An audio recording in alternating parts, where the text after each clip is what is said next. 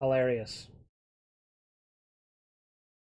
Okay. And we're already dropping frames. Great. I love Comcast Shitternet.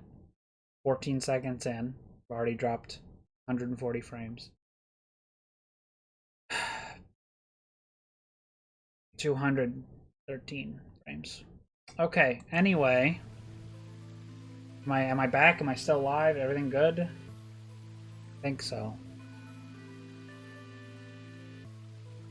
The next number is 9, so go 9 letters over from the first. I just need the code. Make sense? There we go.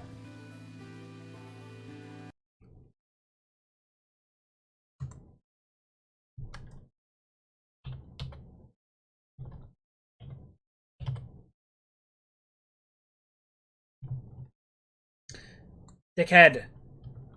I hate that pressing escape makes your text box disappear. You have to click on it.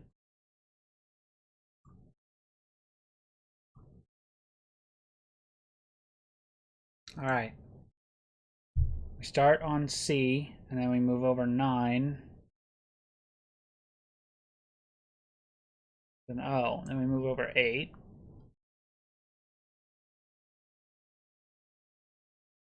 Then M. And then we move over 4. E. L.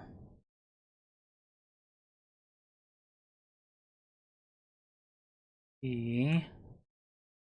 D. E. D. Oh, you don't even need the other lines. Okay. Well, there we go. That's our code. Completed.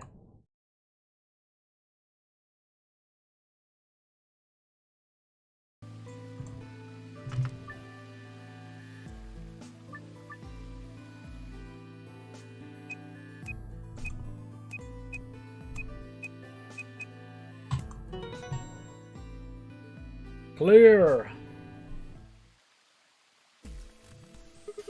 I did it. Completed. That's it. That's the answer. 5 times as fast. Jesus. How do you do that 5 times as slowly? You just get a screenshot and count them out. Completed? Are you sure? Yeah. I did exactly what you told me to do, and the word I got is completed. Well, actually, it's completed, completed, completed. The code and the letters repeat every 2 lines. It just repeats. Well, I can't remember the code like you can, but if you're certain, I believe you. I'm definitely certain. All right, then. I wonder what completed is supposed to mean, though. What? Aside from the obvious, you mean? I'm guessing here it means mission complete.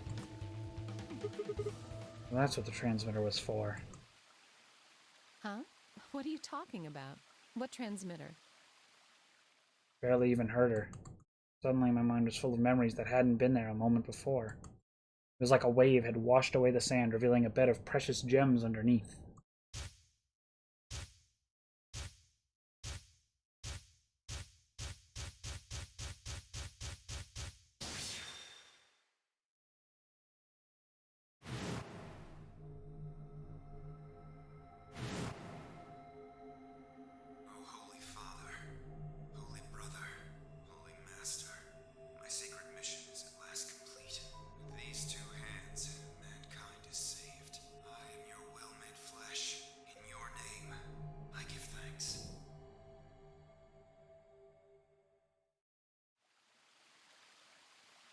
Damn it. Why hadn't I realized it before? I could remember a series of numbers, but not this? At least I remembered it now. Dio was a member of the Myrmidons. Not just any member, he was their leader. That meant he had to be the one who planted the bombs. Hey, are you listening to me? Yeah. Then answer my question. What the hell was that? What's this about a transmitter? I didn't trust myself to try and explain it to her. Rather than likely, she'd just think I was insane, even if I could barely make sense of the sudden influx of new information. Wait. Don't tell me you're one of the Myrmidons. If I was, do you really think I'd reveal myself like this? Point. Out of nowhere, Clover appeared. Oh, there you are. I've been looking all over for you. Really? We're all down in the Floor B warehouse. Well, all of us but Luna and Quark. Why?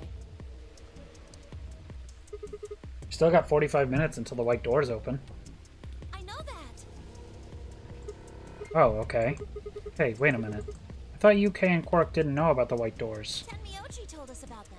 He said he'd show us where they were, so we all followed him down to the Floor B warehouse. My fucking frames, dude. I've dropped 30% of my fucking frames this stream. In the past 5 minutes. It just keeps fucking going. This is ridiculous. What the fuck is going on? Like, do I need to lower my bitrate or something? Jesus fucking Christ. This is like actually going to piss me off.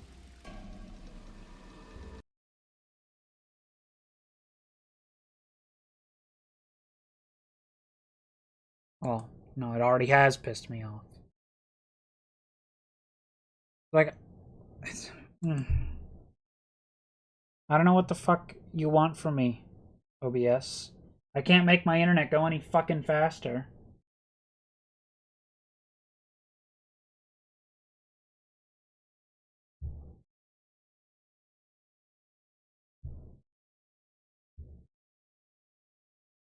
Like, yesterday was fine. It was like less than 1% the whole stream. But right now it's consistently at 30 fucking percent dropped frames. That is insane. Like, I can't stream for 7 hours like this. It'll be horrible.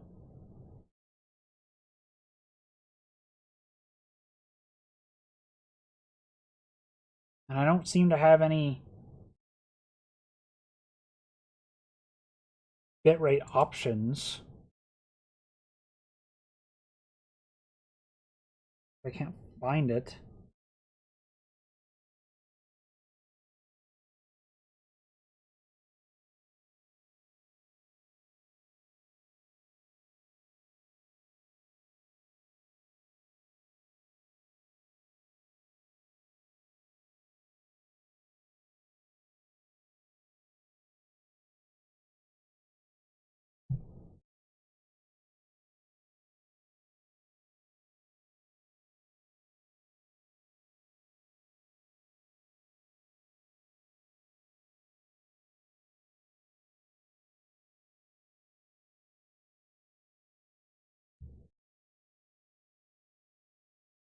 Uh, uh,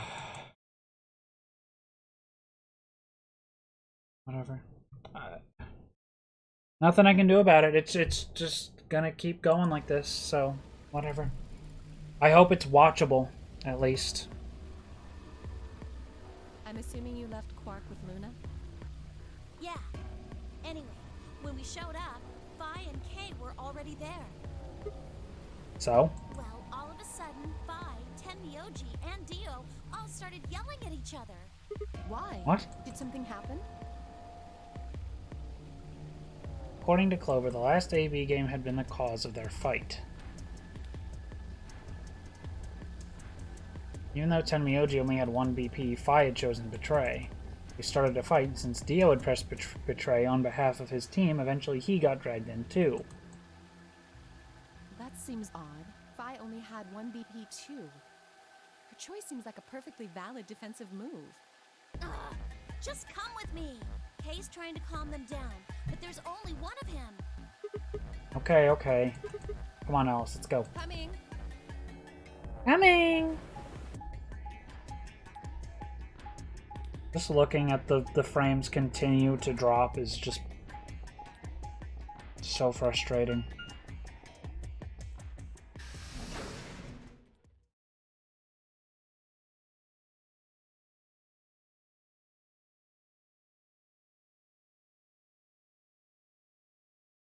All 4 of them were still there when we arrived. They seemed to have calmed down a bit, but the tension in the air was almost visible. Felt like I'd stepped into a room full of flammable gas. Even the smallest spark could turn the whole place into a raging inferno. Even Kay, usually so calm and collected, was standing ramrod straight with his hands balled into a fist at his side. I looked at Alice, pursed my lips, and then headed over to the angry knot of people occupying most of the room.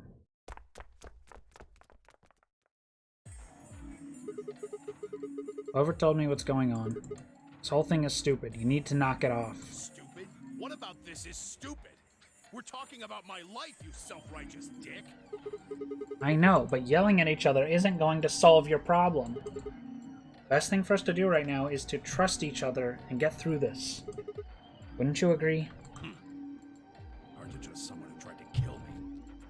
Same to you. I told you letting Dio vote was a stupid idea. What did you think he was gonna do? You might as well have pressed the button yourself. I couldn't just leave Quark alone. That's no excuse. And where do you get off telling me I shouldn't have picked Betray? Did you even think that through? What? I was supposed to pick Ally? If I'd done that, I'd be dead right now. I could say the same thing to you. Damn good thing Dio didn't choose Ally. Please, that's enough from both of you. Sigma's right. This isn't the time to be bickering with each other. Oh, you don't get to talk. You tried to betray Clover and escape on your own. Perhaps. But I think that's better than merely killing someone. Well, I only did it so that she wouldn't kill Tenmyoji. Arg! God damn it! Enough already! Roared with fury, and my voice echoed and rebounded off the walls in the warehouse. Oh, of the warehouse. Everyone fell silent. I didn't know how long that silence would last, so I decided to put it all on the table. There's only one way I was going to be able to take control of the situation. Guys, listen to me. We really don't have time for this. I was met with a number of glares, but I soldiered on. See, the thing is, I figured out who planted the bombs. What? Is this what you were talking about earlier? Sort of, yeah. Know which one of you it is. Well, spit it out then. Please, explain what's going on here. I don't think I need to. They're going to admit their guilt in just a few minutes. What? You're all going to hear it straight from the horse's mouth. Or I guess I should say Dio's mouth.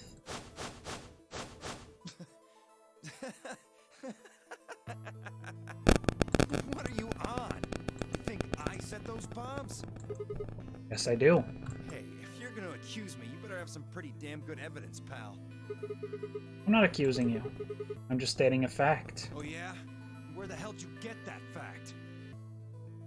Fun as it was, I knew taunting alone wouldn't be enough to make Dio confess. He'd just play dumb. He was good at it, and I'd get nothing. That meant I was gonna have to trick him. Well, you see, I'm actually from Free the Soul. Free the Soul? What's that? Some kind of hippie shoe company? Don't play dumb, Dio. Or should I call you Left? Brother ordered me to come here. Keep an eye on you. It was quick, but for just a moment I saw his eyes twitch. I leapt on that moment of weakness like a hungry dog on a steak. Yum! Fine.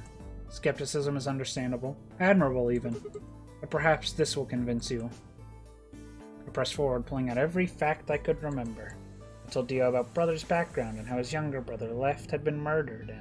I mentioned casually that the Myrmidons were all clones of a single person. So, still not convinced? How about this? 781-536-1098-838-094241990551.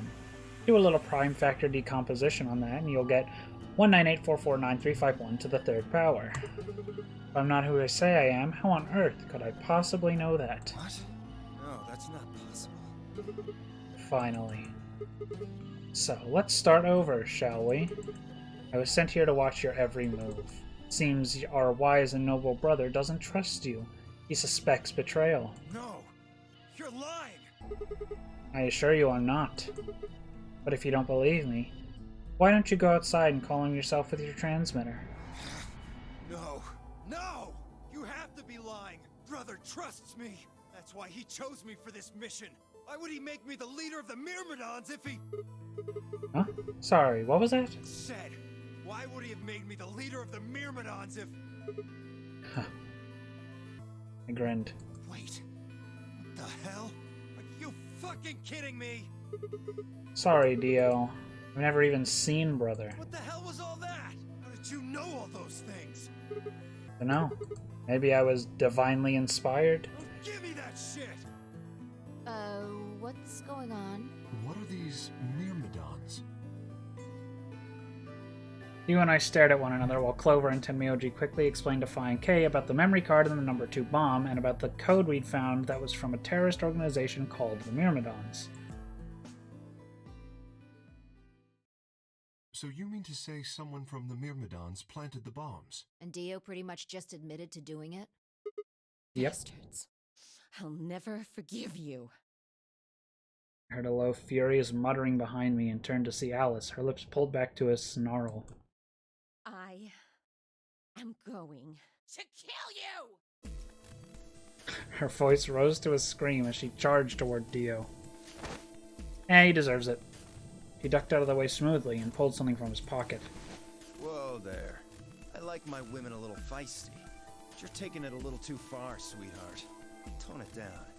What? You see this? You know what it is, don't you?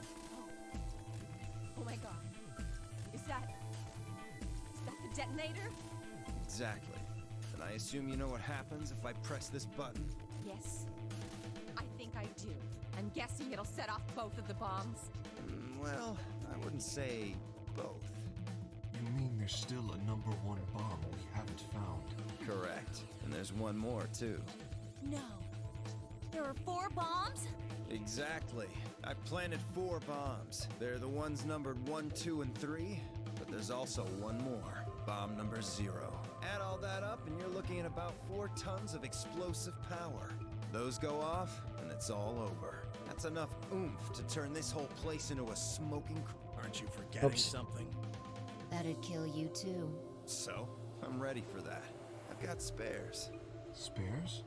Is that what Sigma was talking about? Yeah, clones. I heard Alice whisper something to Clover. Let's go, Clover. Show him all that training wasn't for nothing.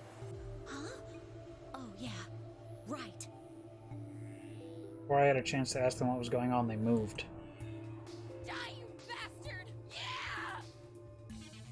She roared and leapt toward Dio, Clover following just behind. Alice threw a punch at Dio's face as he dodged, Clover spun out from behind her. Dio grunted and turned to focus on Alice, but Clover darted in and snatched the detonator from his hand. Clover, get him! Right! Sigma, catch! Huh? Before I could respond, Clover had thrown the detonator at me. I scrambled to grab it out of the air and held it to my chest. Damn it! Stop! Let me go! Still let go of me, you asshole! Yelling didn't do him any good, and Dio found himself subdued by the skillful teamwork of Alice and Clover. Strangely, though, once they had a hold of him, he stopped struggling. I was reminded of a gazelle with its neck in the mouth of a lion. He surrendered? Did he have some trick up his sleeve? Didn't feel right. I didn't have to wait long for my misgivings to prove true. The detonator in my hand suddenly began to flash. What? Serves you right. What are you laughing at? You, her, all of you. God, you're stupid. What? Why? See that detonator you threw to Sigma? You activated it. If it gets more than a meter away from me, it sets itself off. We figured someone might try to take it away, so we put in a little safeguard. Since you two were kind enough to take it away from me. The bombs have gone from remote control to countdown timer. Go ahead and destroy the detonator if you want. It won't make any difference now. The bombs are gonna go off no matter... Oops. How long do we have? About 30 minutes. 30 minutes. Oh no. My condolences. What can we do to stop them? I told you that already.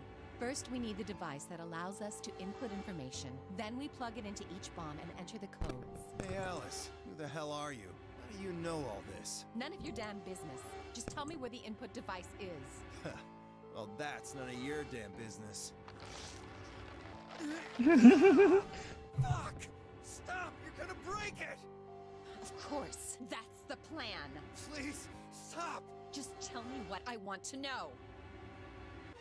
I'm up to 48% dropped frames for the whole stream so far, by the way. I'm like fucking furious about this. It was perfectly fine yesterday. And now this. 35,000 frames dropped in 20 minutes. Okay, I'll tell you. It's in my coat. The right-hand pocket. Clover, check it out. Right. She nodded and started digging through his pockets. After a few minutes... It's no use. There's nothing here. Did you lie to me? No, I swear, keep looking. Oh, wait. There is something in here. Oops. Clover pulled her hand from his pocket and held it out. Is that a pill? Like for medicine? Hey, what is this? Huh? I can't see it. Bring it over here. Clover frowned and moved closer to Dio, holding the pill out toward him. Suddenly he moved his hand, his right hand snaking out to grab the pill from Clover's hand. Before anyone could react, he shoved it into his mouth. He heard a tiny crack as he bit down on it. Almost immediately he grimaced in pain. Shit! What? What was that? Poison, I guess. What? Damn! How could I be so stupid? His eyes rolled up into his head and flecks of spittle began to trickle out from the corners of his mouth. He grabbed him by their hair and shook. What the hell are you doing? Where's the input device? Lost it. In my couch. Back home. Don't screw with me. Fine. Don't tell us. How about you give us the deactivation codes instead? Deactivation. You guys are persistent. Fine. Not gonna do you much good anyway. I'll tell you, but you only get one. This is the deactivation code for Bomb 3.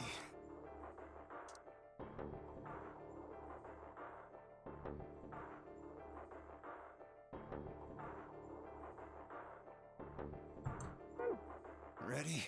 LXQ LHC NMR.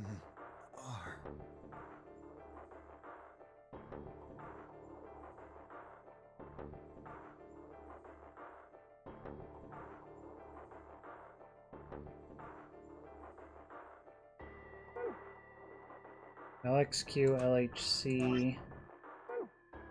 Okay. What about the other three? Tell us the other three. He didn't even seem to hear me. My body will be a part of the foundation of a bright future. His voice was weak and more foam was dribbling out of his mouth. Such a beautiful world. May brother live in everlasting glory. Those were the last words Dio spoke. He died with a strange, happy smile.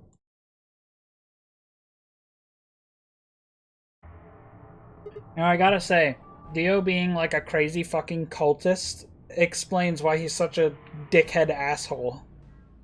It's like, what kind of person would be, like, so uncaring about other human life? Oh, a cultist, of course. He only gave us the password for one of the bombs. This is bad. What are we gonna do? I don't know. How much time have we got? 25 minutes. Are you sure? Yes. When he told us the time, I checked my bracelet. It said exactly 30 minutes. You mean the bombs are gonna go off the same time the next set of doors opens? Yes. Yeah, fair enough. The time on your bracelet is the time we have left. Oh, so 25 minutes. This isn't good. I was hoping that we might be able to escape through the white doors, but... It takes 5 minutes for the primary door to open and close. So... Yes, I know. There's no way we can get through them before the explosion happens.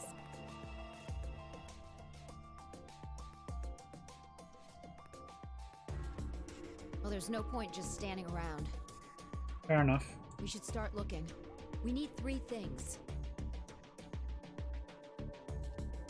The password input device. And the remaining 2 bombs, right? Right.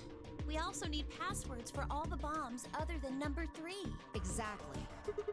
Maybe Dio has a note or something? Hold on. Let me check. She knelt down and quickly checked his pockets and sleeves, then sat back on her heels, frustrated. Damn, Then get your ass some food. he's clean. She looked pale. Then we'll just have to hope we find it somewhere. Tenmyoji, can you go tell Luna what's happened? Right. I seem to not be dropping as many frames now, and my percentage is dropping.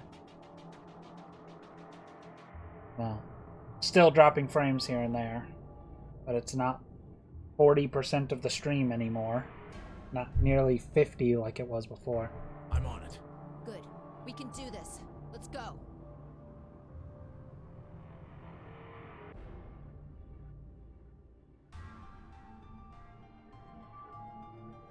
But all of our searching turned up nothing, and as we searched, the clock kept ticking.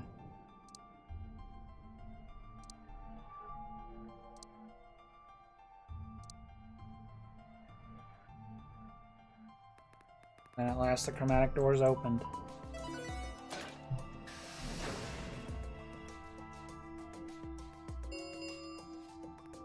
Chromatic doors have opened.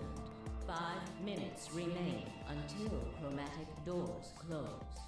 I still don't get exactly how Dio's mission to infiltrate this game has anything to do with saving humanity. Our time had run out. We watched the white doors open. Were they doors to heaven or to hell? The thought barely had time to flutter through my mind before everything went white. We didn't even have time to say goodbye. 1,000 emotions flooded my brain in those last moments. Why? How? How had we ended up this way? A blistering wave of heat like the surface of the sun itself wiped out any lingering thoughts.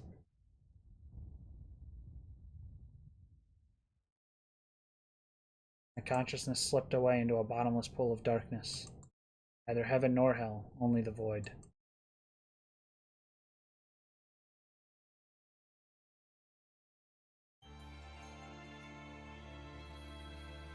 That in, like, a proper ending? That's the Alice ending? Okay. Well, yeah, that makes sense because this is the route where Alice gives you her whole, like, life story. Right, now we can do these two.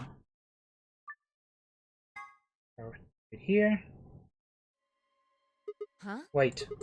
You only need to search one person. What? Because I figured out who did it. I know who did it. The words were out of my mouth before I'd even realized I was saying them. How can you... There's no way. Yeah. I met Fi's gaze and nodded, then turned away. I know who set the bombs. That person...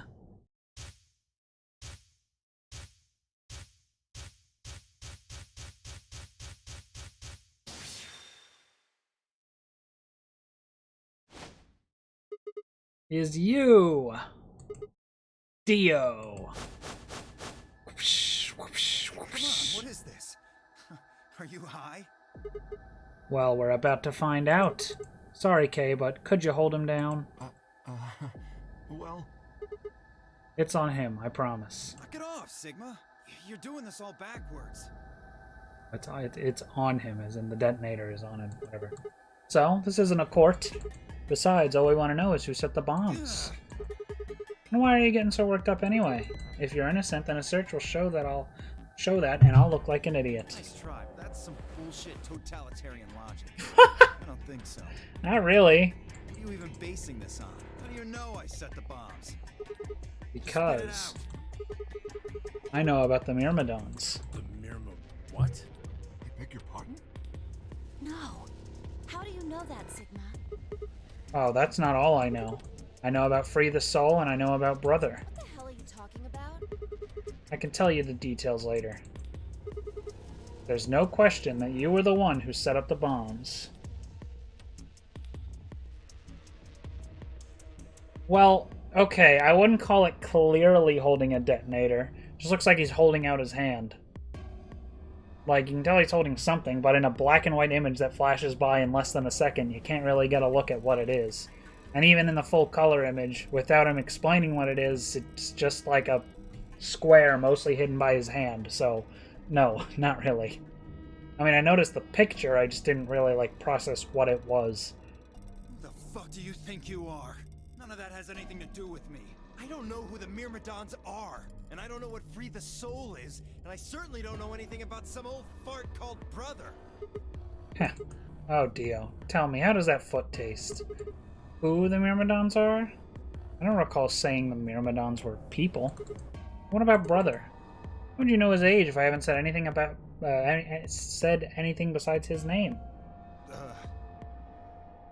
Wait, so he's left? But that means he's a terrorist. A terrorist? Oh dear. Left?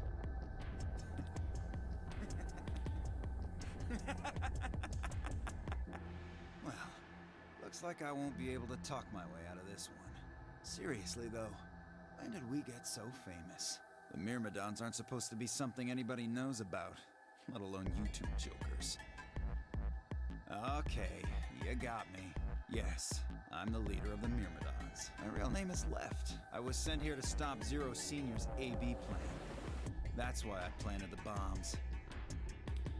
If it looked like the plan might actually succeed, I was supposed to blow this whole place sky high. AB plan? What's that? Well, looks like you don't know everything after all.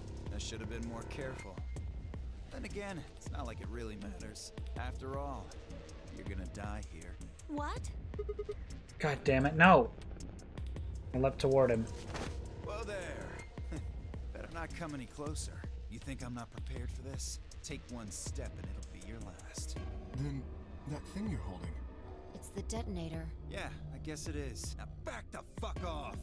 Dio, please calm down. If you press that button, you'll die too. So, believe me, there's plenty more where this came from. Now that we've What? cleared that up, back off!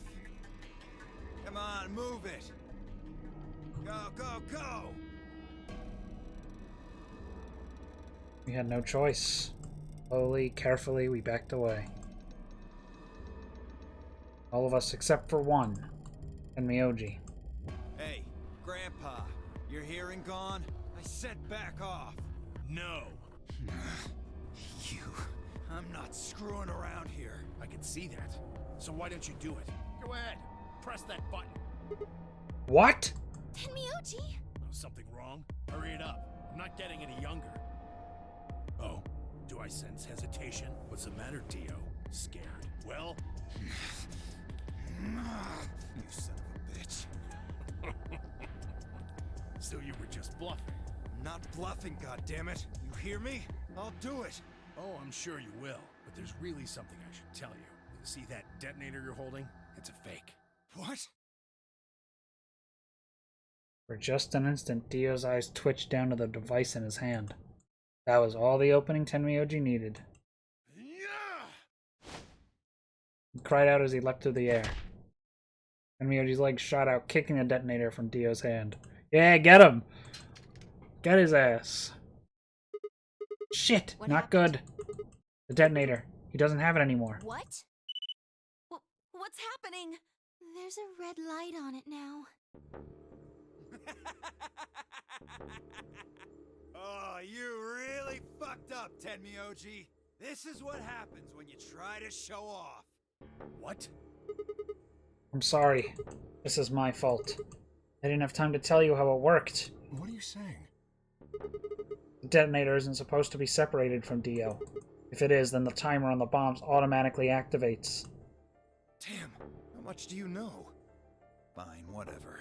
Well, he's right. If that thing ever gets more than a meter away from me, it activates. When it does, it starts the timers on all the bombs. So thanks to this old fart, you get to try and defuse a bunch of activated bombs on a countdown. You can go ahead and destroy the detonator if you want. Once the timers have been activated, they'll go off anyway. How long do we have? When do they explode? You should know, Sigma. Why don't you tell her? 30 minutes. 30 minutes? That's crazy! Yeah. How do we stop them? The emergency deactivation passwords. None of us know them, though. Right, none of us know. There's someone who does, isn't there? Okay. I'll give you one, since I'm such a swell guy. The password for bomb number 2 is EQD DYR NTK.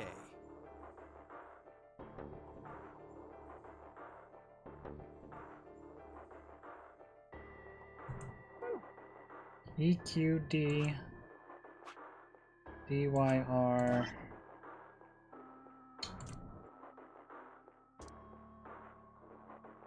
E U D D Y R and K.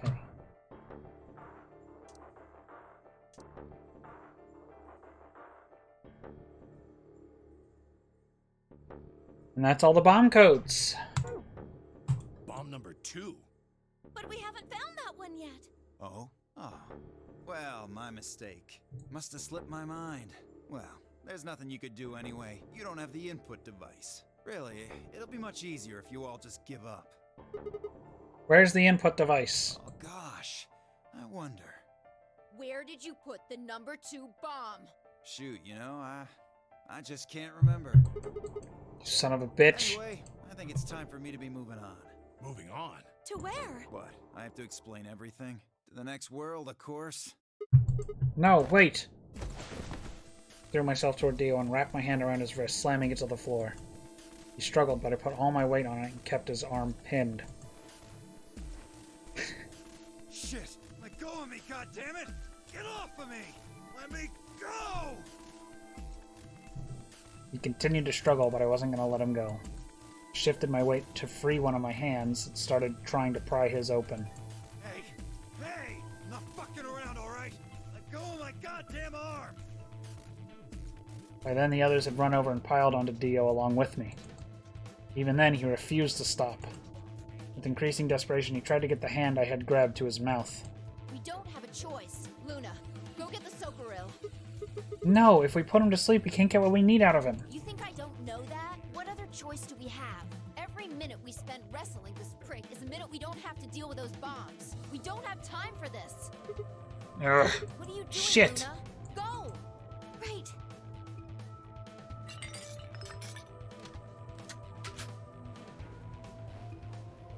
Okay, I've got it. I'm ready when you are. Ugh. You can do whatever you want to me, you fucking cowards! You're still gonna die! Go ahead! Tell yourselves you can fix it. Run around like idiots before you get blown to atoms. Serves you fucking right! You're gonna burn! Oh, for God's sake. Luna, shut him up. Right. Here goes.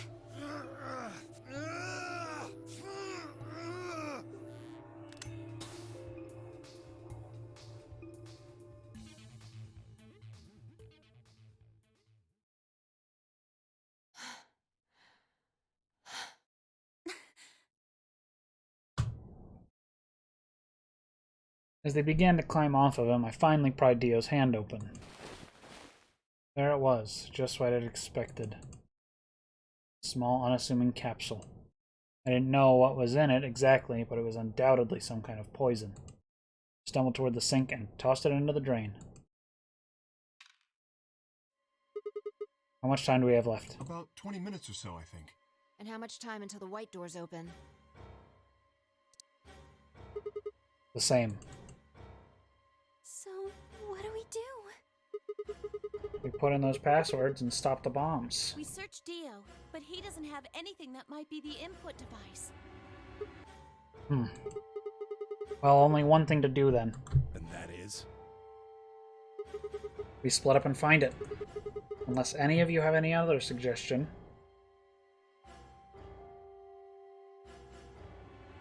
A dismal silence filled the room. Even though no one spoke, I could see the despair on every face. Alright. No point sitting around. Until those things actually go off, we've still got a chance.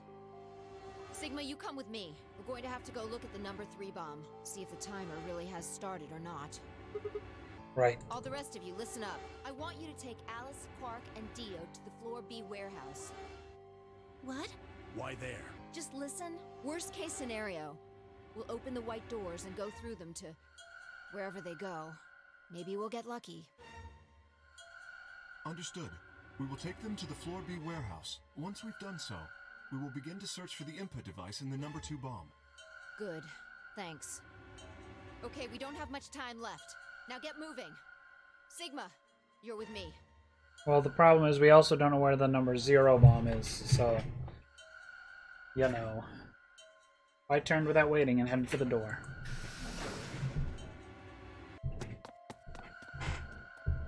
Before I could blink, she was gone. I gave everyone else in the infirmary a quick thumbs up and a shaky smile, then hurried after her.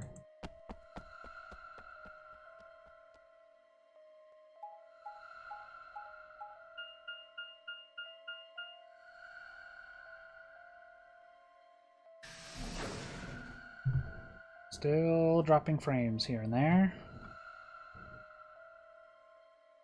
This is fun. At least not quite nearly as many.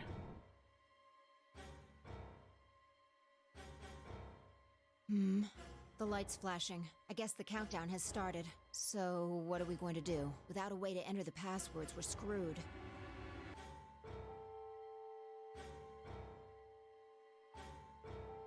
They clearly did some, like, shitty filter over what was originally low-res 240p textures.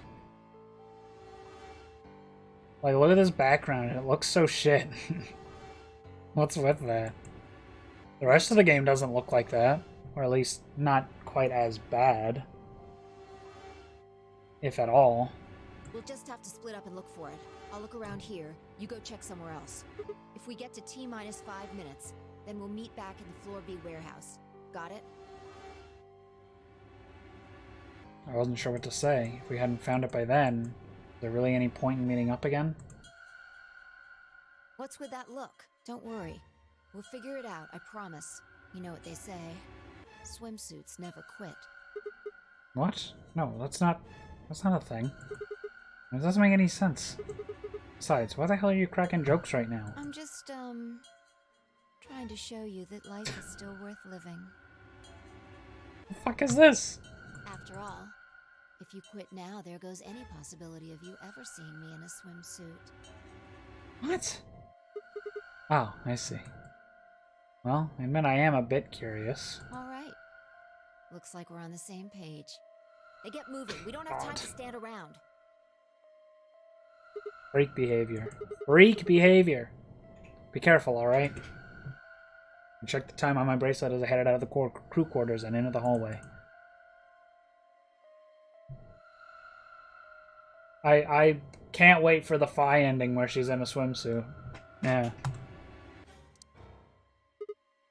Damn, only 15 minutes. I need to hurry. Broke into a run.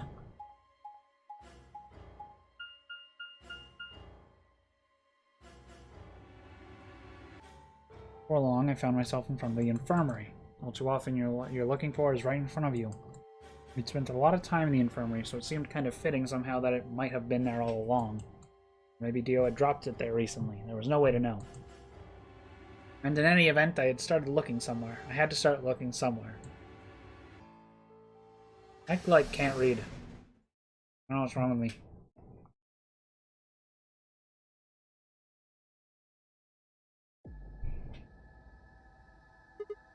Luna, you're still here? Yes, the others are taking the people who are asleep to the white doors. I chose to stay here. I thought you might come back. Why? Because the atom is here. I thought you might want to use it. Isn't that why you're here? What? I mean, yeah, I want to know what's going on with me. It's driving me nuts. Hell, I feel sick. But this isn't the time for that. Being a robot isn't going to mean a lot if I die anyway. If. What? Oh, why did you come here then? Isn't that obvious? I'm trying to find that input thing so we can turn off the bombs. Really? Yes, why would I lie? I see. I seem to have made a mistake. I knew you couldn't use the atom without me, so I stayed behind because I thought I might be able to help. I guess I shouldn't have done that. I'm sorry. Goodbye. Okay. He turned and headed toward the exit. Wait. I couldn't just let her leave like that. Sighed. How long would it take? Not more than 5 minutes or so. Are you sure? Only 5 minutes? Yes. Okay, let's do it. Analyze my body. Uh-huh. Really? Really now? Analyze my body? Truly now?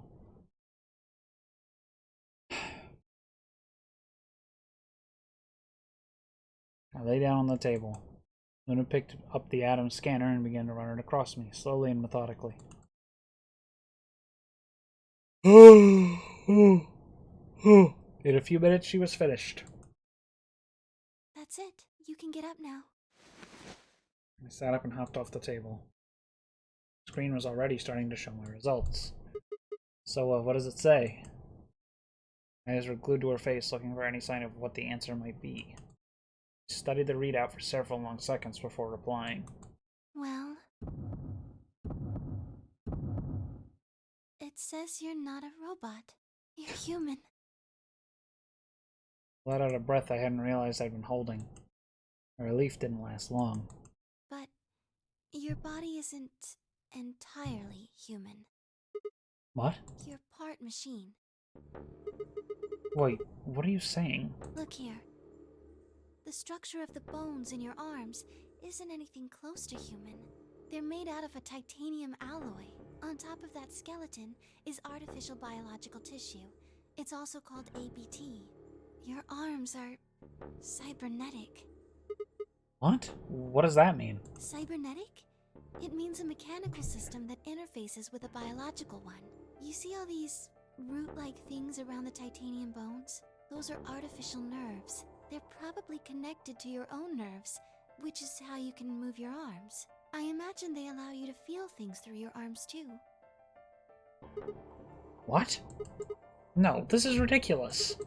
I think replacing my arms with robot ones is something I'd remember.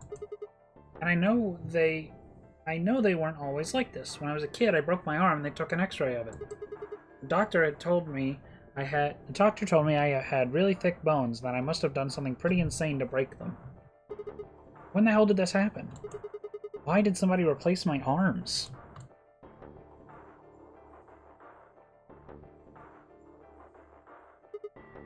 Wait. Okay, let's say you're right, my arms are cybernetic. Wouldn't that mean I don't have to worry about the bracelet going off? No. Unfortunately, you probably do still have to worry about that. Why? The cybernetic arms are made to function just like real arms, which means they interface with the rest of your body, which means that anything injected into them is spread to the rest of your body.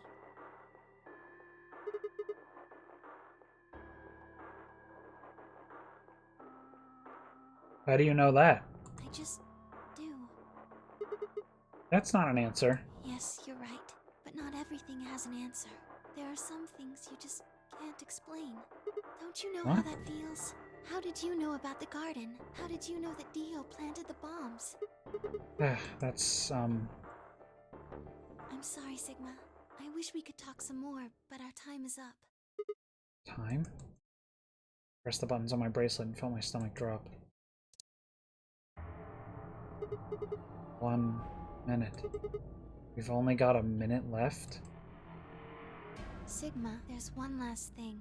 I was given very specific instructions. I shuddered. Not because I was scared of what was about to happen, because I was scared of Luna.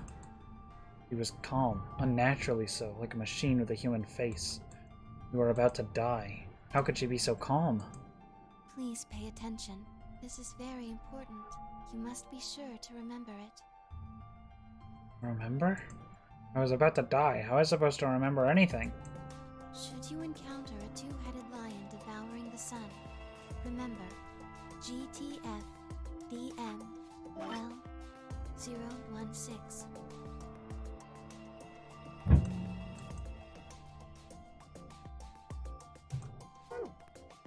BTF, EML.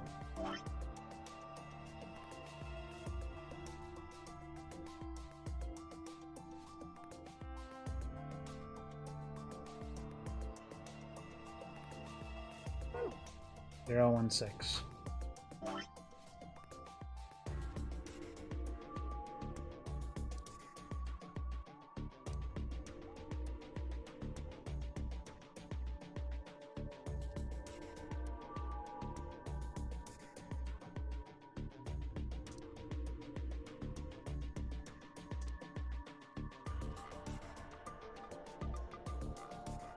Okay. With this key, the first gate shall be open to you. There you go. I hope we can meet again someday. I'll be waiting. I'll be waiting. What? Before she could answer.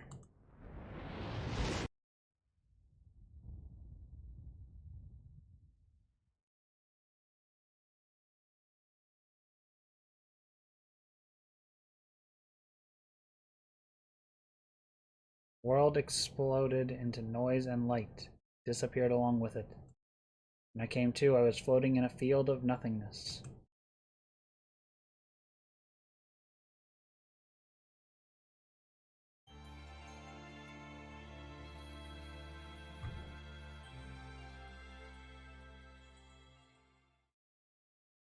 That's the Sigma ending, really. Huh. Okay. Well, I guess that makes sense because you learn about Sigma's arms.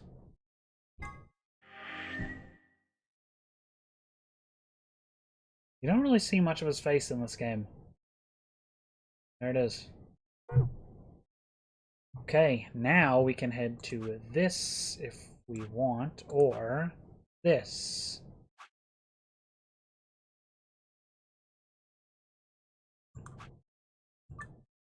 Let's do this one.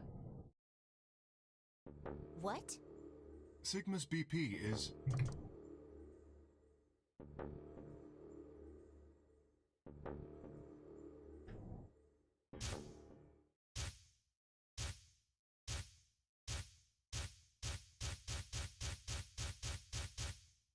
Sigma, what's wrong with your hand? There's something white on it. The structure of the bones in your arms isn't anything close to human. Your arms are cybernetic. What the hell was that? I have cybernetic arms? It was both shocking and utterly obvious. Of course my arms were artificial. Titanium alloy bones with an ABT exterior to mimic human skin. But I had no idea why. Nor did I know when my human arms, which I distinctly remembered having, had been replaced. In that flash of Luna I'd seen, I was certain it had never happened. Those things hardly mattered, though. If I survived, I could worry about them later. The fact that my arms were mechanical, however, that might be useful. Called up all the strength I had left and stood up one more time. What are you waiting for? Why don't you open it already? What? Did I stutter? Open the number 9 door. Sigma, what are you saying? Looks like you finally gave up.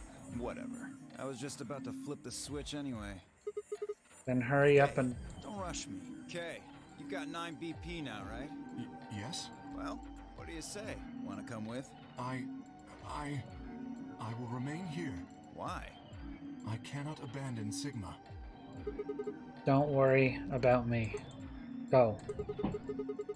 You have to get outside and call for help. But Do you think Dio will? If he's the only one who gets out of here, there's no hope for the rest of us. You're the only one we can count on. I understand. Great. Glad we got that settled. Shall we go? No! Stop! I began to move, but it was already too late. Dio grabbed the lever and threw it down.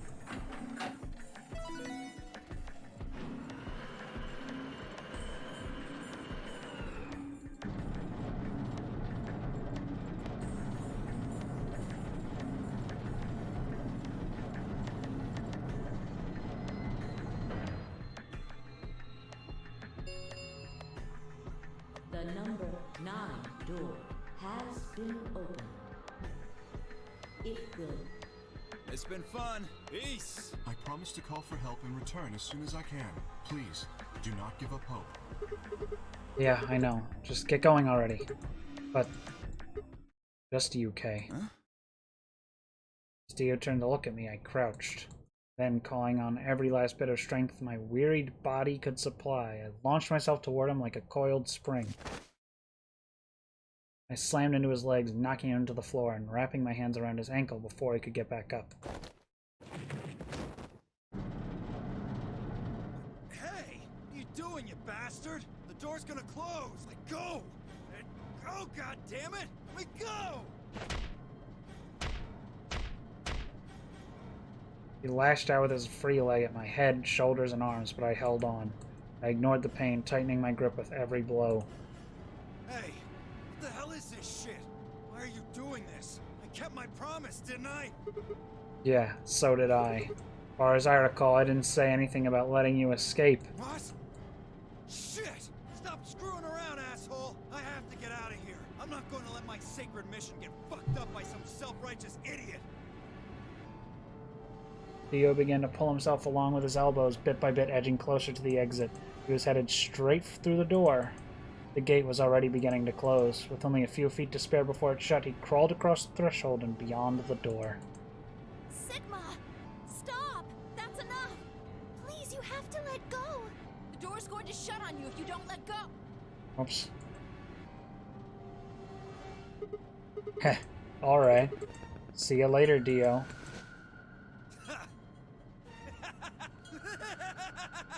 You're an idiot right up until the end, aren't you? Just hurry up and die, you senile old fuck! No, I'm going to live.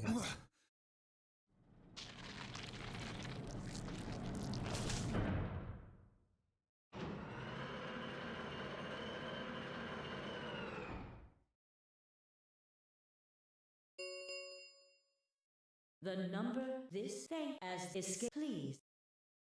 The announcer's voice grated at the inside of my skull. I felt tired, so very, very tired. I felt my eyes flutter closed, and then nothing.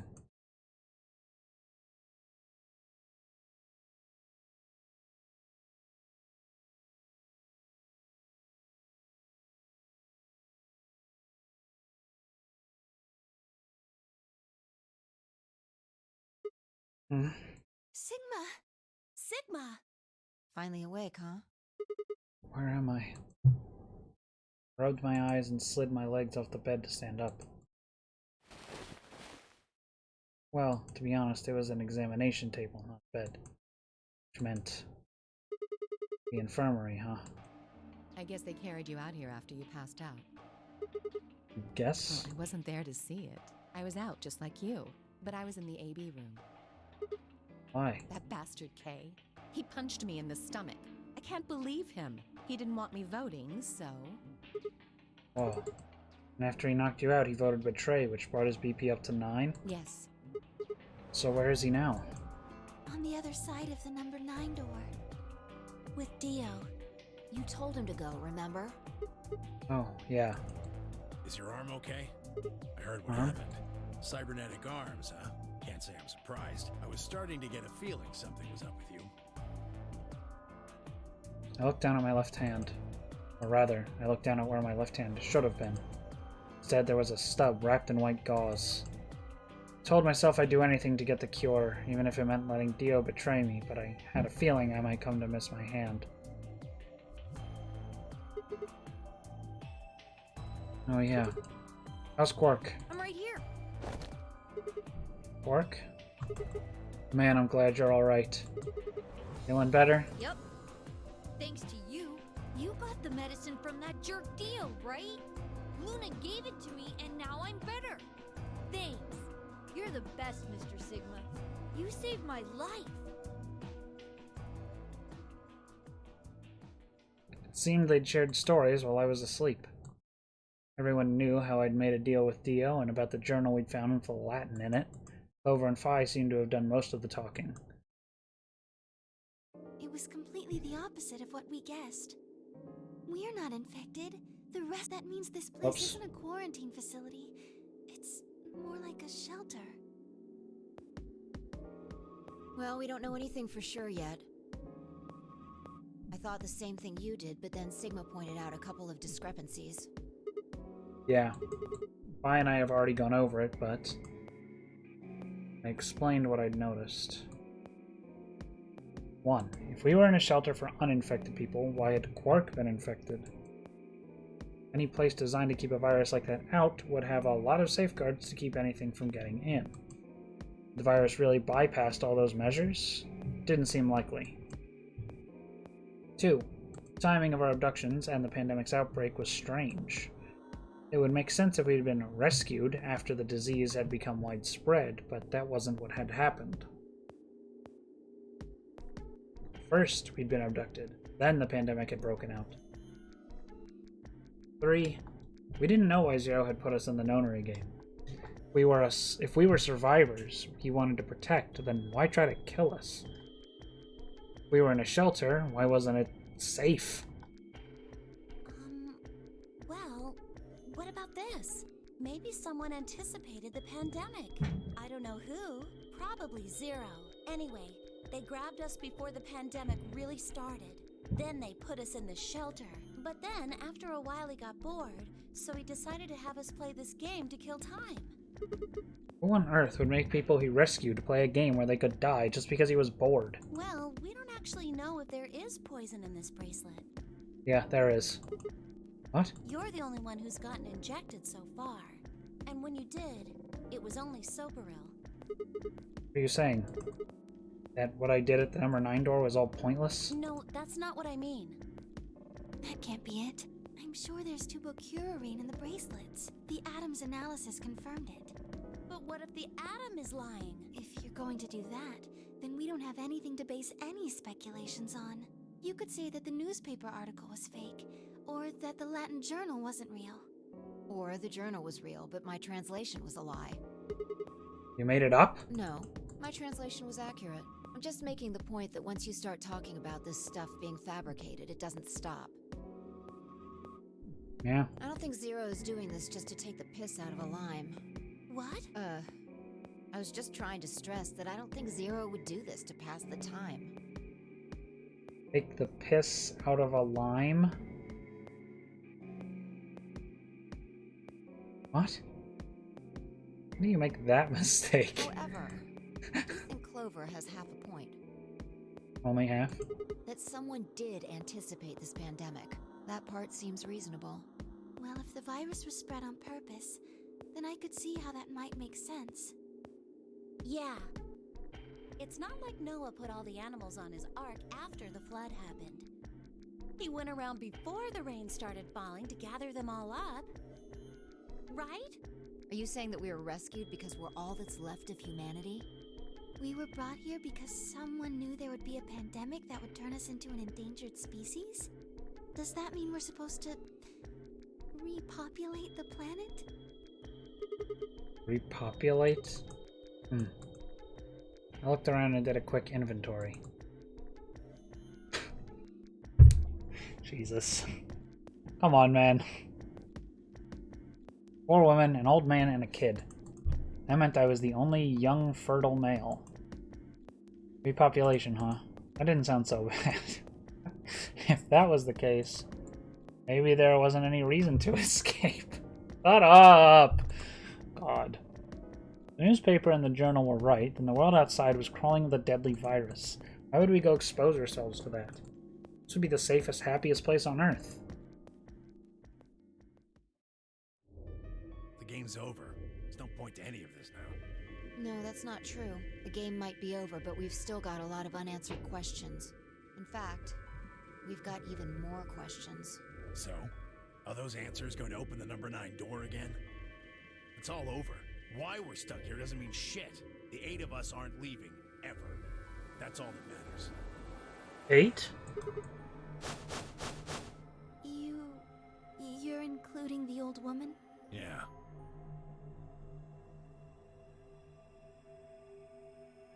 Hey, you know what? What if the old lady is Zero Senior? Yeah, you're right. We never even considered that. But that would mean the person in charge of all this was murdered by somebody. That doesn't make sense. Maybe she wasn't murdered. Huh? Are you saying she was infected with Radical 6 And killed herself? But we didn't find a knife or any kind of weapon in the AB room with her. Maybe she was killed somewhere else. And then someone carried her in there. What? That's ridiculous. Well, maybe we should go take a look at her one more time. Maybe we missed something. Sure, okay. You look down at the body of the old woman. Vi was the first to move. Quietly and methodically, she began to examine the woman and her clothes. I just stood there.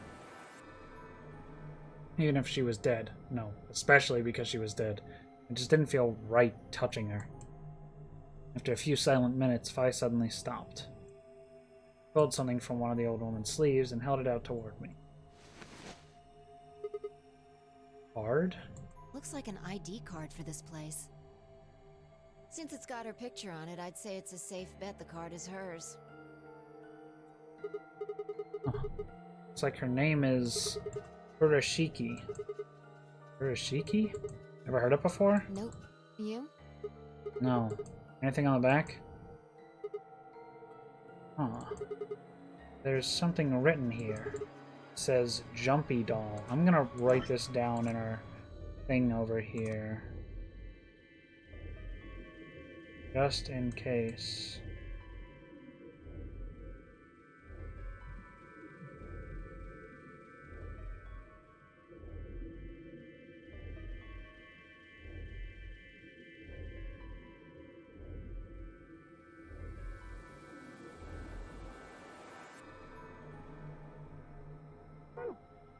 Well, actually it says pass equals Jumpy Doll. So I'm guessing Jumpy Doll is a password of some sort. The hell does that mean? Beats me. Looks handwritten. She must have put it on here herself so she wouldn't forget it. Yeah.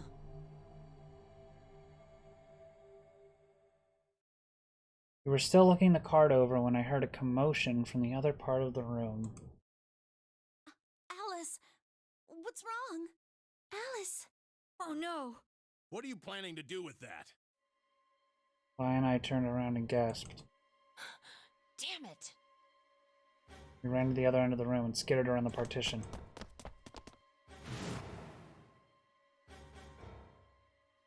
Oh boy, here we go again. There stood Alice, her hand wrapped tightly around the scalpel. She didn't seem stable. Her eyes were flat and hollow. Her face was an emotionless mask. She was not well. The look on her face was all too familiar.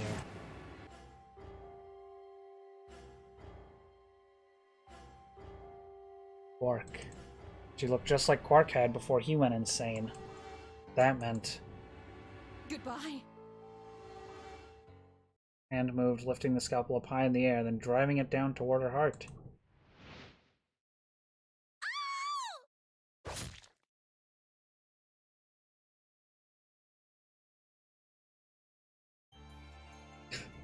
Okay. Rip. Yeah, there's Quark's ending because we saved him. Not a great ending, but saved him. Really. Okay, so we've got two options now. This path and this path. I think we can go here now, but I'm gonna do this one first. think we might finish the game tonight. Maybe. Huh?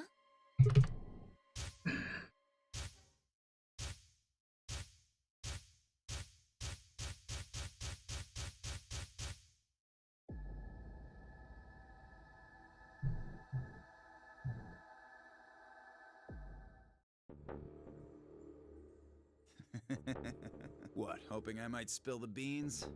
Nice try. Unless one of you is secretly a medium, I think you're shit out of luck. Wait, a medium? Well, I'm out. Peace. Wait. Stop. Threw myself to Ordeal and wrapped my hand around his wrist, slamming to the floor. Is this the same thing? Yeah, it is.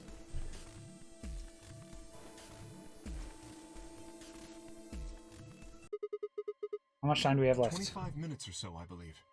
And how much time until the white doors open? The same. So, what do we do? What do we have left? Vi and Luna. Those are the two endings we don't have yet. We put in the password and stop the bombs. We searched Dio, but he doesn't have a note or anything with the codes on it. Yeah, Only one option left then. Intuition. We trust our hunches. Nats, are you suggesting we just guess? Do you have a better idea? Well, no, but Wait. There's another way. What is it? Before I can tell you, everyone has to promise to do exactly as I say. No questions. What's your answer? We all nodded. Good. First of all, Sigma, you're coming with me. Right. The rest of you, listen up. I want you to take Alice, Quark, and Dio to the Floor B warehouse. Huh? Why? Didn't I say no questions? Good. That's it. We're done. that's it? Is there a problem? I seem to recall you promised to do exactly what I told you to do. Okay, we don't have much time left. Now get moving. Sigma, you're with me. Okay then. I turned without waiting and headed for the door.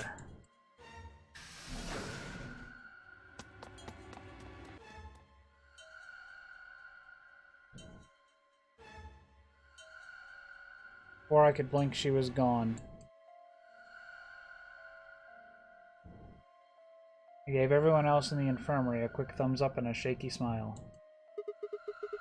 Take care of these guys, okay? We'll see you back on floor B before you know it. So, just trust us, alright?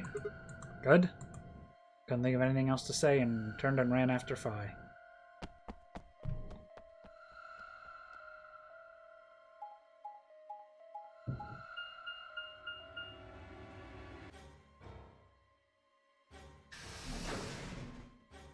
Is this the route where we have the input device? We're just missing the bombs.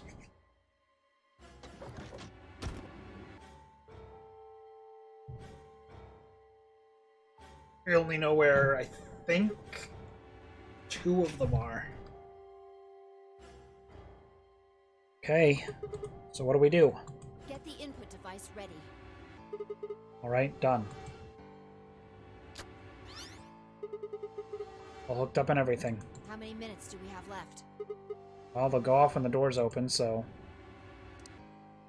21 minutes. That means we have 7 minutes per bomb. That includes travel time, though. Bomb number 2 is in the control room on floor B. And bomb number 1 is also on floor B with the garden. So, we just need to hurry, right? Yeah. So what were we supposed to do? I mean, you do have some sort of plan, right? Well, it's not like I don't have one. Then stop being so mysterious and tell me. What the hell am I supposed to do? You need to make a jump. Jump? Yeah, to another world. Another history. I can't. You didn't just guess that Dio set the bombs, did you? You knew it. Because you remembered it happening in another history, didn't you? Yeah, I did, but that's... I mean... You just have to do that again. So you're saying I need to go to another history and get the password out of Dio somehow? Doesn't have to be another one. It could be this one. Just go back to the past and question him. Then again, if you do that, you might end up changing things so you don't end up here. That would mean you couldn't deactivate the bombs in this history. So you have to come back to this exact moment, or... Ah, damn it! This is so confusing. Well, don't think about it then. We don't have time anyway. Just jump. Okay, okay. I get it. See you later, then. Are you insane? You're talking about transporting myself across space and time? Also, why should I have to do everything? Can't you jump too? My jumps happen suddenly, out of the blue. I can't control them. Neither can I. That's a problem.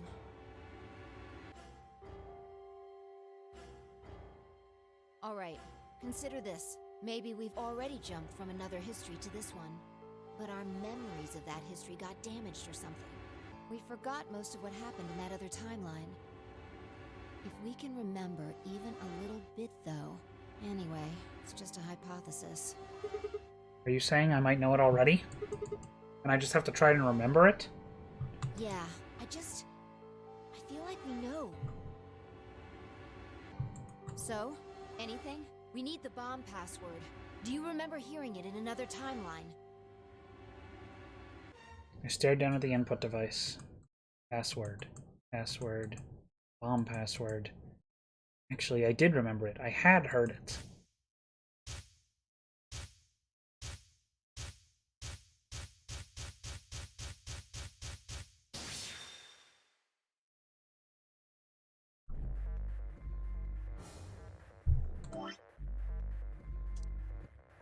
Which is this? Bomb number 3? We're on the crew quarters. Well, LXQ, LHC, NMR.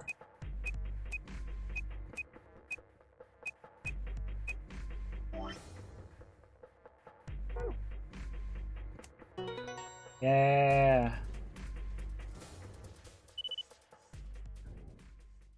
Good job.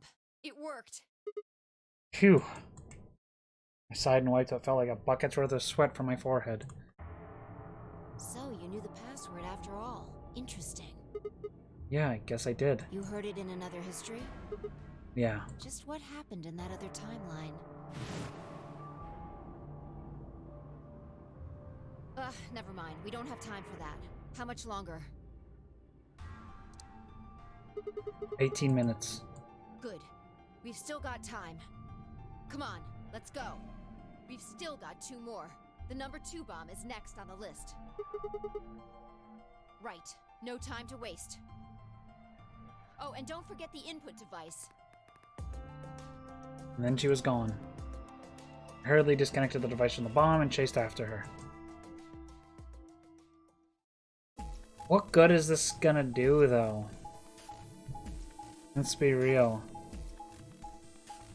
Oh, wait. I'm thinking this was the other one where Dio already left. I don't know why. No, that's the one we just did before this. Dio and Kay, that is, but... no one's left yet.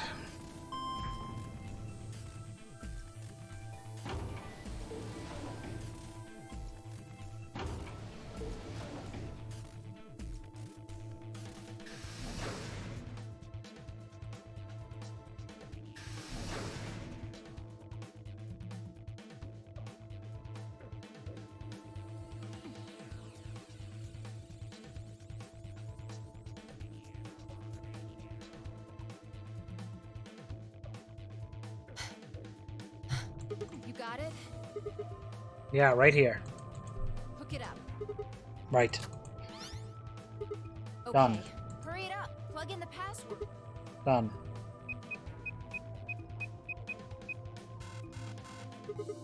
Hey, what the hell? Calm down. You probably just typed it in wrong.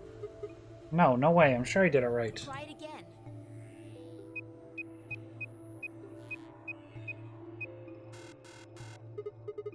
Yeah, nothing.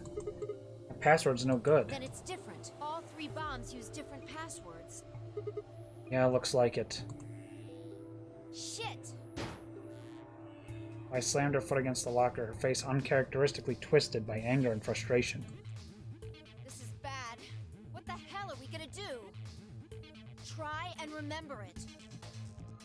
Did you see or hear anything in another history that could be a password? A different password?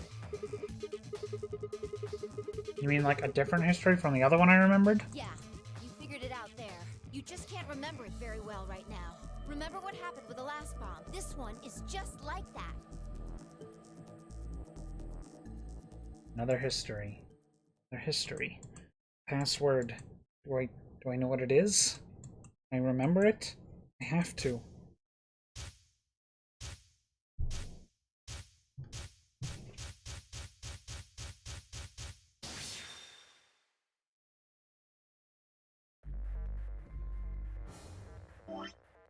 This is, I think, bomb number 2. It's EQD, EYR, and TK.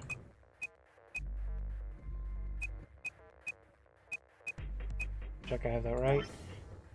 EQD, EYR, and TK.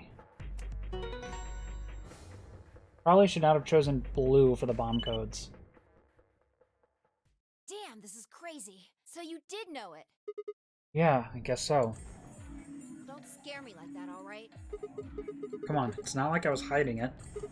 Just couldn't remember it at first. It just kind of floated up. Or maybe it drifted down. Whatever. Point is, we disarmed the thing. Amazing. Sure you don't sound very amazed. Okay, that just leaves us with the last bomb. It's in the garden. Right.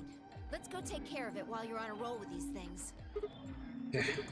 Made it sound so easy. Well, don't just stand there. Let's go! She spun around and was gone. Gripped the input device tightly and headed off after her.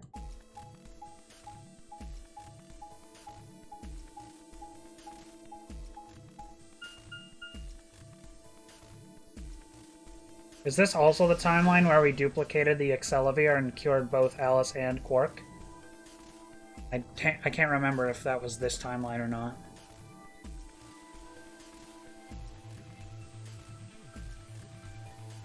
I know there's like one timeline where Phi gets it later. Finally. The last one. Yeah. How many minutes left? Less than 10. It's okay. We can still make it. Just stay calm, alright? You have the input device? Yeah, that's fair. It is very hard to remember exactly what happens in which timeline when there's so fucking many of them. Yeah, there we go. Connected. Okay, go. We've Go? done this twice already. Do you really need a third pep talk? You want me to remember another password, right? Exactly. What else would I be talking about? But Don't sweat it. You did great the last 2 times. I'm sure this one will be a cakewalk. 3rd time's the charm, right? that's not really how that's used. I'm just worried that lightning's not going to strike twice, or thrice in this case, I guess. No, I think mine still works. There's nothing to suggest the 1st and 2nd times aren't charmed, too. I guess so. Whatever. Just do it. You're the only person who can. What about you?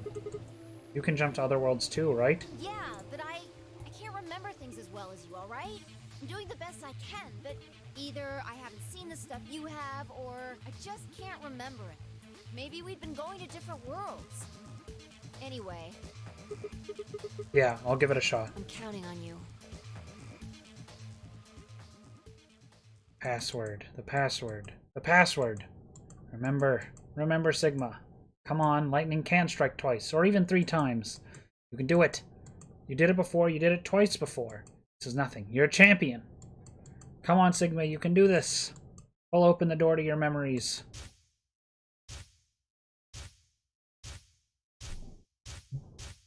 Whoa, hold on. That was 999. That was the other game.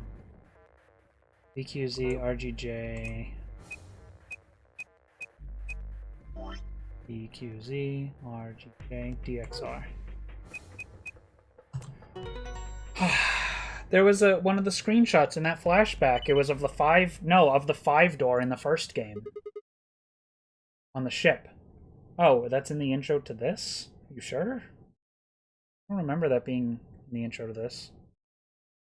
Oh, you're talking about 0.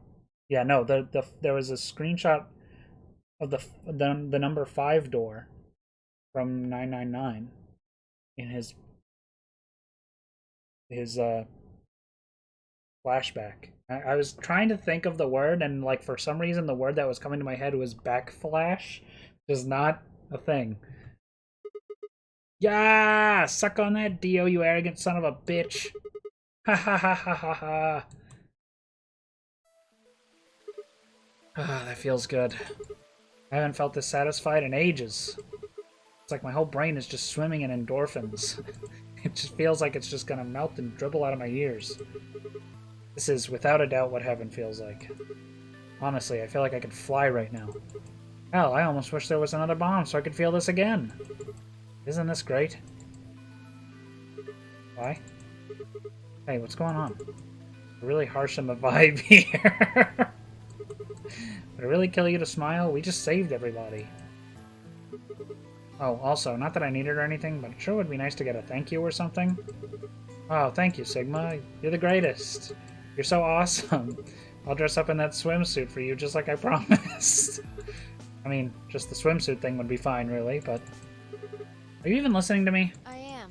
You said you wish there was another bomb, right? Well, I mean, I don't I really... hope you're happy. You're going to get your wish. What? I remembered something too. Just a glimpse. We must have confronted Dio about the bombs. I'm not sure how, but we got him to tell us about them. Exactly. I've planted 4 bombs. They're the ones numbered 1, 2, and 3. But there's also one more. Bomb number 0. Felt a cold shiver run down my spine. Suddenly I remembered it too. I'd heard Dio say those very words in the Floor B warehouse. No. No way. Looks like you remember it too. Yeah. How much time do we have? Shit! We've only got 4 minutes! Well, hurry up! We need to get to the 0 bomb. Right. I yanked the input device out of the bomb and turned to chase after. What are you just standing there for? Go, show me where the bomb is. What? Are you telling me you don't know where it is? You have got to be kidding me. How the hell would I know where the bomb is? Oh shit. You don't know? She bit her lip and nodded. Damn it! What the hell are we supposed to do now? We can't deactivate the bomb if we don't know where the damn thing is. Calm down. Just calm down. You need to think, Sigma. There has to be a clue somewhere. Pretend you're Dio. You need to hide the bomb. Where would you hide something important? Hide something important? Right. Hide. If I was Dio, where would I hide? Ah!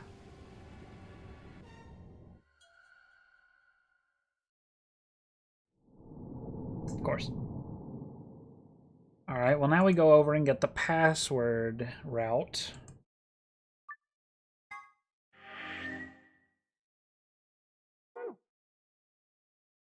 Oh god, good lord, look at that one.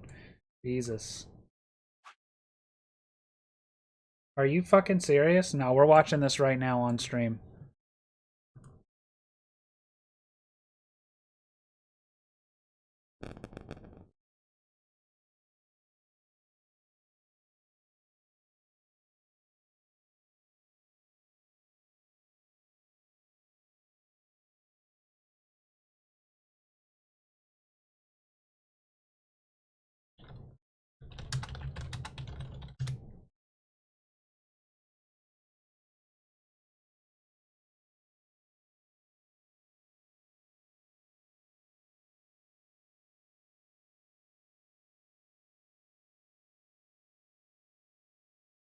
I don't see it. Oh. Oh, this is just minions. Okay. You're being funny. You're being a funny guy. Dickhead.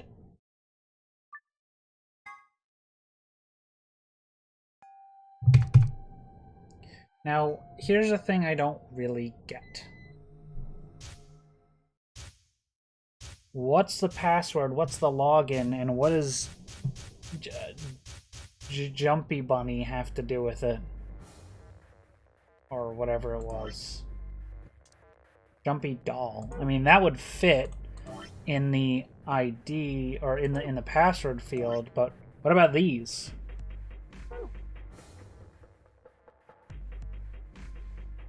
ID and password are what you got from Luna and Kay, your login codes. Okay. I thought so, but Jumpy doll also fits, and there's a thing called pass here that presumably I would need. But whatever. I don't know the order. I guess I'll just do this order. Well, 6 MIL Milcavoli.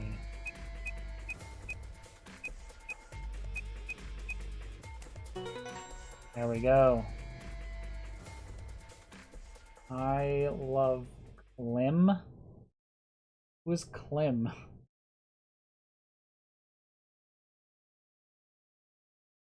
Let's read some of this.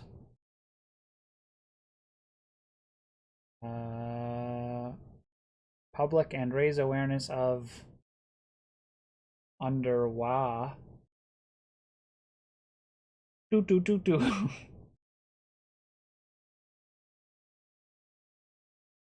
Many of them still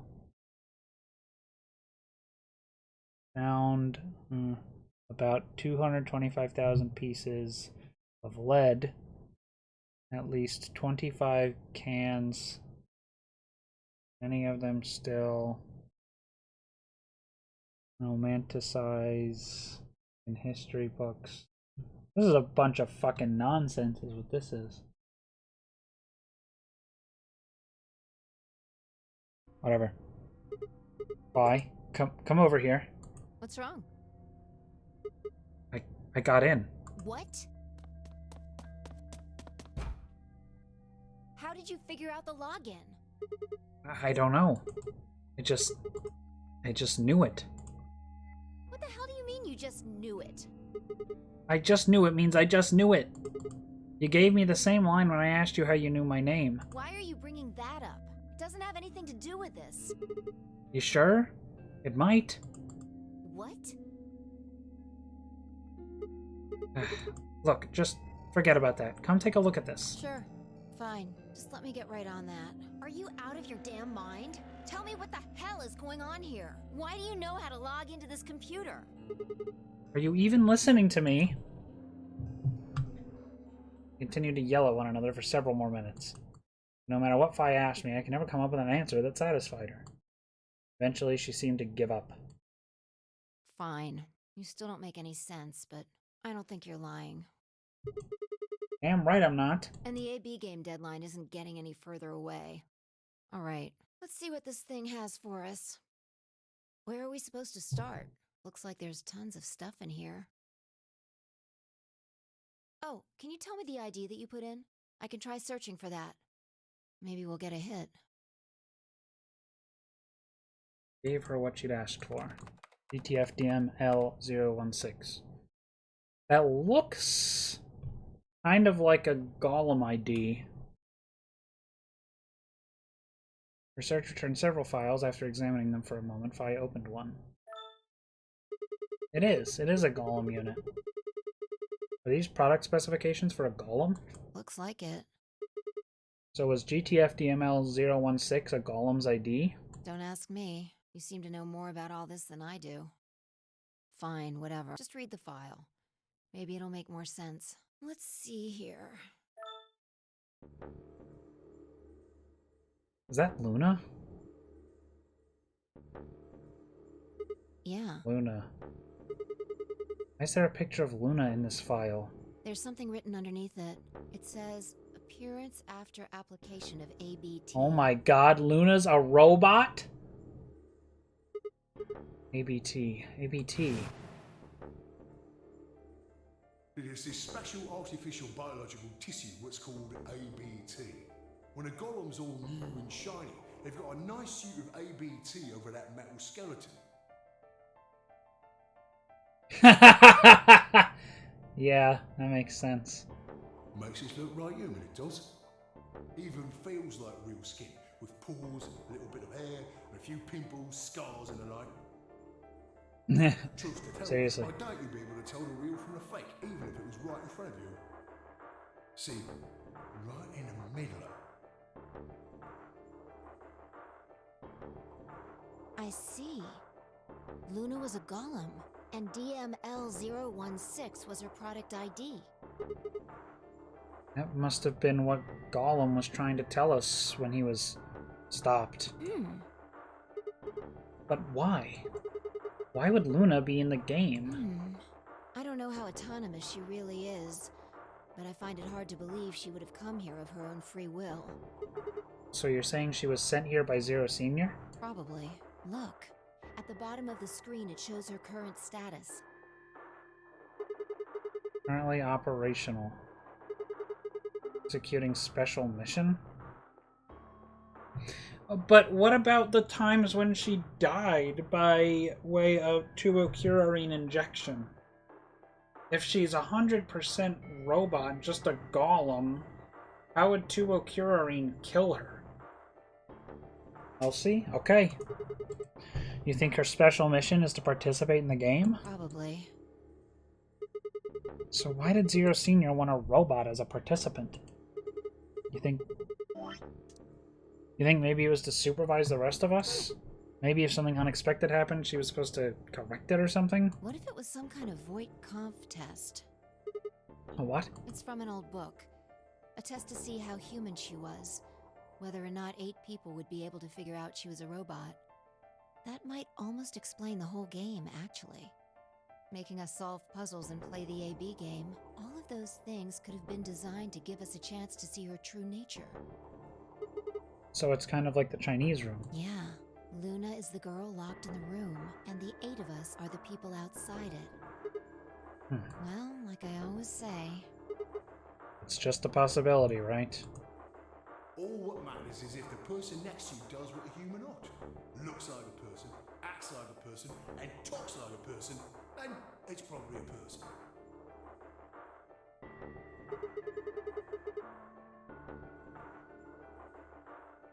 Now, if I remember correctly, the ending with all the dead people in the infirmary, Luna was there, and she was not missing a blood pile. So what about that? When did you figure it out? That she was a golem, I mean. Right now. I didn't know until I saw this stuff. You're lying. When I told you about what happened with Golem in the pantry, you said something about how this game might be sort of like the Chinese room. I don't know why I said that. It just felt like it made sense. Maybe, but... I can't remember exactly what the image looked like.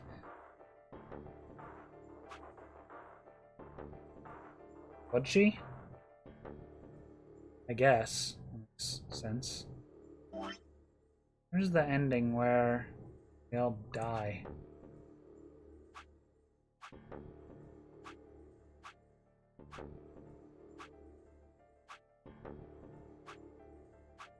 This one?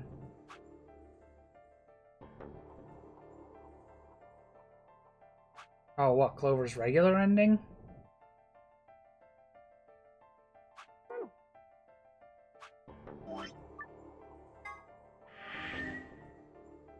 Let's go check it out. Because I'm curious now. Never mind. Like you just knew it? Yeah. Look, forget about that. See Luna's status? Yeah, it says the same thing it did a minute ago. Currently operational, executing special mission.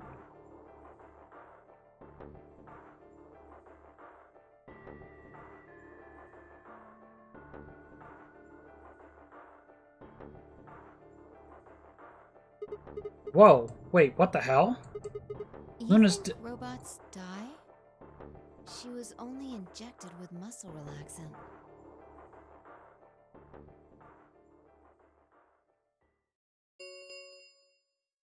Ten minutes remain. Oh, so in this timeline, Luna is dead. Well, closes. dead, quote unquote. All players, please enter your votes. If no vote is recorded before the deadline has passed, any non-voting parties will automatically ally. Of course. Luna's the one who opened the AB gate. That might not be the only thing she did. Look, What do you mean? what are the last 3 Oh, digits you sent of it your on product Discord? ID? Let me take a look.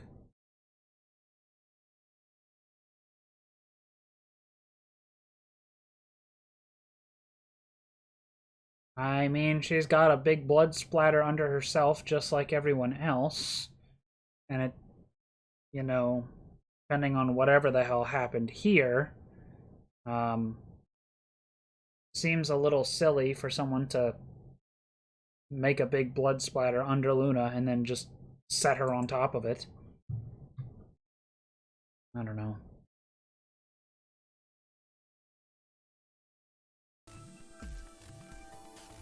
And where have we seen that 016. before? No. No, I don't believe it. Are you saying it was Luna who handcuffed Clover and Tenmyoji? We should go check her body. You remember where it is? Crew quarters, of course I remember. Of course I remember.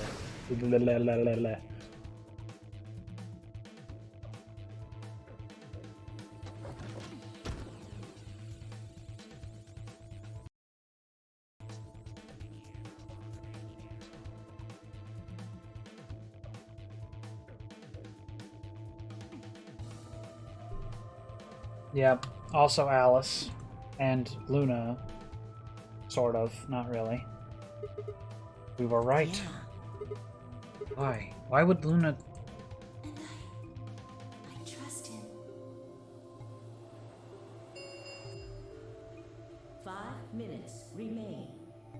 Let's go. The game hasn't stopped. If we don't vote, we're going to get penalized. Oh yeah, that's also a thing. Right, off we go then.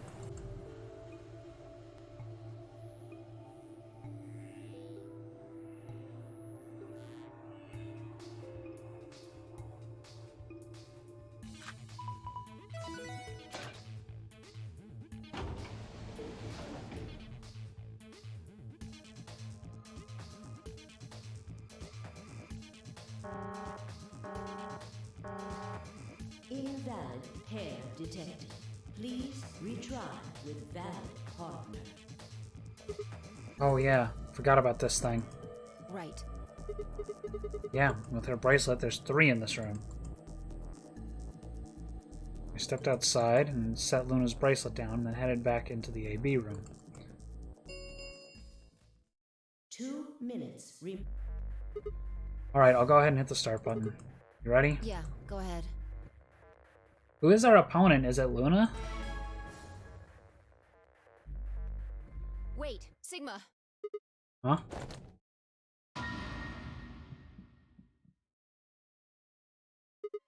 Luna?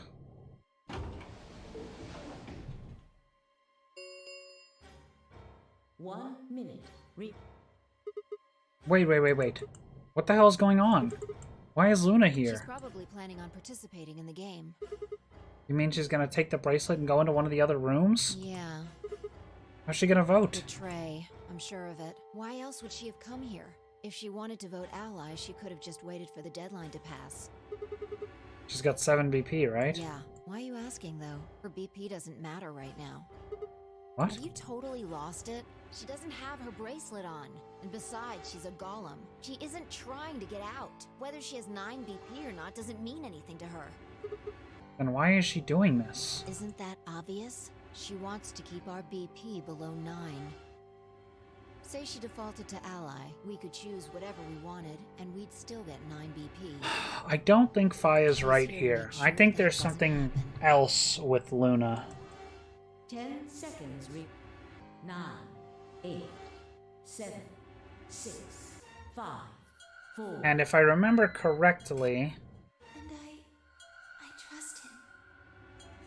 2, 1. If I remember correctly, this is the route where we allied with Luna twice in a row. And now this is the third round.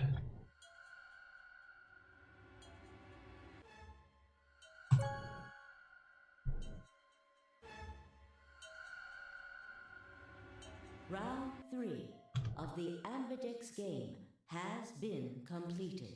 Results will thank you, Ambidex. Yeah. Hey, Sigma!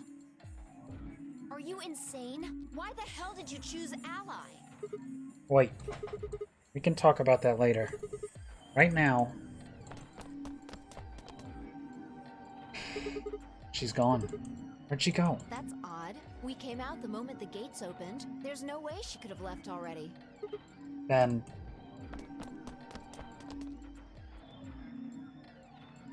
there it was. I thought so. She didn't pick it up. Without the bracelet, she couldn't have voted. Then she let the system vote Ally for her? Results from round 3, please. Right, the results. Yeah, let's go have a look.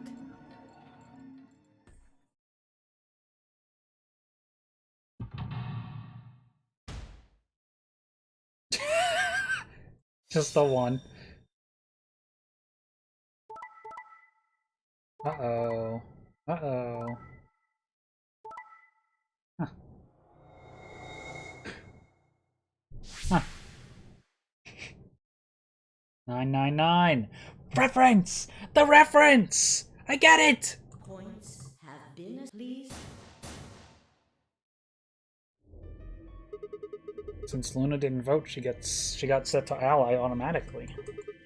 And the other 6 got penalized. And again, 5 of them are already dead. We don't know where Quark is, but his bracelet's already off. Yeah, that means all those penalties are meaningless. Why did Luna show up then? I mean, we've got our 9 BP now, but...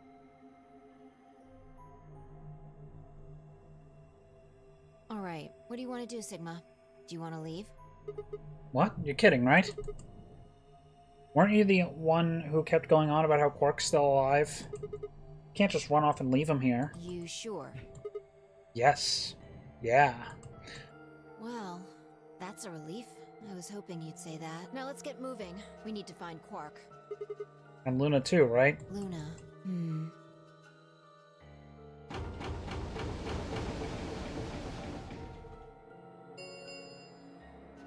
The Ambidex round 4 of Star Keys. Fine, I checked their bracelets out of sheer reflex.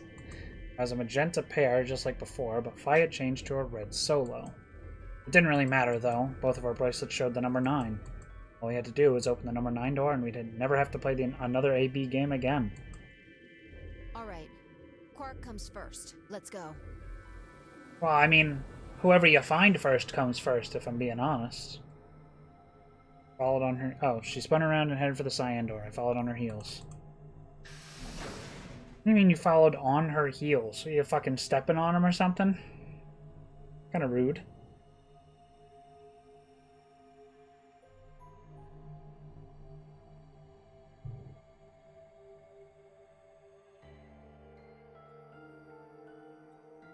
But why did Luna do that to Clover and Tenmyoji?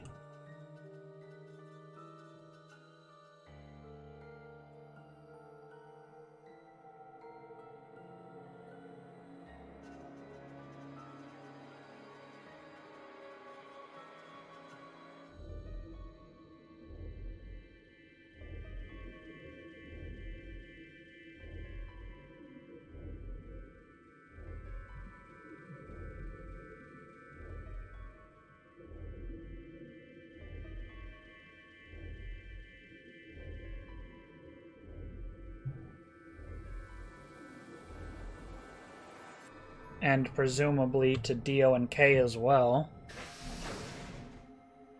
Is that her special mission? To kill everyone? Sigma, there's something I want to ask you. What is it? There are 3 doors here. You, Alice, and Luna went through the one on the right. That took you to the Golem Bay, correct? Yeah. According to the map, that's the door on the bottom. There's a lever on that thing in the middle, right? We pulled it, but it only opened one of the doors. What about it? Take a look. See the lock? Open? Yeah. And who the hell opened it? And how? There's only one person who could have opened it. Luna. Alright. Let's head in.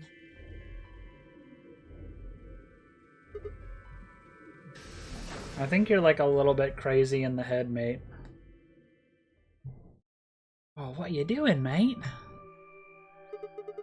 What the heck are these things? I think they're treatment pods of some sort. Whatman pods? Even as I spoke, part of me knew what they were. I didn't know how or why, but I felt a strong sense of deja vu when I looked at them, and suddenly realized I knew exactly how to operate the pods. It was a strange, unsettling feeling, as if somewhere deep inside was a version of myself that I didn't actually know. One of them is lit up. The one on the left, is it being used? Glass is all fogged up. I can't really see inside. Let's crack it open then. Yeah.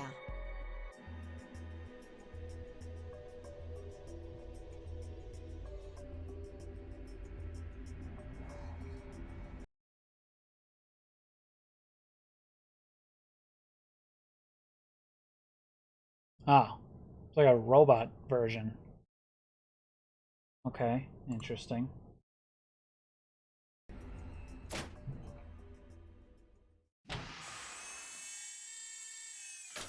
And there's Quark, right? Yeah? Yep. Quark.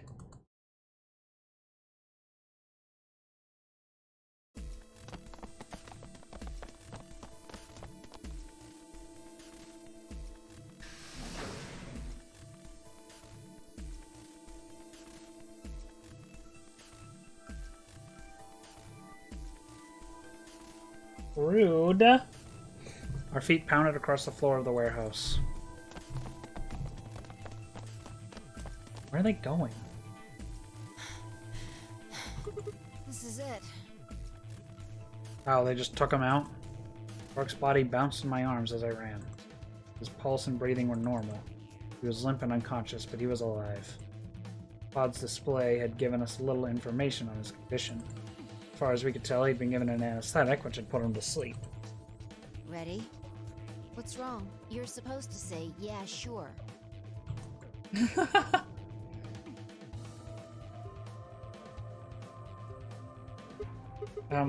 Is it really okay for us to just leave? What the hell is this? You want to stay here? What if Luna kills you too? What? Think about it. Alice, Clover, Tenmyoji, the old woman, even Dio and Kay. There's a good chance Luna killed all of them. But why? Why doesn't matter. Remember what we saw on Clover's thigh? 016. And what's that the same number as? The last 3 digits of Luna's product ID. Where did we find the old woman's corpse? In the AB room that Luna came out of. And if you're right, her brain is in the central computer core. That means she could have easily moved that crane, right? She could have used it anytime she wanted. That means any alibi she might have for not being able to move that crane is worthless. Well, yeah, that's the thing. How would Clover know that? Exactly. Yeah, and if she did, why write 016 instead of Luna? Kind of silly, yeah. She must have moved the AB room. Alice noticed it right away. At the very least, that would mean Luna had a reason to try and kill Alice. Keep her quiet. She could also have murdered Dio and Kay. Remember their star keys? Luna must have taken them, which puts her in the room with Dio and Kay. You understand, don't you? I admit none of this evidence is conclusive, but look at our options. You, me, Quark, and Luna. Who do you think is the most likely to be the murderer? Think this through, Sigma. Luna's a golem. That means she's a robot that's part of this facility, designed to do God knows what. If If what you said about golems and the central computer is true, she's basically a puppet of Zero Junior's. There isn't really much of an argument to be made here. The only option is to leave her here and get out. Have you ever heard of the 3 laws of robotics?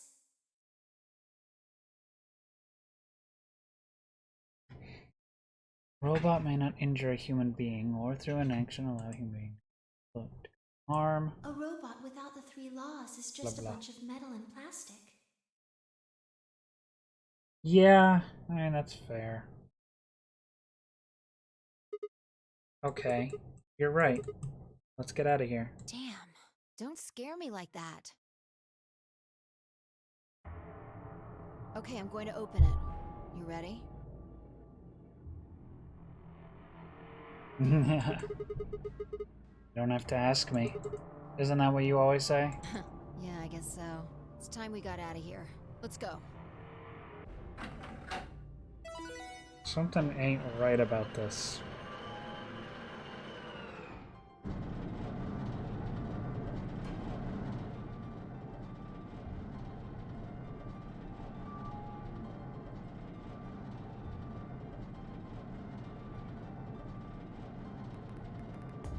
With a heavy, labored groan, the number 9 door began to open. As soon as the gap was wide enough to admit her body, Fi slipped through it. I followed her through, Quark still cradled in my arms. Inside was a massive lift platform, like the kind used to move industrial cargo. I turned to face me, and I shoved Quark into her arms. Huh? Before she could respond, I spun around and ran.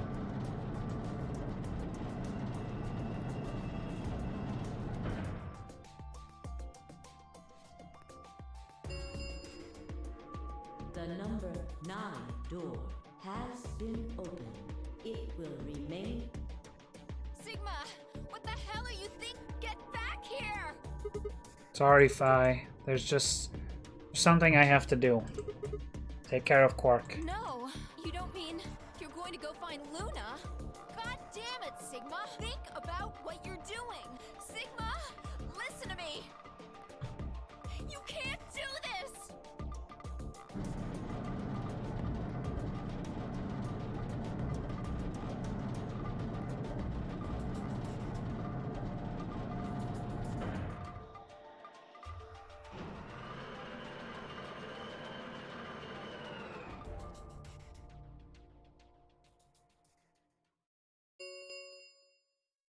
The number 9 door has closed. This ends the nonary game. Thank as escape, please. I had no regrets. In fact, with Fi and Quark's successful escape, I felt a profound sense of relief. One of my objectives had been achieved. A difficult choice had been made. My mind felt clear and focused, more so than it had in a long time. Alright, time to go. Luna's waiting. Oh, I know where she is.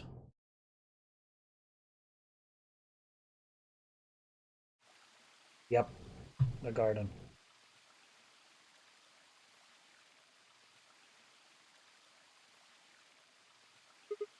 Luna, I knew you'd be here.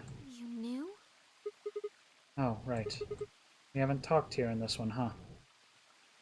Isn't this nice? This is the only... I kind of feel silly Oops. saying it, but it makes me think of the great outdoors.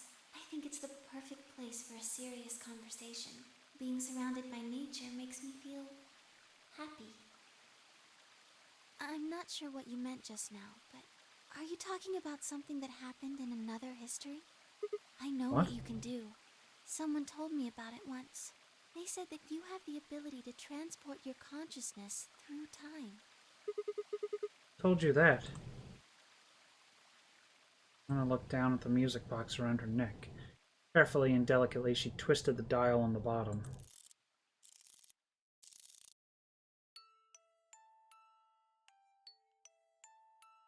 Sigma, aren't you here to ask me something? Why I killed them, perhaps? Well, actually, I already know you didn't do it. Oh? Why do you think I didn't do it? I'd like to know your reasoning. Alright. Nodded and took a moment to compose my thoughts.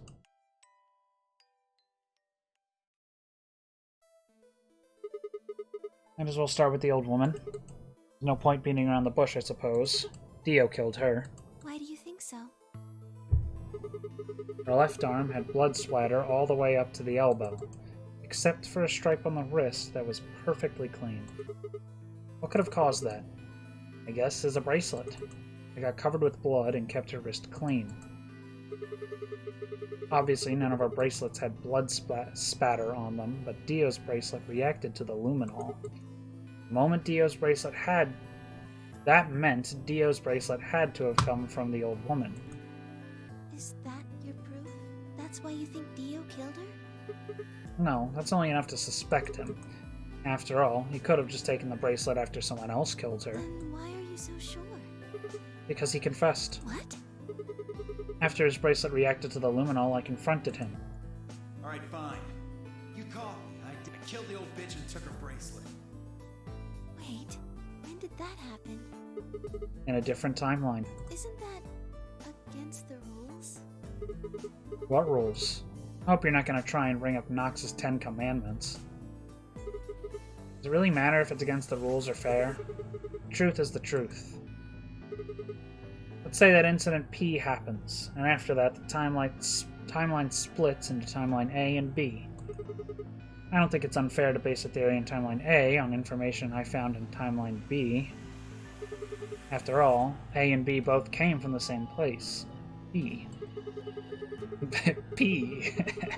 If you trace the history of both timelines, you'd end up back at Incident P. Now, if I could change what happened with Incident P by visiting Timeline A or B, then yes, it'd be a different story.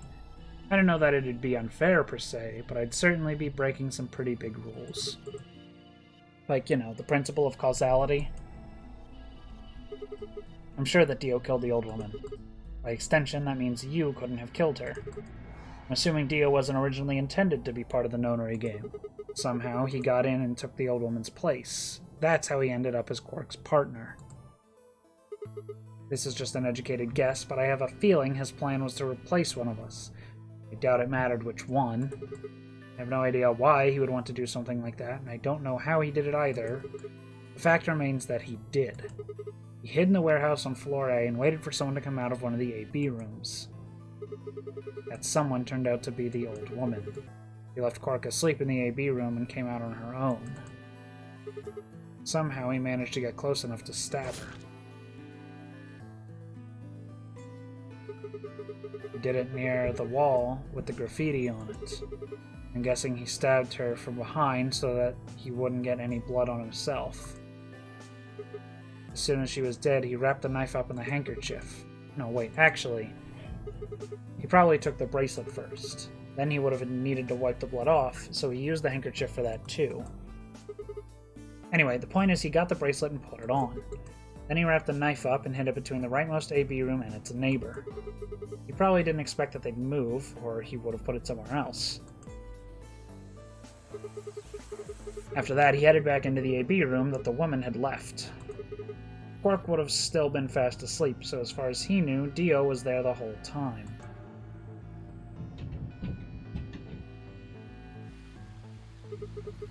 This does raise a few other questions, but I'll save those for later. For now, let's move on to the other murders. Well, actually, one of them probably isn't a murder. What do you mean? Talking about Alice. I'm pretty sure she committed suicide. All of humanity is going to die. Adults, children, everyone. Everyone!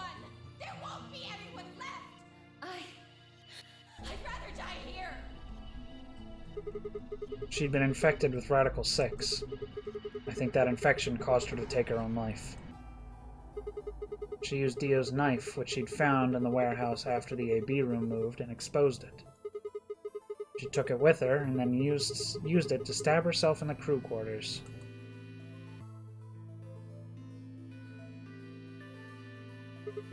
Oh, the 016. It's Dio. She wrote Dio in lowercase. Lowercase d, capital I, for some reason. Whatever. Next are Clover and Tenryoji. First question is who put the handcuffs on them. The clue is the message Clover left. 016. Think about it, though. It doesn't make sense. Clover's left hand was in the handcuffs. That means she would have had to write with the right hand on her right thigh. I feel like it would have been really hard to do that, you know? No? Not really?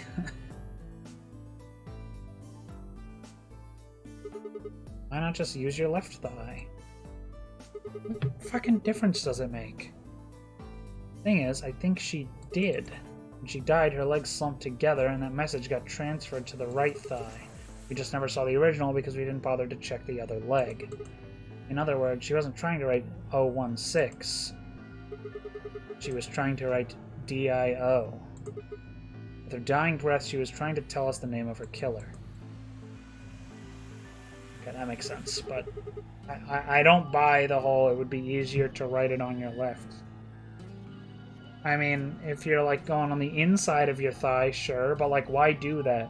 In fact, the right leg is closer to the right hand than the left one is. Just write it on the top of the leg instead of the inner thigh. But whatever. Now, about Kay and Dio. I think there's a pretty good chance Dio killed Kay. Here's how I imagine it happened. Kay probably sprayed Dio's bracelet with the luminol. We found it in the bottle. We found the bottle in Kay's robe. You wouldn't have seen the reaction immediately, but Dio would have known what was coming. As soon as Kay turned the lights off, it would be clear that Dio had taken the old woman's bracelet. My guess is he decided to take preemptive action. When we found their bodies, the lights in the rec room were on. Maybe Kay turned to switch the light off, and Dio took that opportunity to attack it. Kay was hurt pretty badly, but he didn't die right away. He probably managed to grab the spear and stab Dio. Then he died. So that accounts for all 6 bodies. None of them your fault.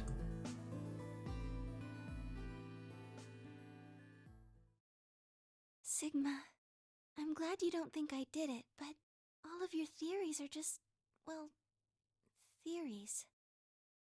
Like Alice committing suicide. How can you be sure? Say she was infected with Radical 6. She could have been murdered before her symptoms even began to present themselves.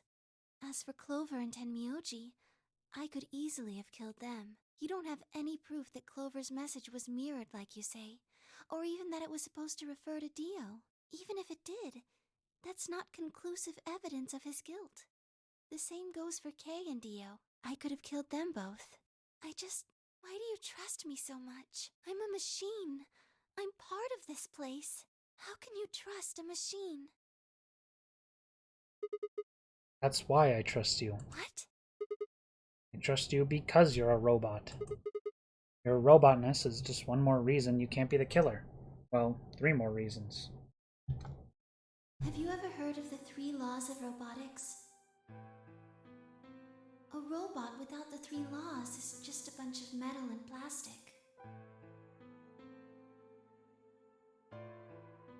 Sigma.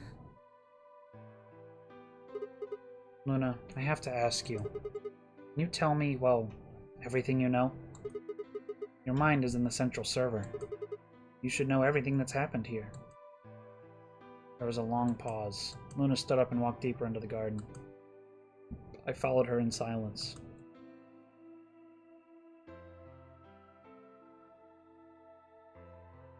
Eventually we reached the bench. Luna quietly sat down, and just like last time, I lowered myself down beside her. You were right. I didn't kill them. How should I explain? Well, actually, you got most of it right. That doesn't matter. Tell me everything. Well, first, yes. Dio did sneak into the facility. He used the large cargo elevator and came into the warehouse on floor A through the number 9 door. Since the game hadn't started yet, anyone could go through it. That doesn't really sound like sneaking. It sounds more like he just walked in. Yes, I guess you could say that. He did get in pretty easily. But that's because Zero Jr. lured him here. What do you mean? Dio wasn't a surprise. Both Zeros knew that he was going to come. Both? So they brought him here? By both, does she mean Zero Senior and Zero Junior? Because Zero Junior is just an AI. Doesn't really know anything. In a way. But why? Because his presence was an important part of Zero's project. What project? I can't go into that right now. We'd be here forever. Right now, let's just focus on the murders, okay? Anyway, Dio found his way in. They made sure he didn't know that he was actually being let in. So, why did he come here? To make sure Zero's project failed. His first step was to pretend to be one of the players. As for how he did that, you had it pretty much right. The old woman was the first one out, and he killed her under the graffiti. He put a bracelet on after he wiped the blood off it with the handkerchief. Then he wrapped the knife up and hid it between the 5th and 6th AB rooms. 5th and 6th? Counting from the left in their original placement. In other words, the rightmost room would be the 6th room, the one next to it would be the 5th. Why haven't we just been doing it the whole time like this? Right. God. After that, he went back into the 5th AB room where Quark was sleeping. Then he just waited for Quark to wake up.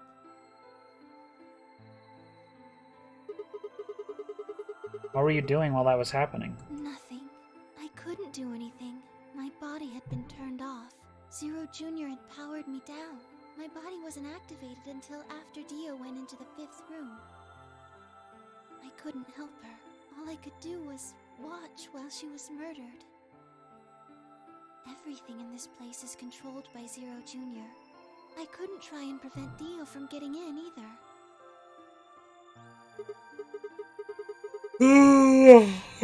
Wait, if Zero Jr. controls everything, then he was the one who moved the 6th room with the crane? Yes, that's right. Zero Jr. moved the room, not me. Then who moved the old woman? Me. It took me 10 minutes to get out of my AB room once I was turned back on. I ran over to check on her as soon as I did. Then I carried her back to the room I'd been in. How did you do that? Because I was ordered to. What?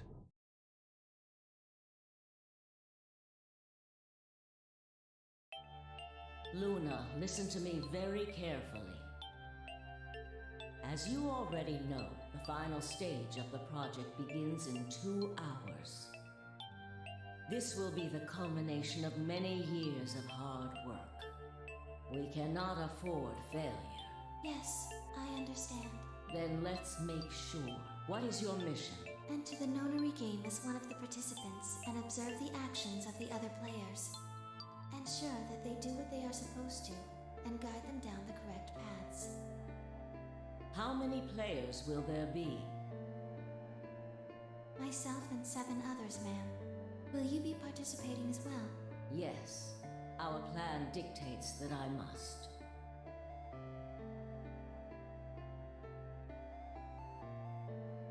An individual by the name of Dio will be entering this facility presently. He has been led to believe he is doing so undetected. You've been briefed on him already, correct? Yes. He will murder the first person to leave one of the AB rooms and take their place. If a pair is the first out, he'll probably kill both of them. That's all the information I've been given on him, ma'am. Is there a problem? With all due respect, ma'am, I would like to state that I don't feel right about this. We know someone is going to be killed, and we're just going to let it happen? I also have doubts about the use of Radical 6. Are you sure? Infecting all these people with such a horrible disease. That is none of your concern. Your only concern is to follow your orders. But... Luna, I am giving you an order. I am in command, and you do as I say. You are programmed to do as I say. You know this. Yes. Good. Now, I have one final order. Another order, ma'am? Yes. When you leave the AB room, The person Dio has killed will still be there. I would like you to move them. Where? To the room you are about to enter. The 6th AB room. But why? Not your concern. As a participant in the game, you must have as little knowledge of it as possible. That is why I have made sure you are unable to access any classified data. There are things you must not know. In order for this project to succeed, we need you to be as close to a clean slate as possible. There are some things you already know, which ideally you would not. Unfortunately, this is unavoidable, so you must refrain from divulging anything you know about the project to the other participants. You must never tell anyone what you know about Dio, or the body, or that you carried it to the 6th AB room. You will have to pretend you know nothing more than the rest of the participants. Is that an order? Yes. Do I make myself clear? Yes.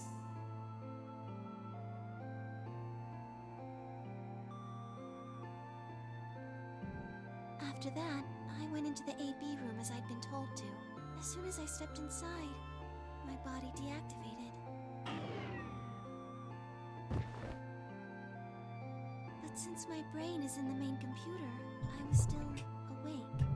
So I still saw everything. While I waited, I used the security cameras to see what was going on in the rest of the facility. But you saw the old woman being murdered? Yes. It was hard. What I was seeing made no sense. Several of my higher level processes nearly failed.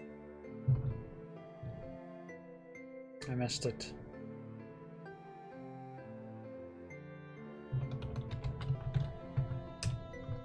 Got his ass. To think that she would be the first person to come out. I think she knew that Dio was going to kill her. When she'd said she had one final order for me, I didn't understand what she meant. Like a fool, I told her I didn't approve, when I had no idea what she was prepared to do. When she died, whatever I have that passes for a heart felt like it snapped in two.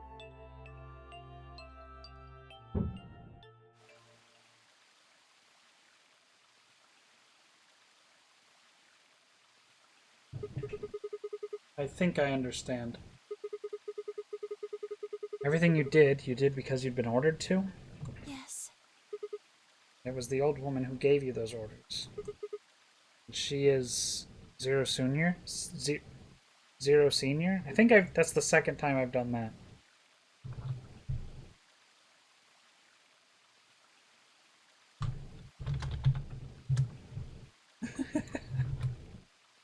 And is she Zero Senior? No. What? But if she gave you the orders... She did, but she wasn't the only person I took orders from. Yes. There was someone else? Yes. And that person is Zero Senior? Yes. We worked together to develop the project she mentioned. So I suppose technically my orders came from both of them. And they were both controlling Zero Junior, too. I told you before that Zero Junior moved the 6th AB room. Although that's strictly true, he didn't do it of his own free will. They ordered him to do it. He was following orders just like me. But why? I don't know. I really don't. Maybe they did it so that people wouldn't suspect me. They didn't want people to suspect you, then why have you moved the body in the first place? Eventually we'd figure out that the rooms had been moved and that she was in your room. Then maybe they wanted the opposite. You mean... Maybe they wanted you to suspect me. That doesn't make sense either. If they wanted people to suspect you, why move the room? You're right. Then maybe they only wanted certain people to be suspicious of me. You mean like Alice? Yes. Perhaps they wanted Alice to find the handkerchief and the knife. That would explain why they moved the room.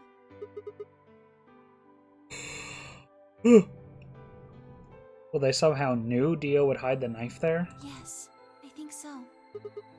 But how could they know that? whatever the reasons were, Alice did notice that the room was moved, which meant that Clover also figured it out. And just like you said, Alice used the knife to take her life. Clover didn't realize that, though. Or perhaps she didn't want to. In any event, she decided that I must have killed Alice to keep her quiet. So she confronted me. It was right after the second round of the AB game. Using Phi's timetable, that would be 0 hours, 0 minutes. Wait, you were listening to us in the security office? Yes, that wasn't all I was listening to, though. I know everything that happened in the facility after my body collapsed. You were watching through the security cameras. Yes, I was. I could see and hear everything. Anyway, we're at 0 hours, 0 minutes. I was in the hallway on floor A when Clover found me and took me to room 2 in the crew. We entered at about Whoops. 0 hours, 1 minute. She was very forceful. I know you killed Alice. Tell me the truth, and I'll let you now. Fess up! Oops. I'm only gonna give you one chance. If you lie, or try to play dumb or something, I'll kill you right in front of her! I told her the truth, of course. I explained that I hadn't killed Alice, that she'd been infected with Radical 6, and it had caused her to kill herself. Clover was never going to believe that, though. We argued about it for nearly 9 minutes. It wasn't just Alice she asked me about. She asked me about the murder of the old woman, and about the AB room being moved. She wasn't very nice about it, but I couldn't answer any of her questions. Because of your orders? Yes. Then, at about 0 hours, 10 minutes, she must have run out of patience. She stuck her hand in her pocket and started moving toward me. She backed me up against the wall and pulled her hand out of her pocket. She was holding the injection gun. I tried to take it away from her. I even screamed for help. She refused to let go, of course. While we were fighting over it,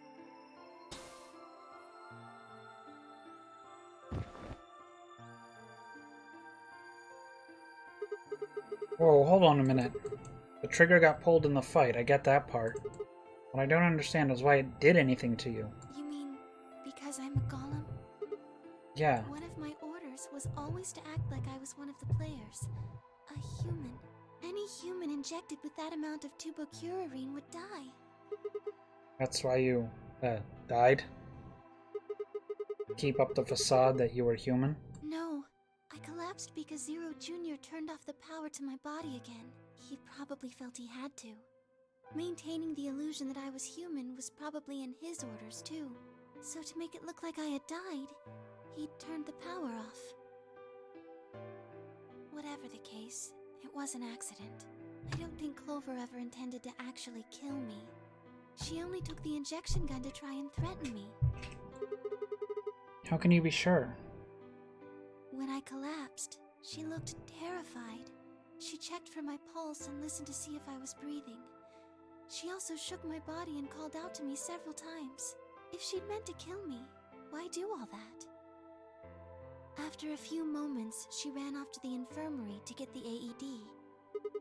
You mean the defibrillator? Yes, It uses an electric shock to restart the heart, right? correct. So that was why she left? Yes. 0 hours, 11 minutes, 40 seconds. Clover left the cabin and the crew quarters. She ran off toward the infirmary. On the way, she bumped into Dio.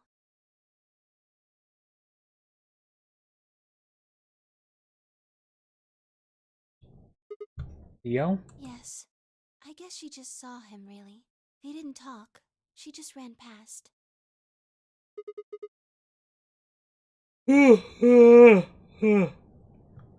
And he just watched her go by? Yes. I imagine he was curious, of course. He probably wondered what she was doing. But he chose not to go after her. He had something else to do.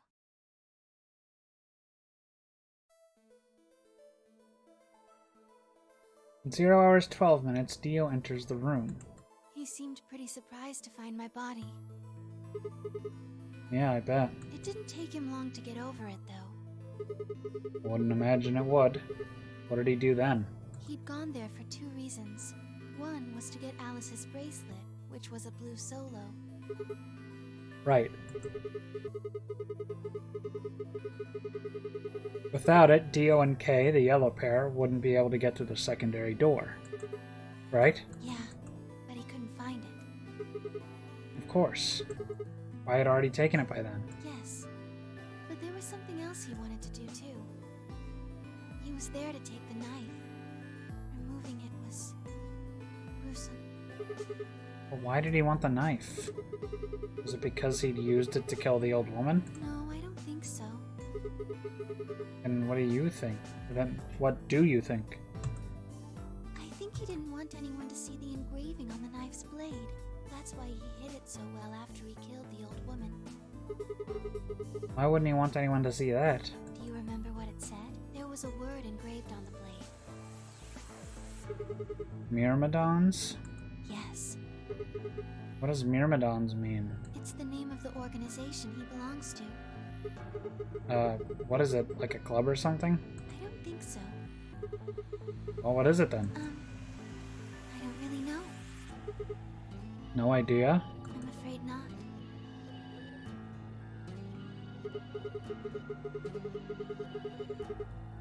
Wait, wasn't he here to try and stop whatever Zero was doing? Yes.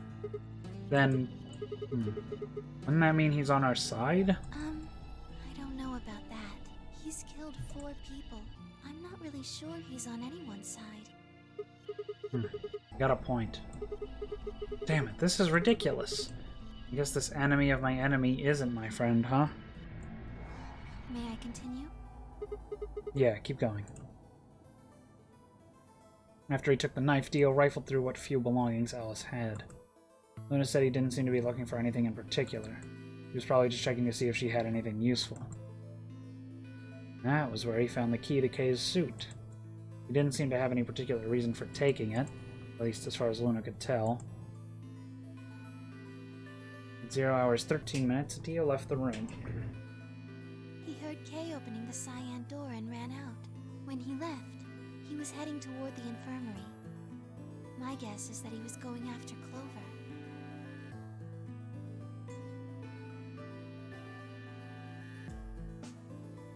He found her with the AED. She was probably planning to just ignore him and head back, but Dio didn't let her. Hey, wait. Just what are you planning to do with that thing? Thinking about trying to resuscitate Luna? And why would you want to do that? You were the one who killed her, weren't you? When Clover tried to push past Dio, Luna said they began to fight. The fuck do you think you're doing? Dio pulled the knife out of his pocket and pointed it at Clover's throat. That was when he showed up. Dio, what the hell are you doing? None of your goddamn business. Stay out of this, you senile old shit. Like hell, you son of a bitch! He let out a yell and leapt toward Dio. The younger man dodged him easily and lashed out with the knife. And Miyoji caught Dio's hand with a grunt, and for a moment the two men struggled. Then, as the knife edged closer, he wrapped his other hand around the blade and tried to force it away. Ugh.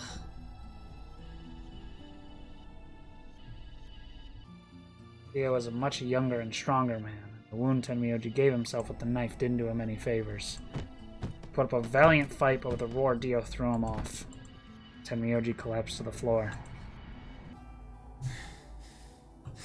What are you going to do? Let's see. How about this?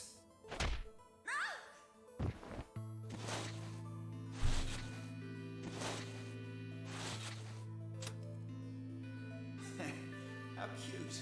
You two really look great together, you know? What are you going to do to us? Isn't it obvious? I'm gonna handcuff you to a sink. Actually, I already have. Are you gonna beat us to death or something?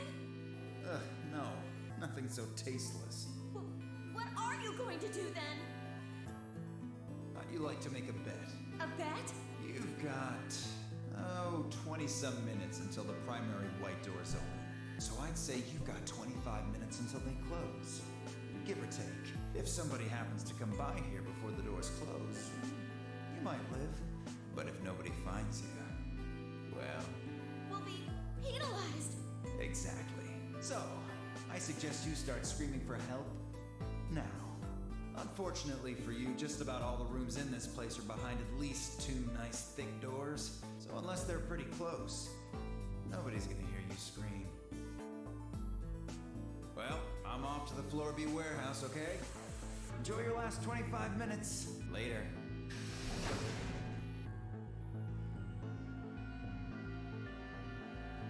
25 minutes passed and no one came. Of course, by then there were only 3 other people who could have come, apart from Dio. You mean Phi and Kay, right? Yes, you were in the crew quarters at this point. Yeah. Kay had told us about you. We'd also noticed that the knife in Alice's chest had been removed. If only we'd known what was happening in the infirmary.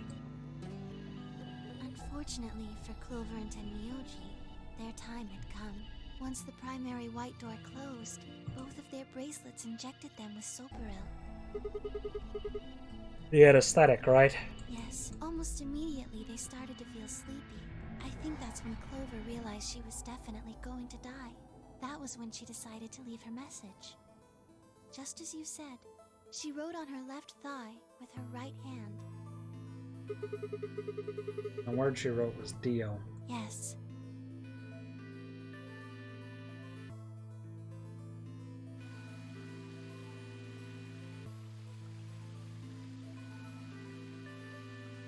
As for what happened in the rec room, well, I guess I don't really need to tell you. Your theory was essentially correct. What you said was what happened.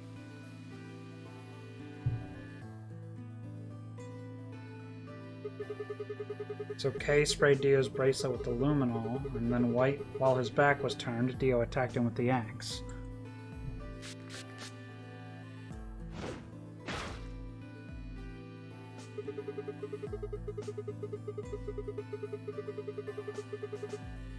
Dio mortally wounded him, but didn't kill him, so Kay turned around and stabbed Dio with the spear.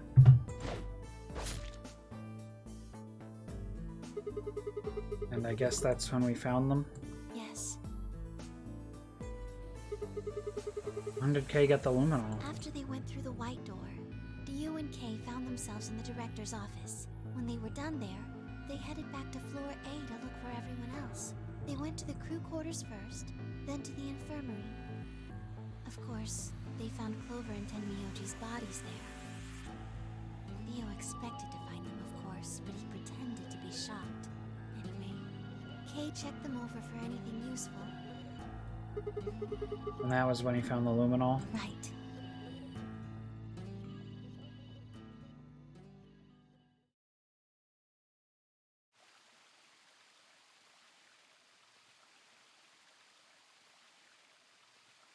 That's everything that happened. Do you have any questions? Well, what do you think? The bear shit in the woods? Well, the first thing is Quark's bracelet. Why was it in the infirmary? Tenmyoji had it. Then when Dio attacked him, it fell out of his pocket. But not the luminol? Giant fucking spray bottle? Okay. But why did Tenmyoji have Quark's bracelet? I told him where it was. Do you When? remember when you were in the rec room with Phi and Tenmyoji? Yeah, when he sprayed us with the luminol, right? Sure, I remember that. Right after then. When he left the rec room, he went toward the green door to look for Quark. I ran into him at the end of the hallway, where the 3 doors and the switch are. That was when I told him. Look, Tenmyoji. The center door is unlocked. He took off through it without another word. That was the treatment room, right? Yes. Where Quark was sleeping? Right. It only took him a moment. As soon as he saw Quark, he ran to his pod and started crying. Out of relief, right? Yes. The display on the pod showed Quark's vital signs. It was obvious he was alive the moment you looked at it. Next to the pod was Quark's bracelet. That was how Tenmyoji got it. Why was Quark's bracelet off? I took it off. Aluminum foil. What? You mean the stuff from the crew quarters? Oh, you found it? Did you know that aluminum foil has electromagnetic shielding properties? What? Here's an exciting fact. Your heart creates a bunch of faint electrical impulses. Anyway, the point is that you can detect the electricity that your heart makes by pumping blood. Your fancy little bracelets pick up on that. They're always watching. Wait, so you're telling me the aluminum foil can block the electromagnetic waves your heart sends out? Yes. All you have to do is wrap it around your bracelet. And the bracelet thinks your heart is stopped? Yes. Holy shit. It was that easy all along? Anyway, I used some aluminum foil to get Quark's bracelet off. God. Then I put it next to the pod. Wait, why was Quark in the pod to begin with? Oh, that's easy. I put him there. When did you do that? Remember when we were first looking for Quark? I found him unconscious near the entrance to the Golem Bay. So you carried him to the treatment pod? Yes. Were you the one who unlocked the treatment center, too? No, I was not. I do not have the authority to operate any of this facility's machinery. So it was Zero Jr.? That's right. You reactivated your body, too, right? Man, I don't get any of this. Why the hell did he do that? I guess it wasn't really him that did it, huh? He was just doing what Zero Senior and the old lady told him to do. Everything leads back to them, huh? Of course it does.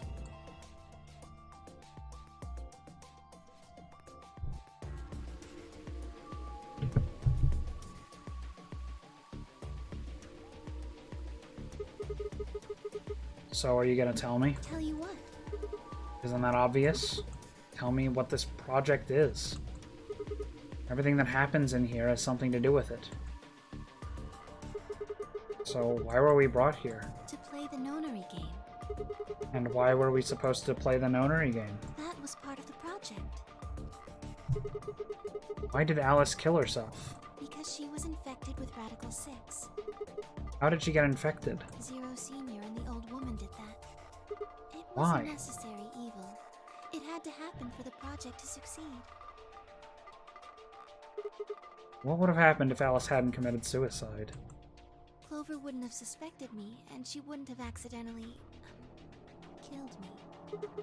I wouldn't Then have what? collapsed, and Dio wouldn't have found my body.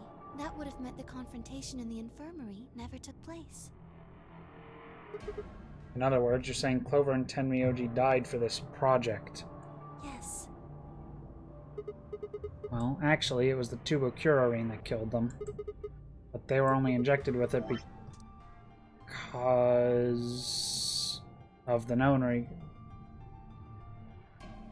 Because of their bracelets, and they were only wearing those because of the nonary game. If the nonary game was part of the project, then that's one more way it killed them.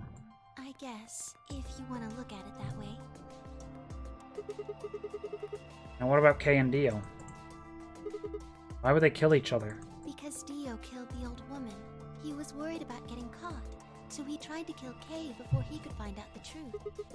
And if Dio hadn't killed the old lady, what happened in the rec room would have never taken place, right? Yes. So let me ask you this. Why did Dio kill her? So that he could pose as one of the participants. And why did he do that? To disrupt the project. Then why did she let him kill her? The same reason they did all of this. It was a necessary evil. The project couldn't be allowed to fail.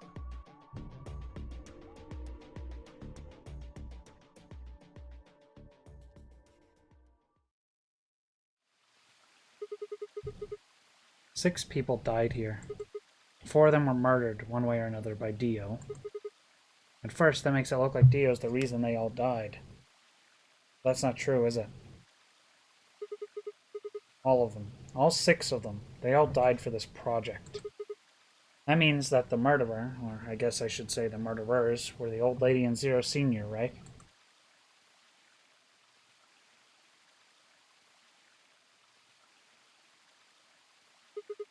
Please, Luna, tell me. What is this project about? Who is the old woman? Who is Zero? Sigma, would you hug me? What? Instead of answering, Luna wrapped her arms around me and buried her face in my chest. My own arms hovered in the air, confused about where they should go. I swallowed hard and tried to rein in my heartbeat, which had suddenly doubled. I was about to speak when I felt something warm on my chest. Was Luna crying? This feels nice. Her voice shook as she spoke. Lowered one hand to her head and began to gently stroke her hair. Hey, Luna? What the hell's going on? I'm sorry. My ABT is usually held in place by muscle fiber, but after Clover gave me the tubocurarine... Okay. I get it. Does it scare you? This is what I really look like. I'm a golem, just a machine, a jumble of metal and plastic that pretends to be real.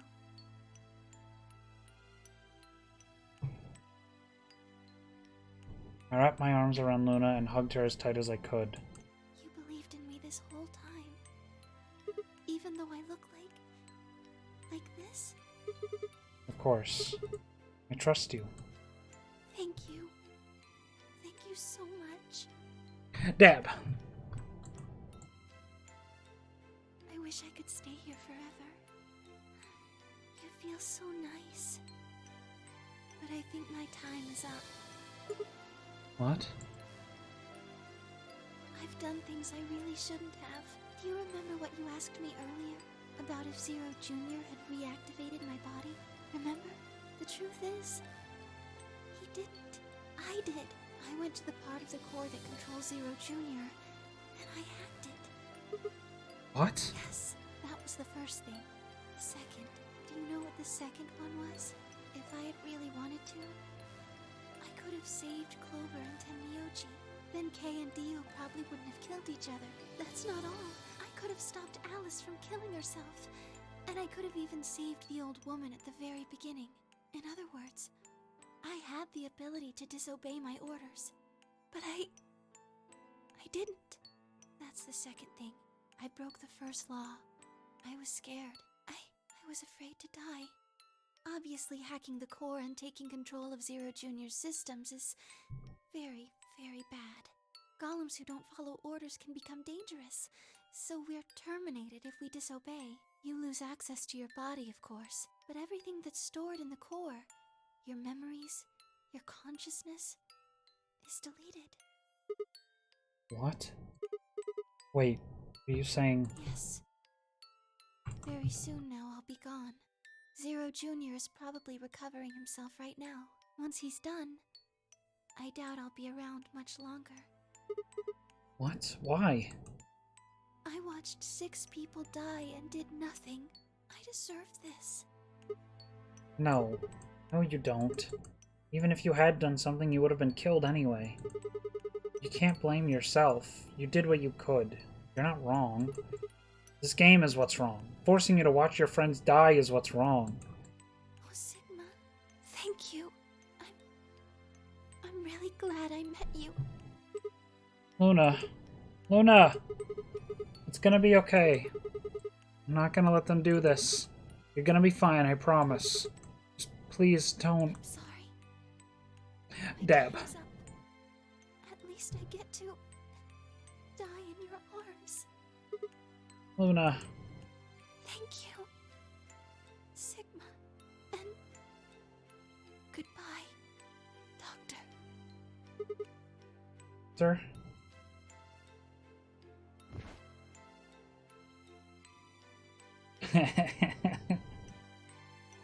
But she couldn't answer. I squeezed my eyes shut and held her, unable to bear the thought of letting any more of her slip away.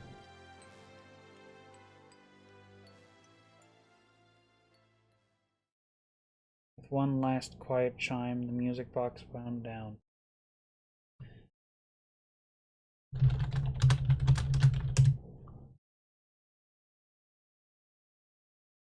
I was left with nothing but silence and a cold pool of tears over my heart.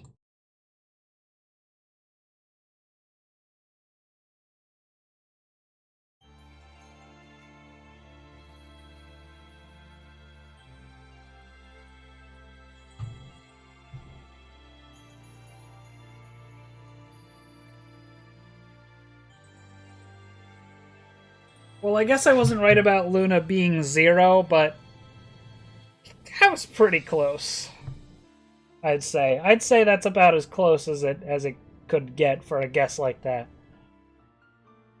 And my guess about Dio being 0 was also wrong, but also kind of close at the same time. Who was 0? You want to know my real guess? I think 0. I mean, I hesitate to say it's obvious at this point in the game, but I think the signs point towards Junpei. I think it's Junpei, which might sound silly if I'm wrong, but we'll see. What do you mean, who? Who else? Junpei from the first game? The Sigma of 999? Well, not yet, he's not. Problem, though, Wait. Oh! I never did the Betray route here. Oopsie. Oh, that's right, because I literally only just finished the Ally route. Sure, let's go do that.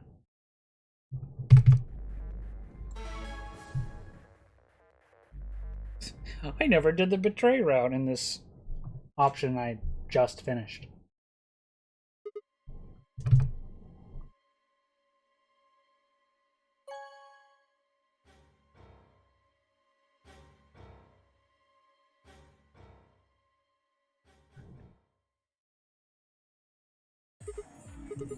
Luna, where's Luna? I leapt out of the door and ran toward the AB room. I thought she'd entered. Oh, frames. Classic frames. I'm down in the single digits percentage of dropped frames now, just because I've been streaming so long and it stopped being complete dog shit. I mean, I've still got a hell of a lot of dropped frames, but, you know, out of the nearly 3 hours I've been streaming, it's now down to single percentage digits.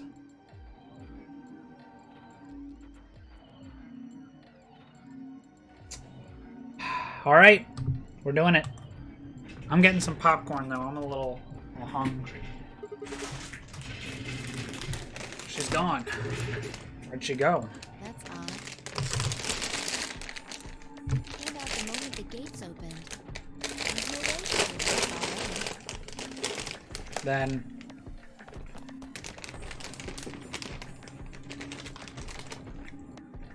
there I was.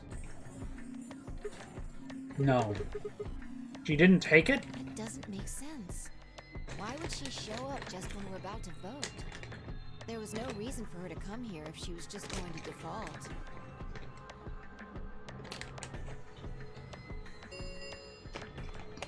Results from round 3 of the Ambidex game will now be displayed. Please direct your attention to the results screen. Right, the results. Yeah, let's go have a look.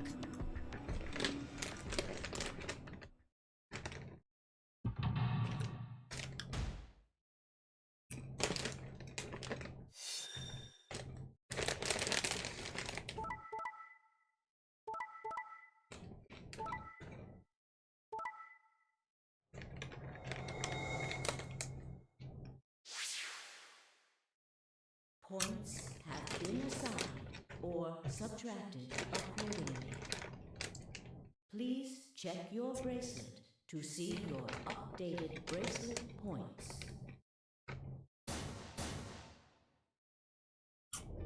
Since Luna didn't vote, she got set to ally automatically. And the other 6 got penalized.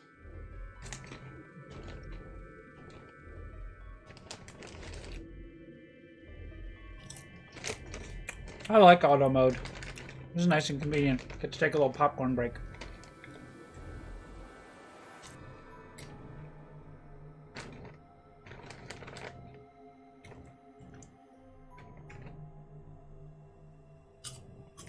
Five of them are dead already, and Quark's bracelet is off. That means all those penalties are meaningless. Yeah. We still don't know why Luna showed up, though. There's no reason to come here, just to abstain. I can only guess at her reasons, but I'm sure it was part of some plan.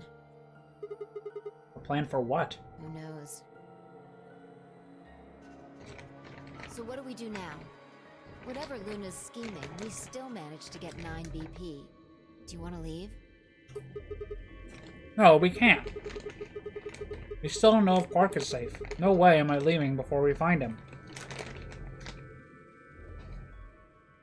I agree. I hoped you'd say that. So are you gonna stay? Of course. Let's get moving.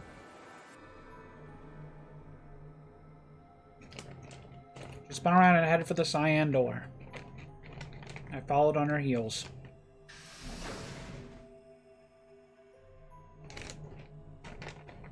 I love this ship. This white cheddar popcorn. So good.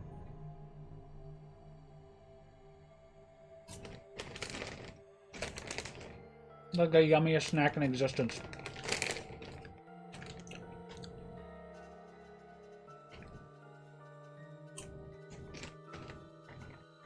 Yo. Based. Based! Based!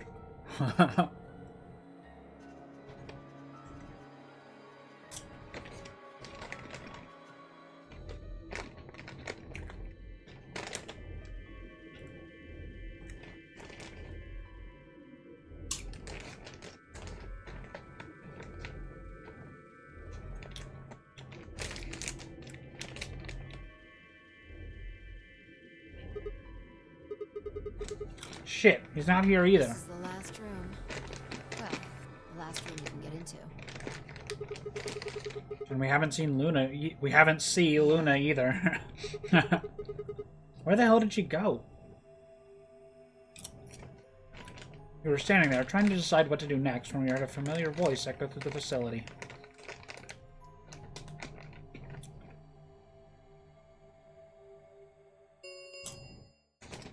The number 9 door has been opened. It will remain open Oh, rip. for 9 seconds. What? No, that's not possible. What's not possible? But she only bit her lip and said nothing. And all too soon it was over. The number 9 door has closed. This ends the Nonary game. Thank you for your participation. As the game is over, all doors other than the number 9 door have been unlocked. Escape is not possible. Please enjoy your stay. What? What just happened? It's all over now, isn't it? We're stuck here forever. We should go back to the Floor A warehouse. We need to know if the door actually opened or not. With that, she was off. Yeah. With a sigh, I turned to follow.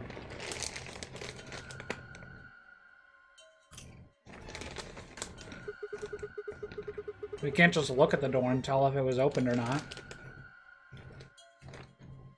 True. But the projection should tell us.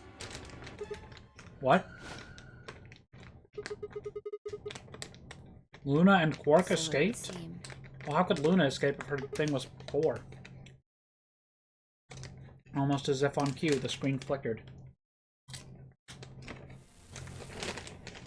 And Zero Jr. appeared. Well, well, well! Long time no Zero! Remember your old pal Zero? You! Somebody's hoping for an explanation about what the diddlio just happened. Because we're such great friends, I decided to make an exception and descend from on high to give you the 4-1 run. Aren't you happy? So what's this explanation you've got? Well, let's start with little Quark. He was given an anesthetic that put him to sleep. While he was out, we carried him through to the other side of the number 9 door. But how did she open the door? With Quark's bracelet, you silly bunny. It was still in the infirmary. Remember?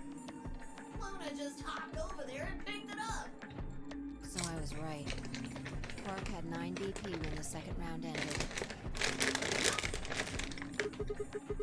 But didn't he get penalized after the 3rd round?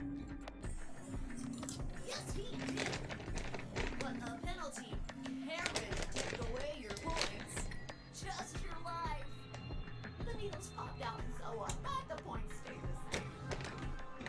So Luna took Quark to the door. And since her bracelet was already off, she wouldn't have suffered the penalty.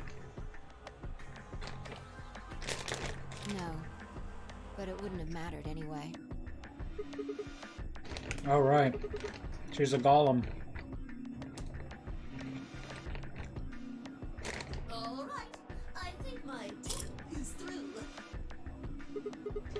Okay, well, I've got some questions for you, buddy. Not you. Well, good thing you guys don't have questions for me. That guy's a jerk. This isn't the alphabet.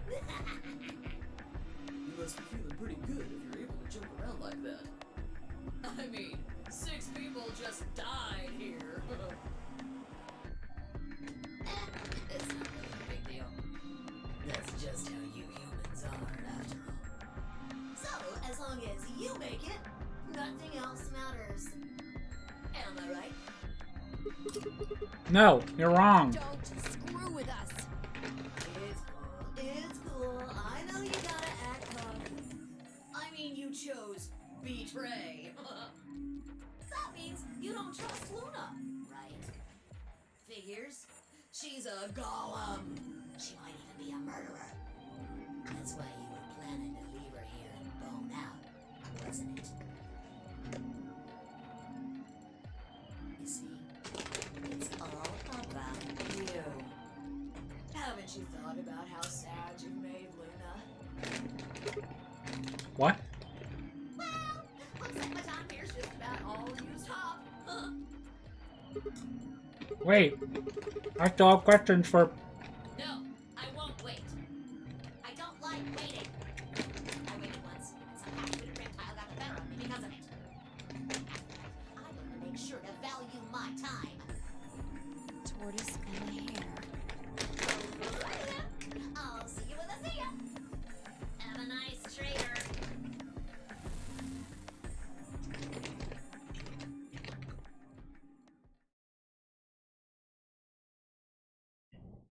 For a few long moments, Fi and I just stared at the spot on the wall where Zero had disappeared.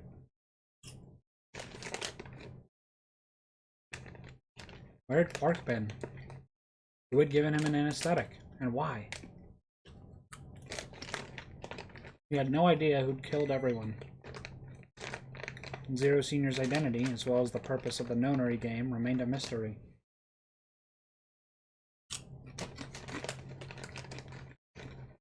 As for our futures, what are we supposed to do now? I hadn't meant to say the words out loud, but there they were.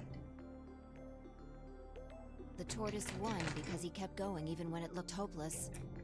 I think we should do the same. We've got plenty of time after all.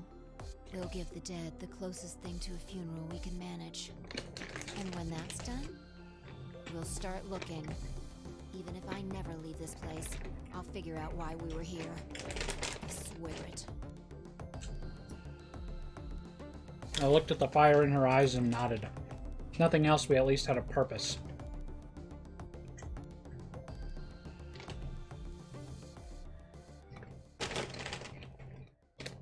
One more little handful. I figured that was gonna go on and we'd like find bomb number 0. Nope. Alright.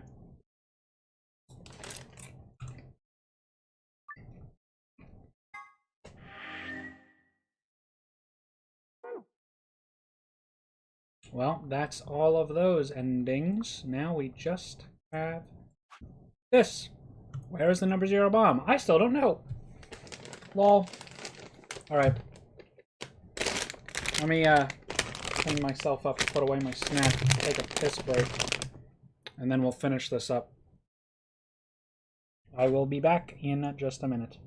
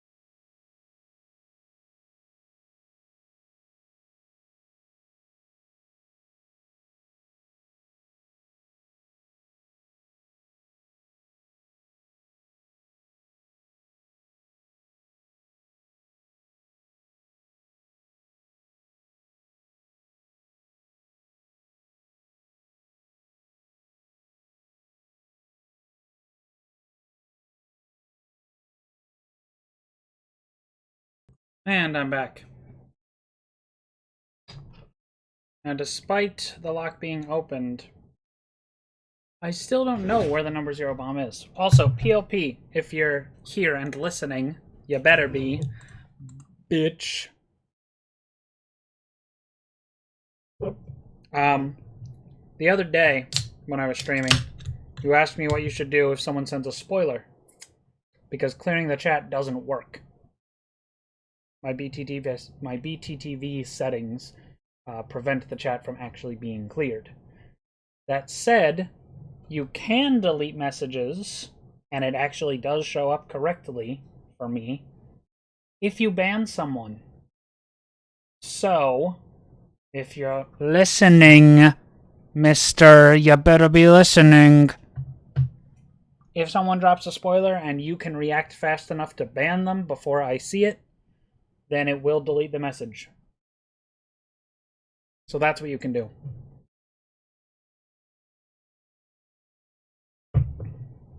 Backseating is not so punishable as to necessitate a ban, but spoilers are, absolutely. Or if, you know, it feels a bit harsh, you can just ban them and unban them. the message will still get deleted. Either way, let's get going. I got a soda on my way back as well. Since we're apparently going to be here a while. Yeah! Suck on that, Dio! Had to read that one out loud just one more time.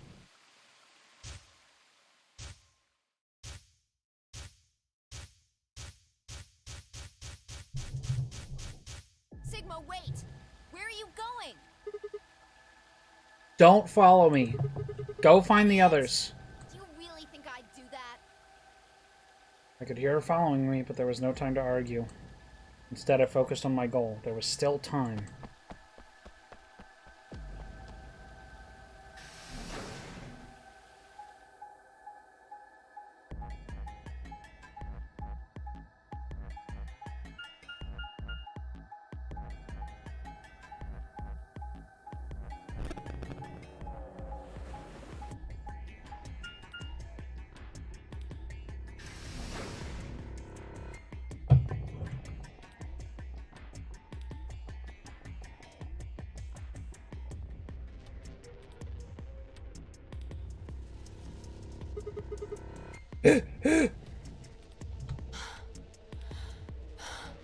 Here?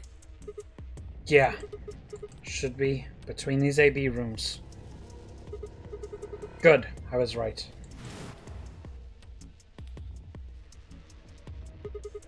How much time do we have left? About a minute. Shit! Hurry! I'm hurrying as fast as I can! The input device was plugged in. I was ready to go. Now I just had to enter the password. But what was the password? Couldn't shake the feeling that I'd already used up my third time charm. Still, I had to try. I shook my head and concentrated.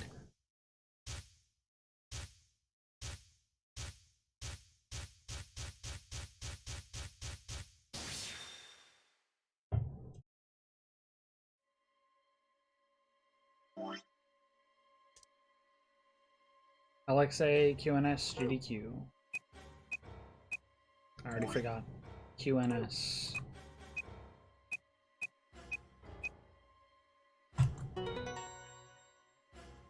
We did it, Reddit.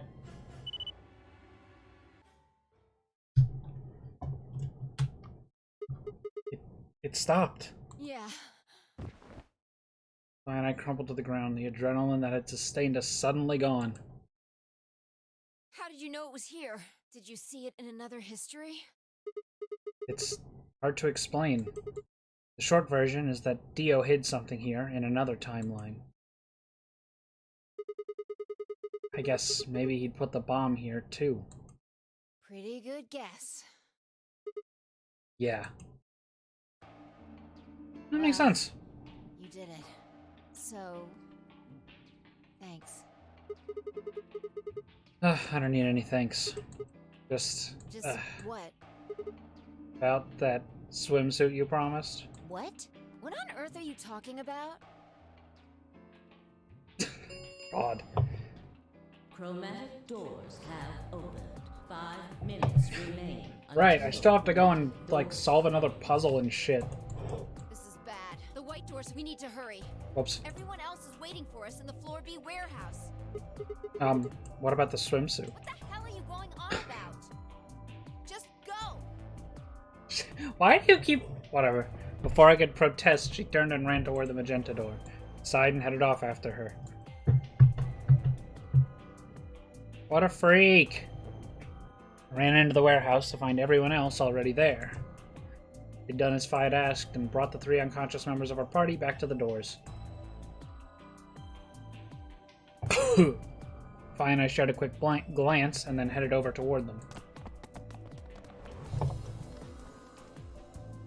Oh, thank goodness. I'm so glad you're safe. So, did you disable the bombs? Yeah. I could have done it in my sheep. Don't you mean in your sleep? Thank you. Thank you so much. Yeah. Good job, you guys. No need to thank me. Although, I mean, if you insist, I wouldn't mind a little swimsuit time. What? Huh? She's already wearing... Whatever. Disgusting. I'm with Fi on this one. 1 minute remains. Freak behavior. Chromatic doors closed. Knock it off. We need to hurry. Everybody know who's in their group?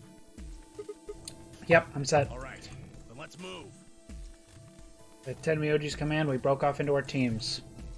They carried Quark on his back and dragged Dio along the floor through the white door on the left. Clover and Luna carried Alice through the door on the right. Tenmyoji, Fi, and myself ran through the center door. 10 seconds remain.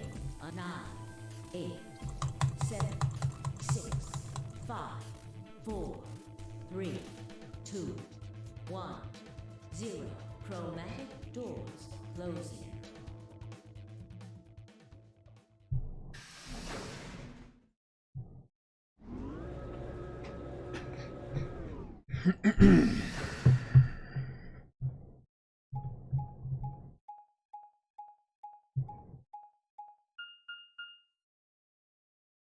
Q.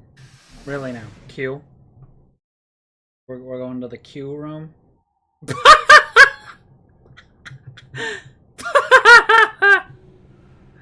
You joking? What the hell? There's nothing here. Well, there are doors. The one we came in.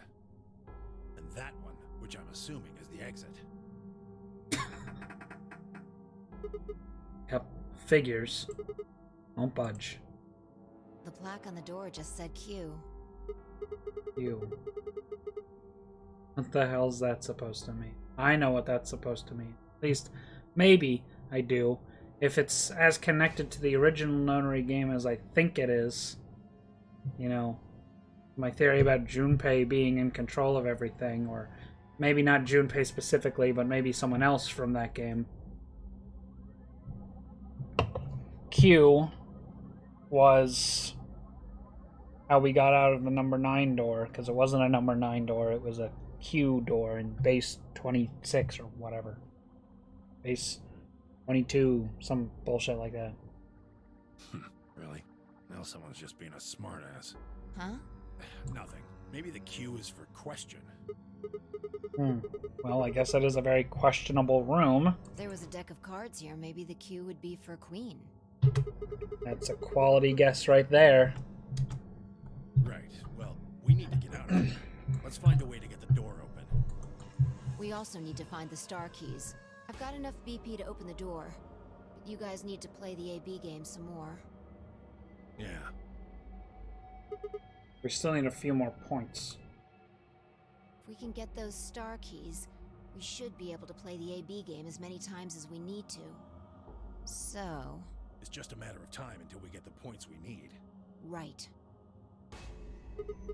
Well, let's get started then. Good. Okay.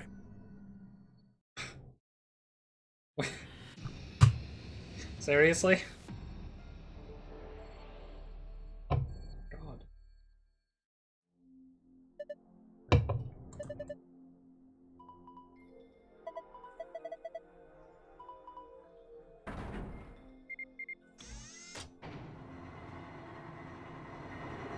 Oh my god.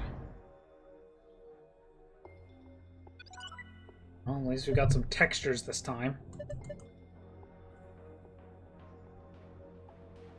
The hardest puzzle of the entire trilogy. This white box. Alright.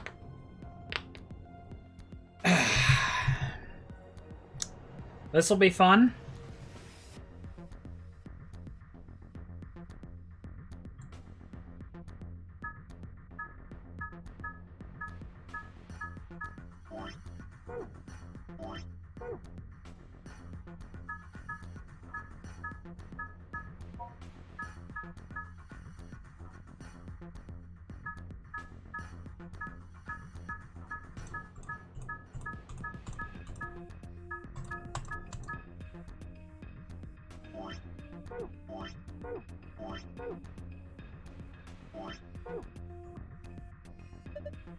I think this cube is just floating here. Yes, Tenmyoji, it sure is.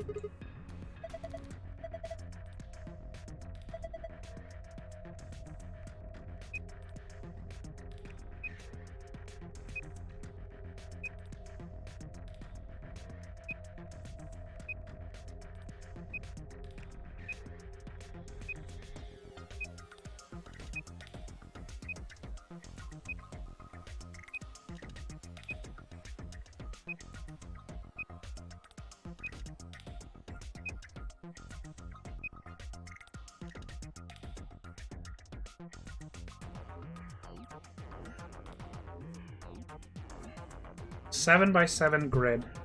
The top 3 rows are all empty. And then we get 110. Oh, no, we just get 111 and then O's. And we get 342 2110 4433 431 3323431. Okay, start writing things down.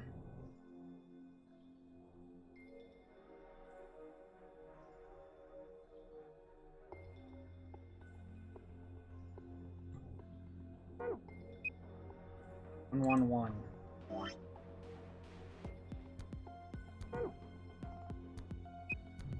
3422111.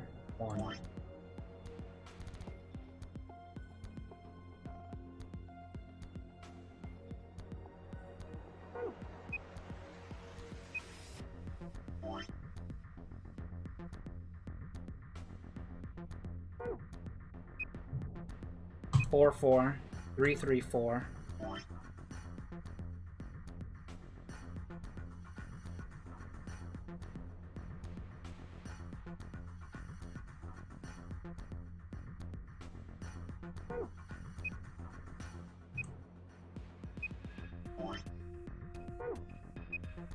Three 234.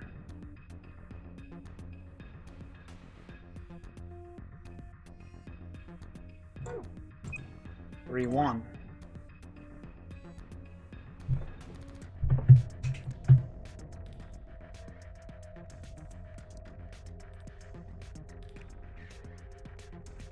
Right.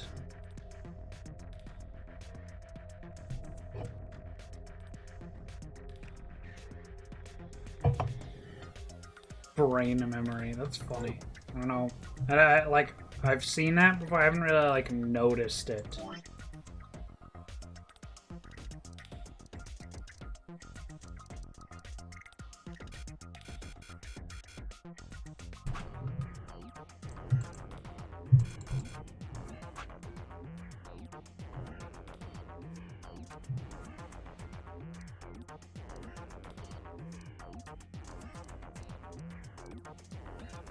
I've also got to read all of this.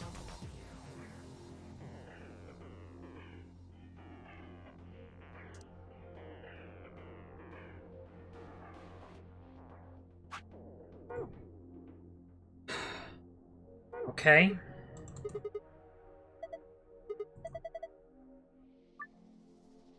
There are winning and losing panels. Whoa. The cube can help you find the winning panels. When the winning panels, and only the winning panels, are highlighted in cyan, the system will activate. Here's how to find the winning panels. When you click a panel on the cube, it will display a number. Each surrounding panel will also display a number.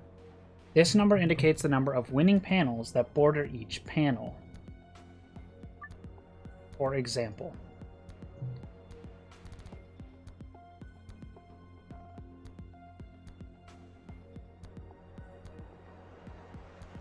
this cell, for example, shows a 1 because there is, in its range, only one bordering winning cell. This one, however, is a 3 because it has 1, 2, and itself. The fact that it can include itself is the big kicker. That's the real big kicker. Note 1. The hint that appears on the cube is different for each side. Hypothetically, if the wall with the exit is the north wall, then the wall to the right of that would be the east wall, which would make the wall with the entrance the south wall, and the wall to the left of that would be the west wall. That would mean that a hint that appears on the west side would actually refer to the east wall, and a hint that appears on the north side would actually refer to the south wall. and a hint that appears on the east side would refer to the west wall. Note 2. Adjacent walls don't provide hints for one another. Each hint is specific to that wall. Good. That makes it a lot easier. That means that even if there are winning panels on the border with an adjacent wall, those panels will not be reflected in the initial panel's numbers. Note 3. There are a total of 8 puzzles hidden in the walls. Click the floor to view this message one more time. After that, it will be gone forever. Wow. Jesus. Rude.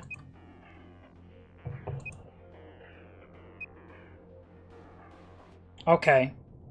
So right off the bat, I know that this is a winning cell because of these 3 ones right here. These 3 ones, let me just draw the fucking grid. This will be easier to explain this way.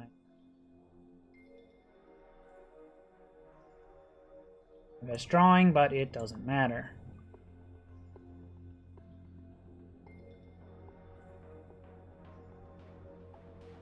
I guess I don't really need to do this, but it might help when I go up to actually click on the wall. I wish there was an undo key. There is not. It's just an eraser.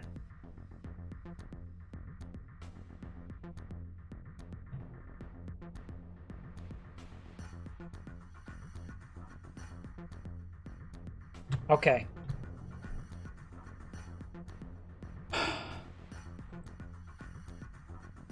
So these 3 ones, I'm just going to put zeros up here.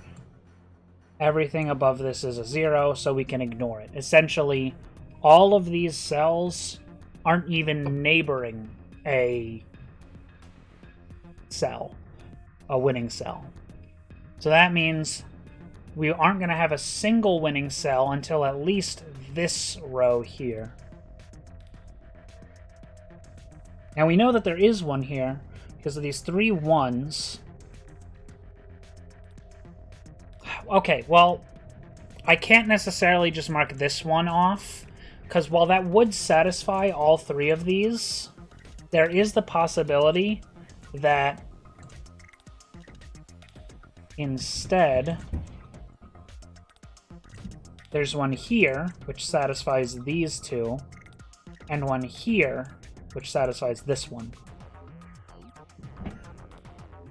That's a possibility, so I have to keep that in mind. I'm actually going to use a different color for the numbers so I can see them better.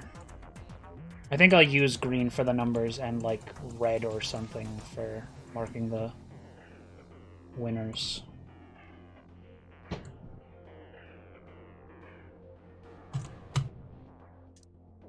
One, 1, 1, 4.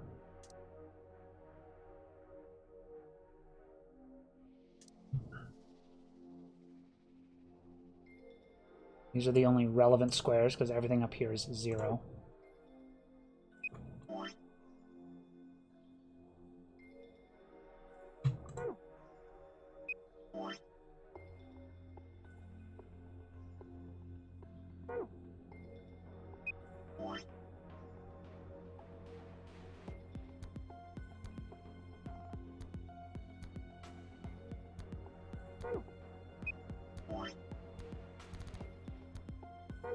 Three, 4, 3. I can actually just fill it in from my thing at the top if I really want to.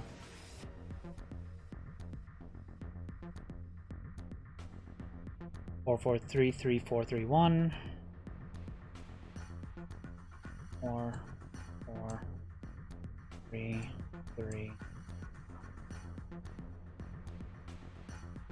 3, 3, 2. Doesn't look very good. Try that again.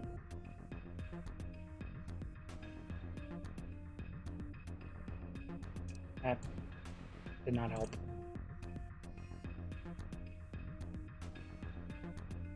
There's our 2.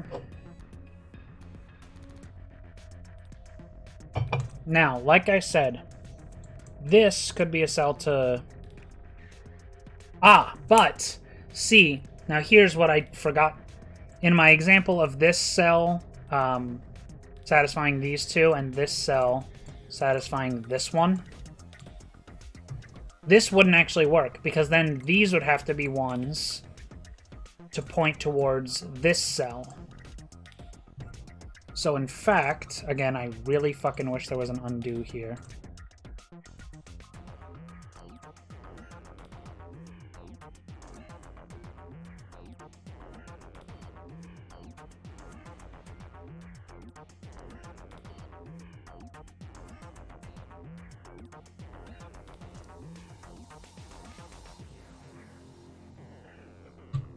There is indeed a winning cell here.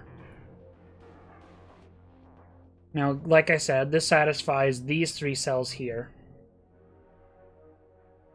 Which also means I'm going to start Xing off ones that are not winners.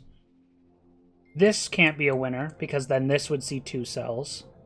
This can't be a winner, because it would see... This would see 2 cells, and so would this one. This can't be a winner, because this would see 2 cells. Now this can't be a winner, this can't be a winner, this can't be a winner, and this can't be a winner, because they're all adjacent to zeros.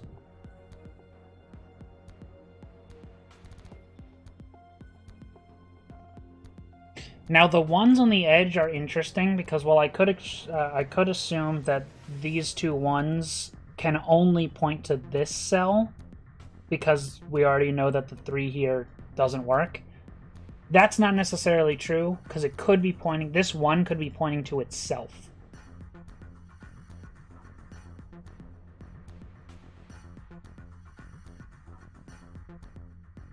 That would actually make a lot of sense if it did. If we say this is a winner, this cell points to it, and this cell points to itself. So both see 1. This would not be a winner. But in order to satisfy both of these 3s, these 2 would be winners, which would also satisfy these 1s. They both see just this. Then this would not be a winner. And we've broken it. That wouldn't work. Because these 4s would only be able to see a maximum of 3. Itself, the one above and below it, and this one in the corner. Because this can't be 1, due to this 1, this would now not have enough cells to be a 4. So we know this is not a winner, which means, of course, this has to be a winner to satisfy those 2 cells. And, of course, since it needs to see 3, these both have to be winners as well.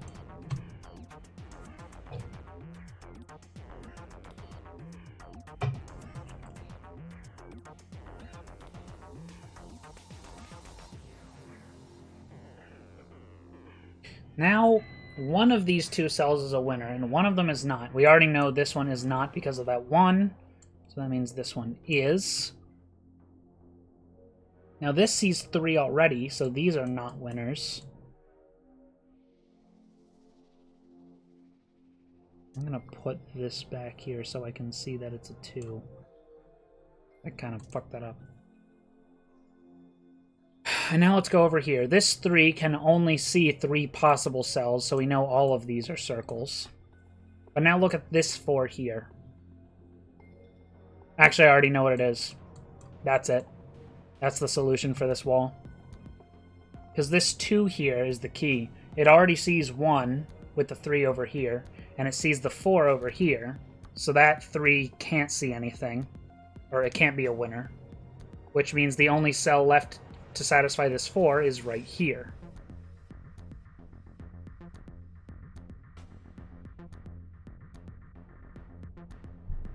But I didn't consider that this is 1, and I think it actually has to be. I'm gonna restart this half of the puzzle over here.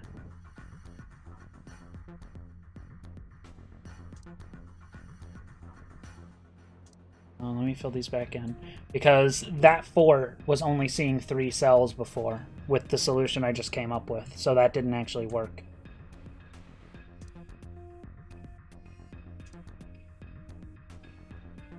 I might be messing things up here. I might have to restart this one because of just not keeping that aspect of it in mind, that they can see themselves. It's very unorthodox. Now, obviously, this can't be 1 because there's a 0 up here.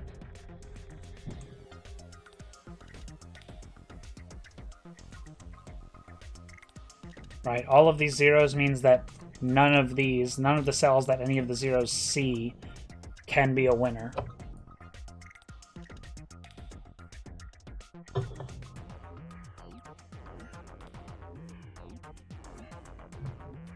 Interestingly, actually, that's really interesting because of this 4. I've done something wrong.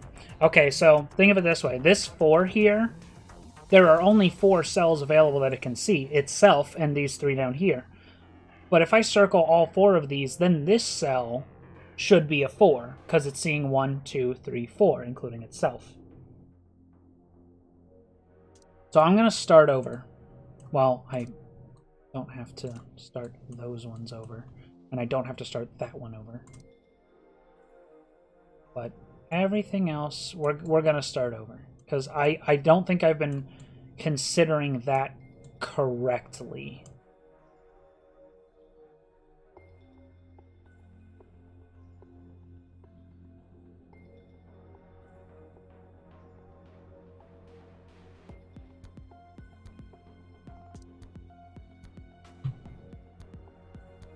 Now let's fill in these digits again.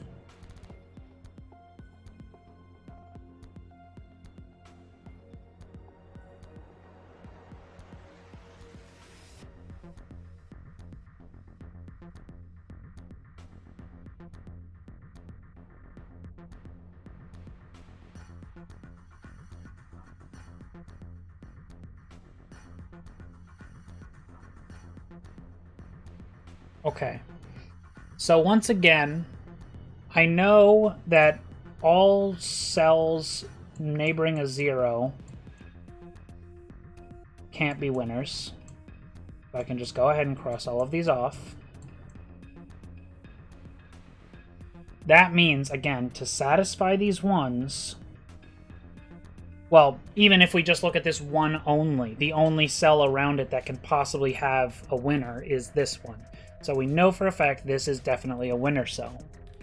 And that also satisfies all of these, and since that 1 already sees a winner, that crosses that off. Now this is where I should have started, because right off the bat, 4 cells is all this can see. 1, 2, 3, 4. 1, 2, 3, 4. This 3 here is very key because it also already sees 3, including itself, so we can cross off its neighbor cells. And that means in order for this to be a 4 and for this to be a 3, it must be a winner. 1, 2, 3, 4. 1, 2, 3. 1, 2, 3, 4. 5. Fuck! It doesn't work. Why doesn't that work? It just breaks immediately. I don't understand. Because now this 4 is seeing 5 cells that are winners.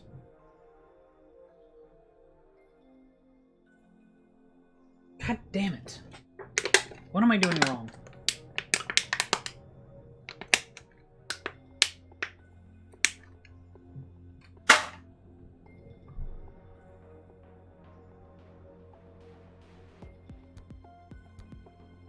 Maybe I have the grid incorrectly written down?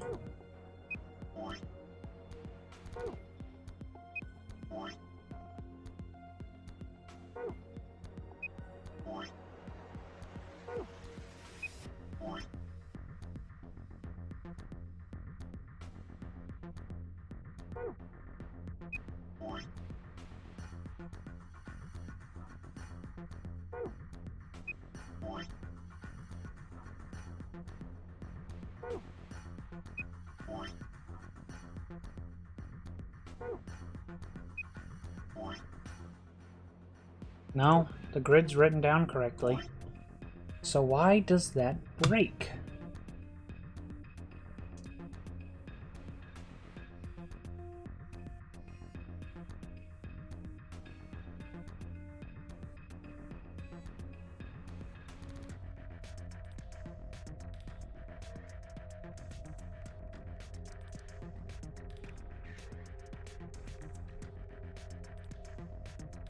I guess I don't really need the blue outlines. It's just complicating things. Okay. 4, 4, 3, 3. 3, 3, 2, 3, 1. Again, any cells neighboring a 0 is automatically a loser, so all of those are confirmed. These two here, if this was a winner, it would satisfy these two, but then this wouldn't have a winner to satisfy it. The only cell it sees is this one. And if this was a winner, then these would be seeing that, and they couldn't also see this. So this is what I have right now is 100% correct. It has to be.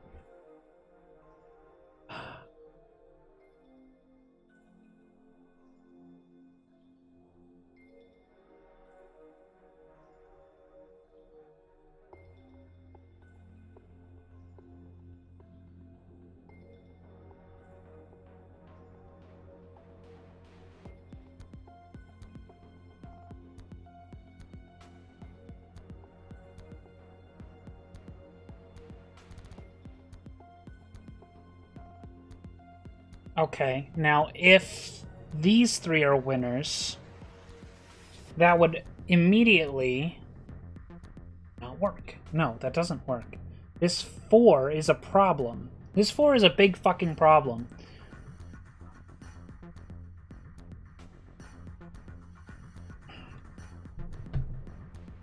Because in order to satisfy this 4, there's only 3 other cells available to it. These 3 all below it. And if we circle these 3 cells, then what happens? Well, this 4 is also satisfied now. That means none of these can be checked off. But this 3 is only seeing 2 cells. Everything else down here has to be losers. Or else this 4 will have too many.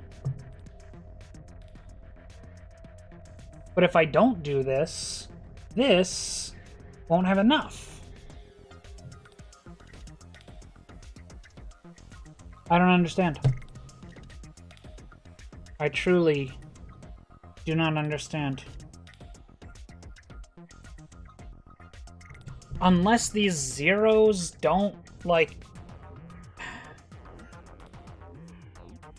Does it not count the diagonals? Is it only the orthogonal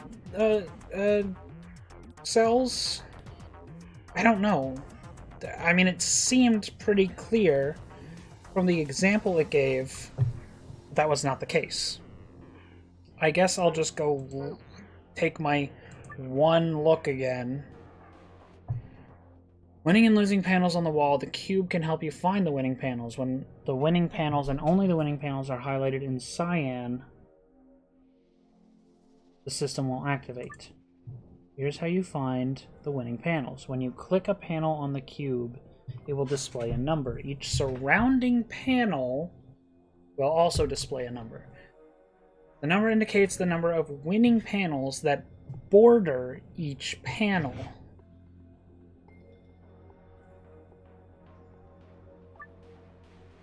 Okay, I'm going to screenshot this example because it's going to help me immensely. So, sorry, game. I need the fucking help. This is very confusing.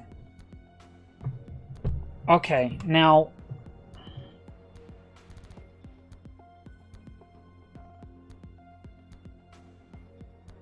Okay. I should have studied this example harder. This cell right here answers my question. This cell is a 2. And what does it see? 1, 2, orthogonally. It sees one diagonally, but it's not counted. While the cells do count themselves, they do not count the diagonals. Look at the 1s here. If they counted the diagonals, these would both be 2s, but they're 1s instead, because they only see what's orthogonally connected. That's what I was missing. That's what I didn't understand. Okay, so let's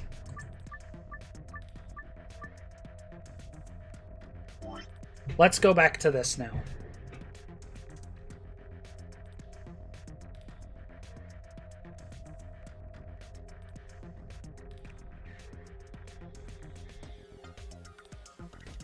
Now, one of my deductions was at least partially correct. I'm still going to reset all of this just for consistency's sake. Now that I, properly understand the puzzle, this shouldn't be an issue anymore. Okay, so what I was saying before about zeros is still correct. Any cell that sees a 0 is a loser, automatically. However, what I was counting as seeing a 0 is wrong. So this doesn't actually see the 0. This still does, this still does, this still does, and this still does, but now this one doesn't. This could be a winner. Just because there's a 0 here doesn't mean shit. However, this is not a winner. That's because of this one right here. If I mark this off as a loser cell, now the only cell available, or sorry, actually no. If I mark this off as a winner cell, this one doesn't see that. It only sees itself. Actually, no, right, because it sees itself. It can see itself. I forgot. Wait, no, it still doesn't work. Okay. This cell can only see itself and the 3 to its left. If I mark itself as a winner, then this 1 is broken because it sees the 3 and the 1. So that should be a 2. Now if I mark it as a loser, then that means the only cell it sees is the 3 here.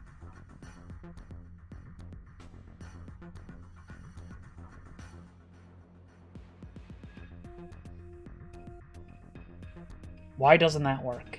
I came to a conclusion that that doesn't work, but why? Because I was thinking about the diagonals again. This does work. Because this cell only sees this one, and this cell only sees that one. I am right about if this is a winner, then this then can't be. But that doesn't mean it's broken, so that is still a possibility. What if this is not a winner? What happens if this is not a winner? Then the only cell this can see is this one. Which also then means this is broken. Okay, yeah. Which also then means that this 3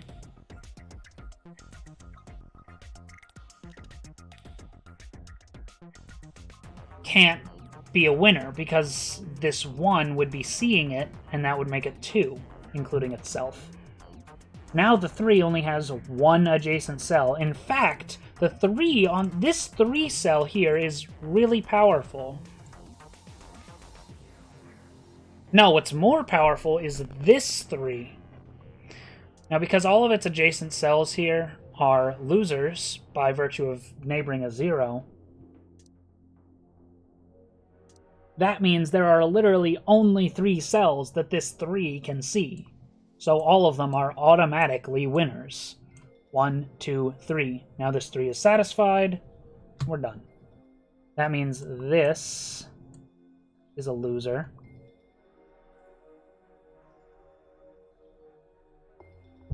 This 3 still needs 1 more to satisfy, which is going to be right here in this 4. Now this 4 sees 3, so it needs to take this one. This 4 sees 3, so it needs to take this one. This 3 now sees all 3 of these, so this is not a winner. This 3 sees those 3, so this is not a winner. This 2 only has one more option, which is that one. This 3 only sees 3 orthogonal cells. And so those are all taken. The 2 here sees itself, and everything else is blocked off except for that 4, so that brings it to 2. 1, 2, 3, 4. That 4 is now done. This 4 still needs a 4th, which would be this. The 3, well, yeah, the 3's fine. And this 4 needs 1, 2, 3, 4, and that works for the 3. Let's double check every digit in the grid to make sure they're all satisfied properly. The 1 sees this one sees that, this one sees that. These zeros all see nothing. This 3 sees 1, 2, and 3. This 4 sees 1, 2, 3, and 4. This 2 sees 1, 2. This 2 sees 1, 2. This 1 sees this. This 1 sees that. This 1 sees this. This 1 sees that. This 3 sees 1, 2, 3. This 3 sees 1, 2, 3. This 4, 1, 2, 3, 4. This 4, 1, 2, 3, 4. This 3, 1, 2, 3. This 3, 1, 2, 3. This 3, 1, 2, and 3. This 2, 1, and 2. This 3, 1, 2, 3. This 3, 1, 2, 3. This 4, 1, 2, 3, 4. And this 4, 1, 2, 3, 4. That is one grid solved. Now the interesting thing is that the rules, or the hint, said there are 8 puzzles. The cube only has 6 faces. What are the other 2? That's what I don't understand. And even if we use all 6 faces of the cube,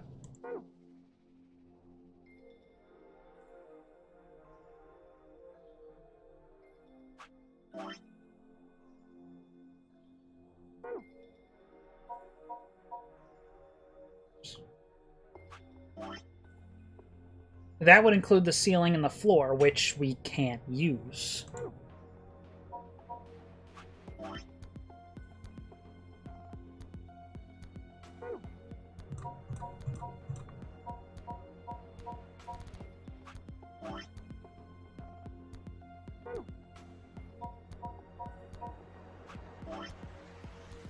On, off, on, off. On, off, on, off. Same pattern. Oh, God. Jesus Christ. Whoa, what the hell? Oh, right.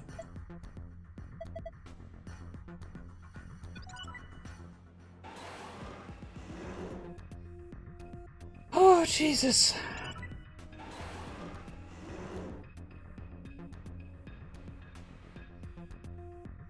You fucking kidding me?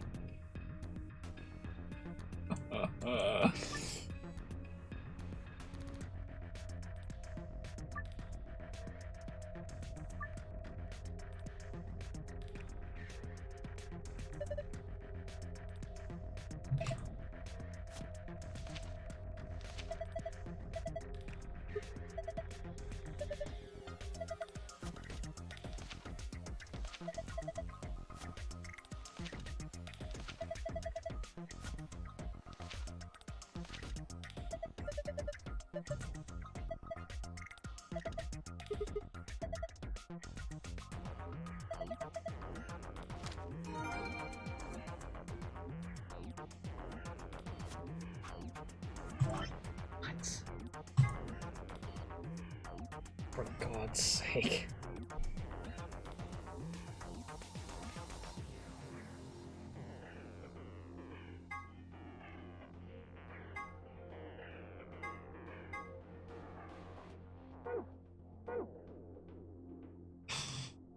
What the fuck are you?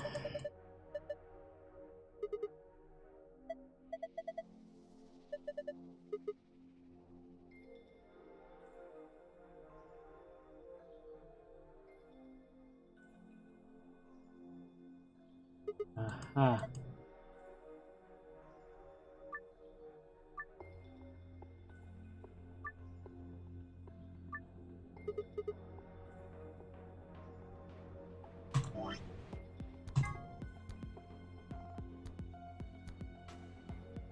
This is blue 1 in row 5, column 2.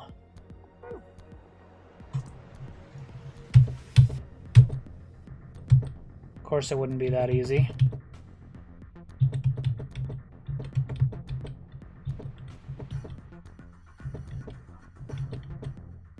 There we go.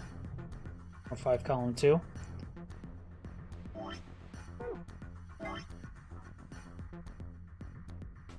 I wonder if these faces matter or if it's just the top.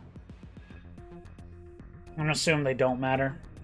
And the blue 5 goes in row 4, column 4.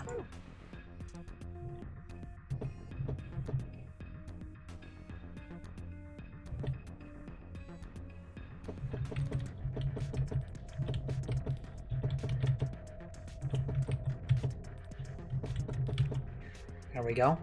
Wait, no, it was a blue 5, not a 4.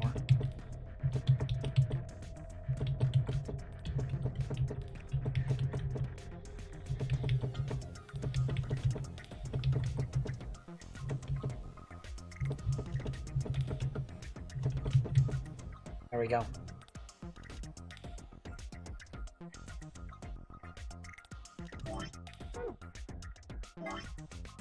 Next are the greens.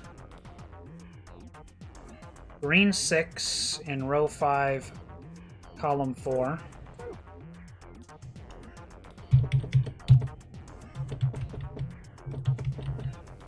Okay, easy enough. Green 2 in row 4, column 6. Excuse me. Was that a green 2? Cool. Now the red dice are 5, 3. We get a red 3.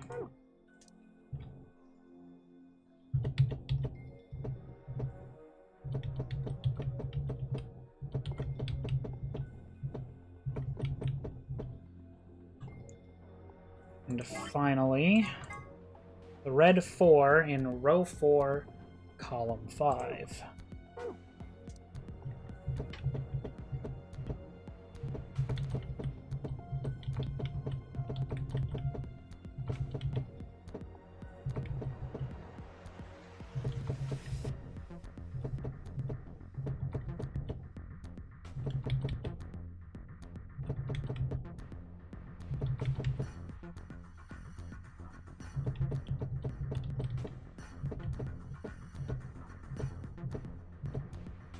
Where's the 4?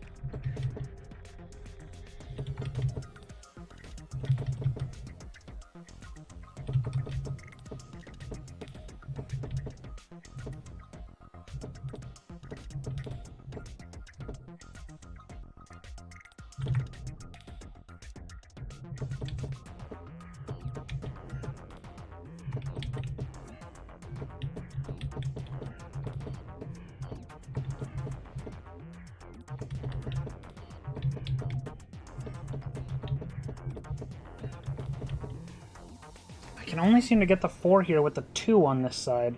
I'm guessing it does matter? 5, 2. That's a 1. 1, 2, 3, 4, 1, 2, 3, 4, and that's a blue 5. 5. Greens are 1, 2, 3, 4, 5, 1, 2, 3, 4, and that's a 6. Okay. Of course, it's not faced the same way.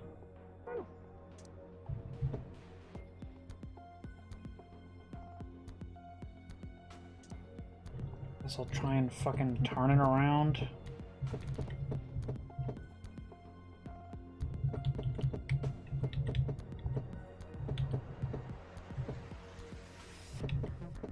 I don't think that's possible.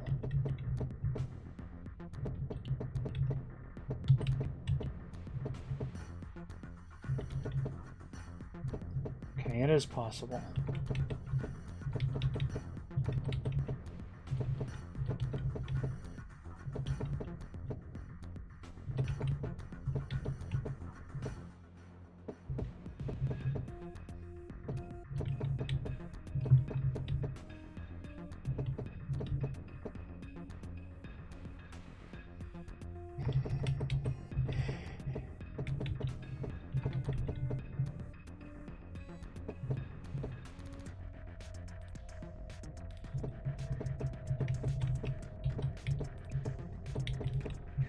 I don't get what this wants from me. Like, the dice are in the right order.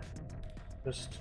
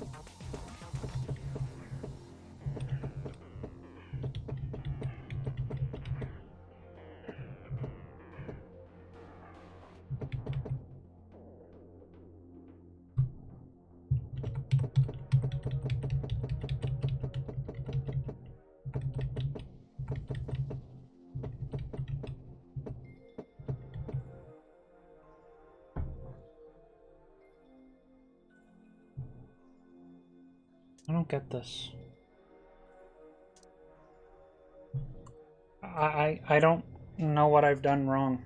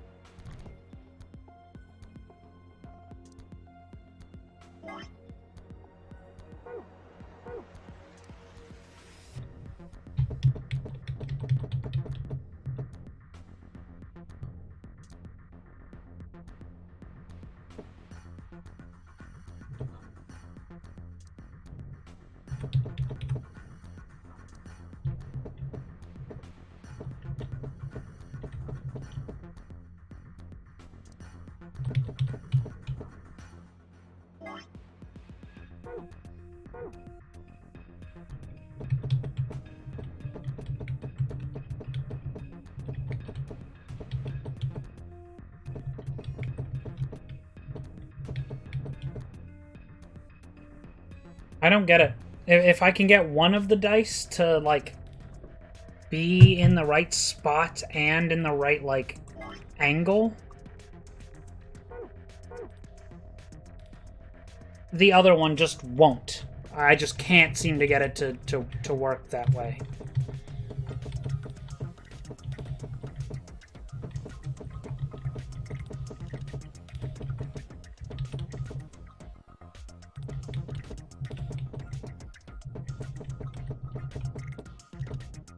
See?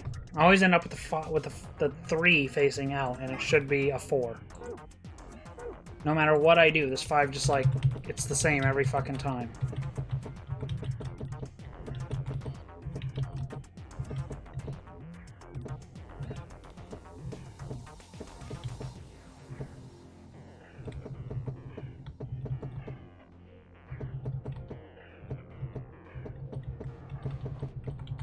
I can move it all the fucking way around the goddamn grid. It's just gonna do the same fucking thing.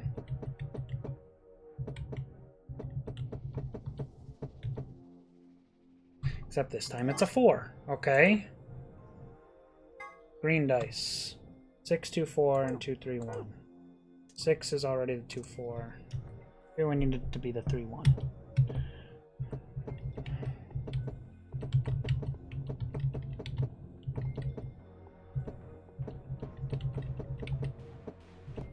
There it is, 2, 3, 1. Okay. So then the red dice need to be correct. 3, 2, 6, 4, 2, 1.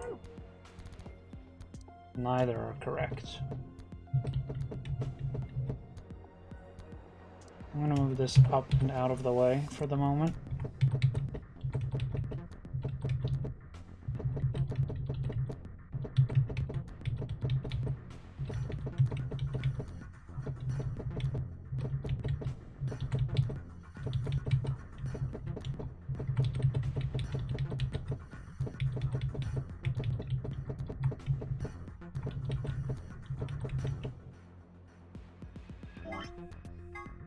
Still wrong.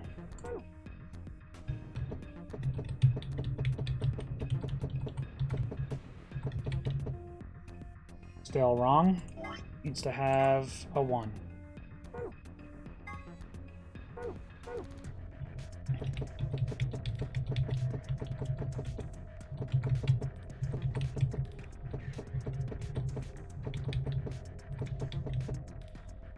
Still wrong.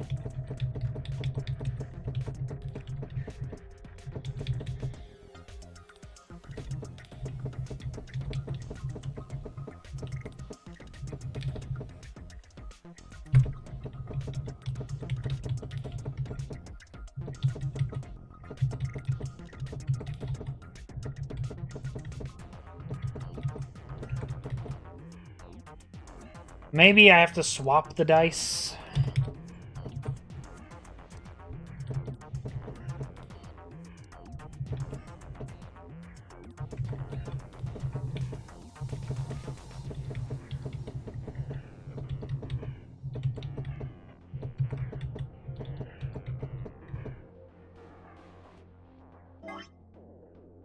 No, it's to be a 1 showing, not a 6.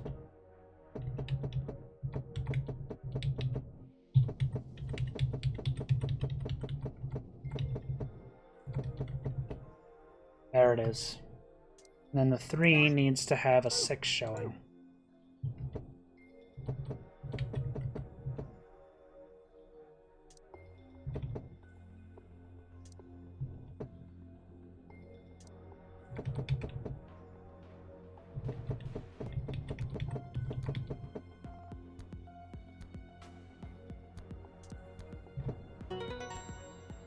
That was definitely not a 6 showing, but it gave me the fucking thing. I don't know why it didn't work the million other times I did it, but whatever. Good enough. Fucking stupid ass puzzle. I much prefer the grid puzzle.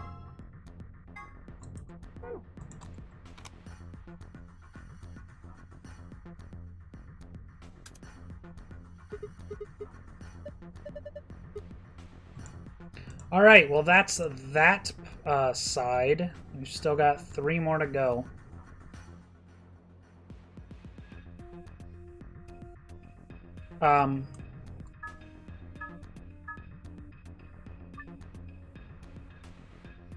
How do I pick those panels? How do I pick these panels? Let's find out.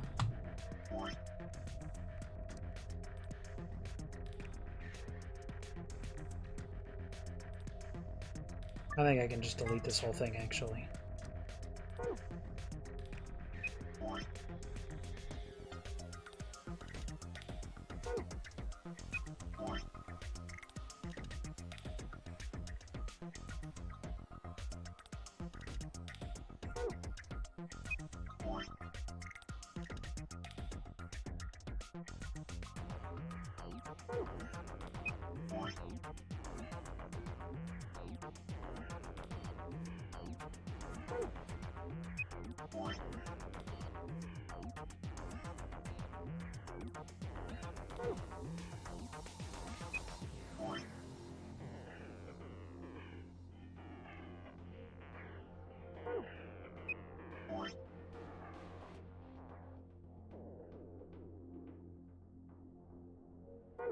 Uh-huh. Really now. Done. Fuck you.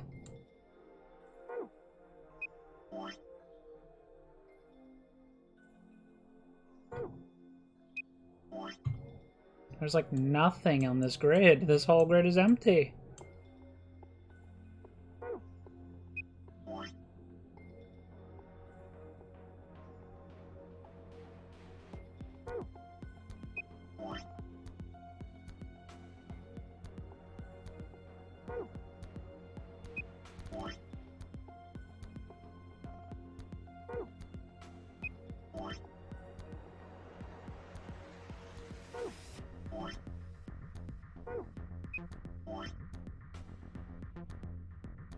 Okay.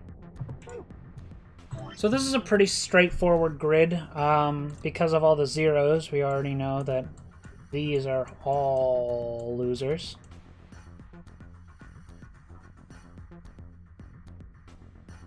And due to the nature of all these ones, that just means these are all winners. That's it. This is like the easy baby tutorial side I should have done first instead of the one that I started with.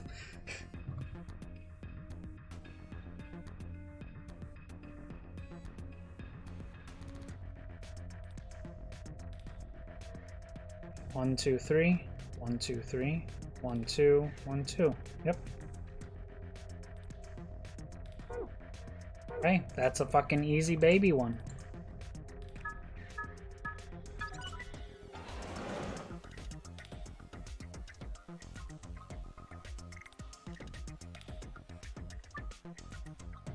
Yeah, I'm trying.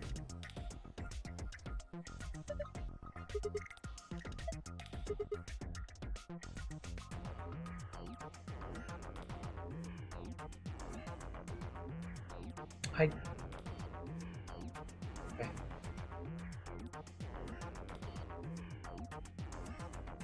Guessing this will also be pretty straightforward.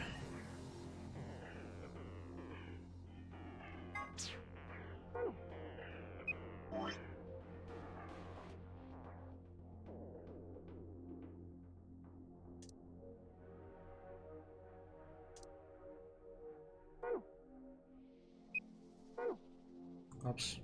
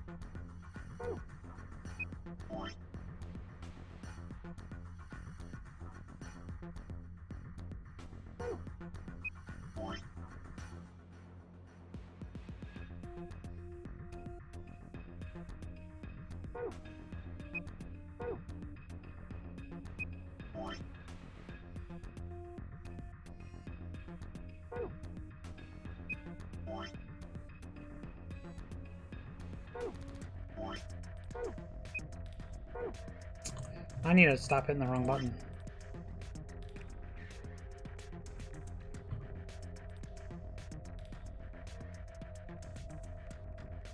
Okay, well, I can cross these off because they're all adjacent to zeros.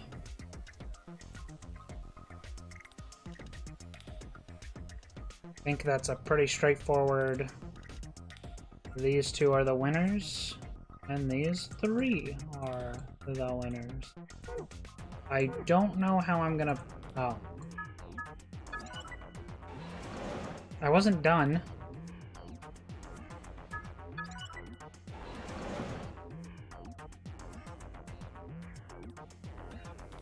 Lord, okay.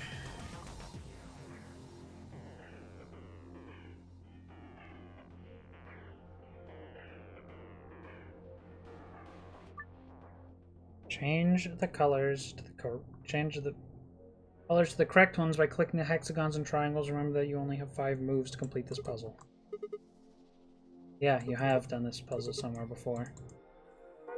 Except I don't know what the solution is, so...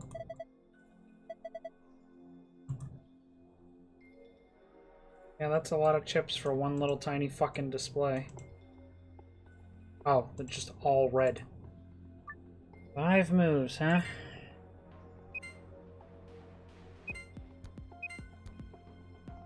Totally fucked that up.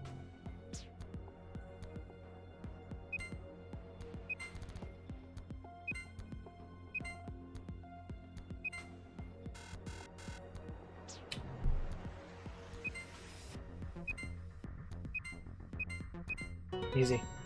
Easy.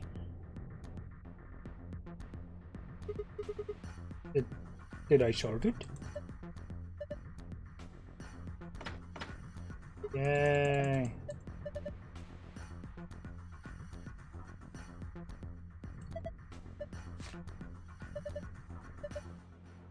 New Chamber Special AB game. Huh?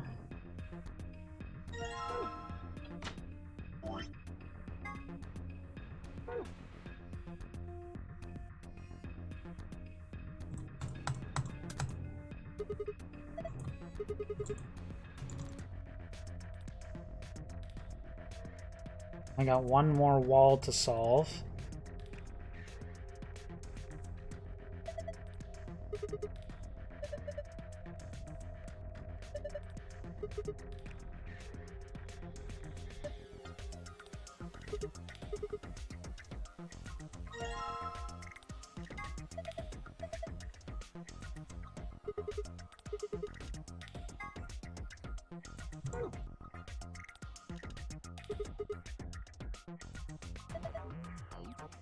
Yeah, you get it, Fi.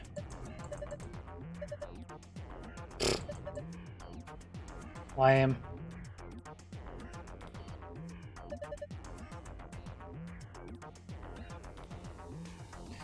One more grid puzzle to do.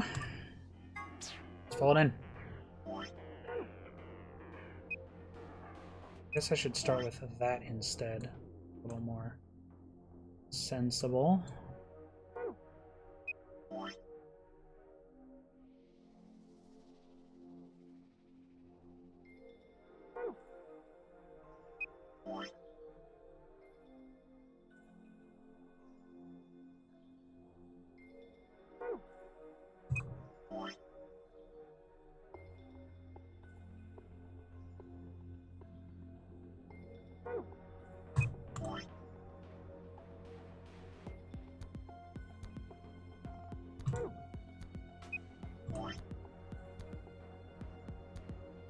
So many zeros.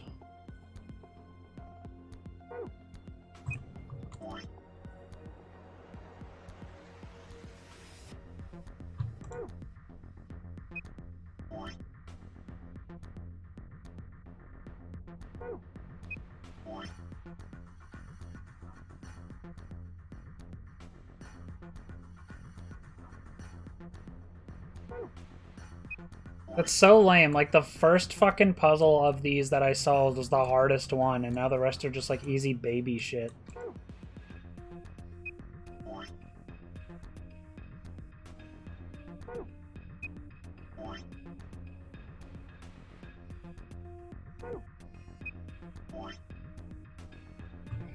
Alright.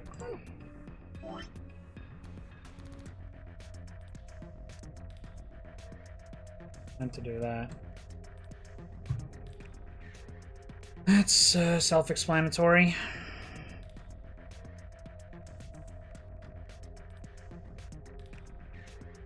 All right.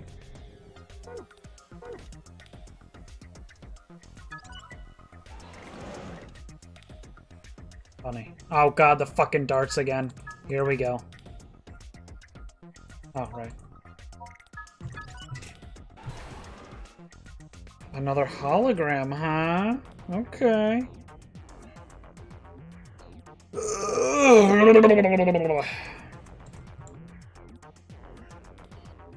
Can't click on the top side of the cube.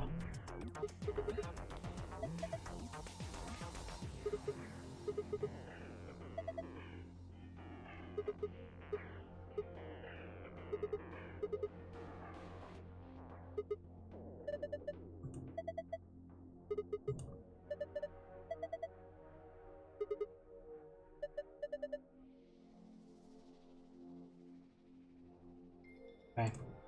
Darts.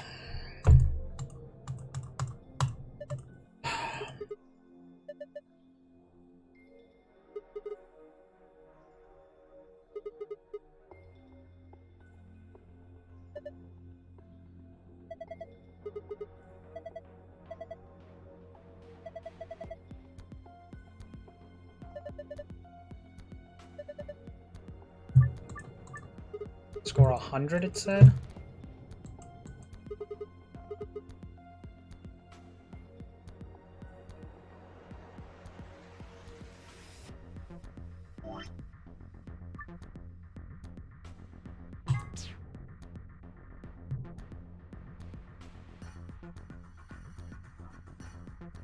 Is that a 9?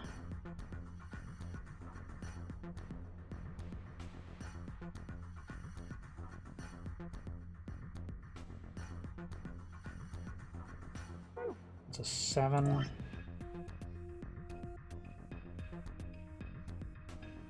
That is the worst 4 I've ever seen.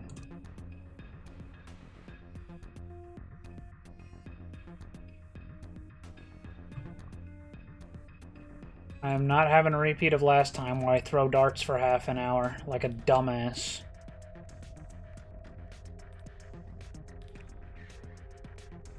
So I'm just gonna start with this. This is what helped me get through the last one.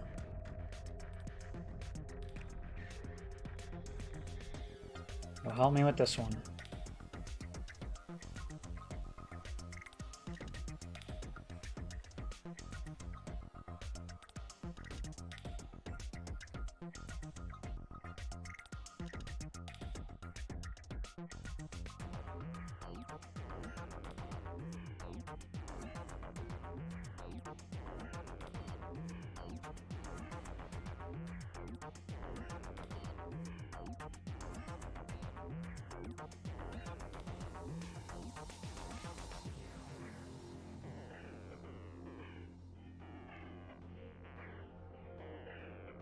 All the 8s. And this is 100. Obviously. Okay. So what here adds to 100?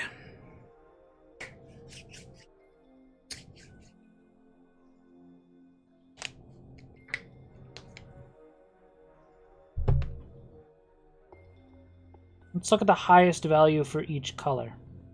Reds is 33, greens is 34. No, sorry, 42. And blues is 28.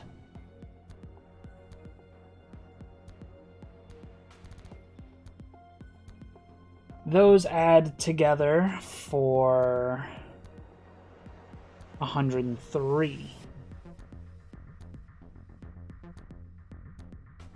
Is there a red 30? No. Is there a green 39? No. Is there a blue 25? No.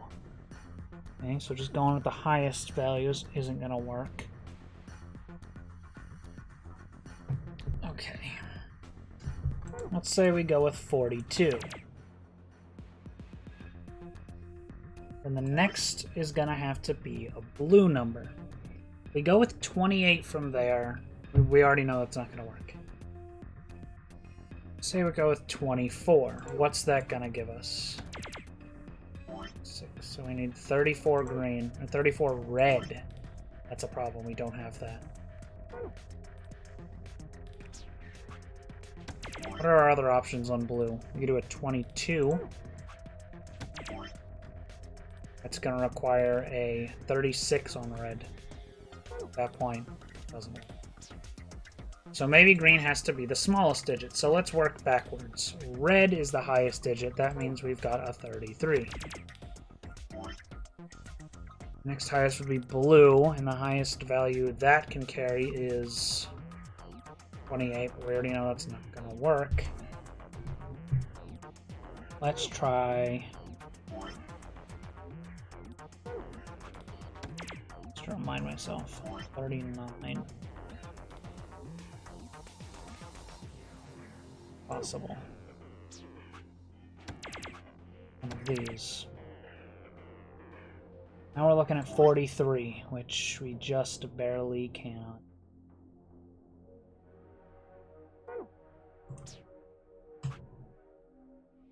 What's the second highest? 34. That's a 39. Can't read my own fucking shitty handwriting.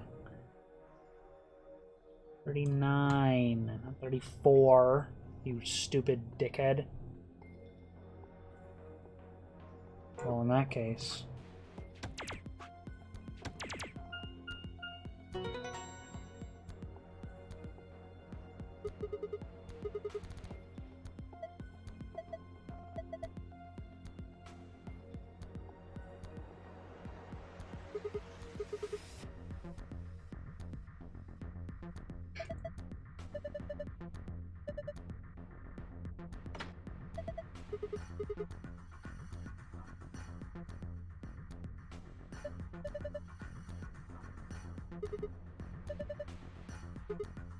What?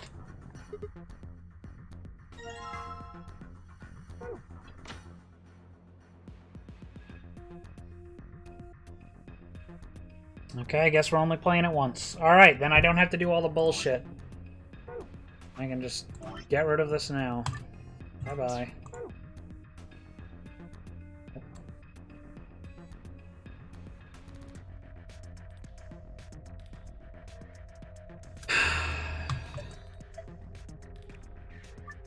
Oh my god.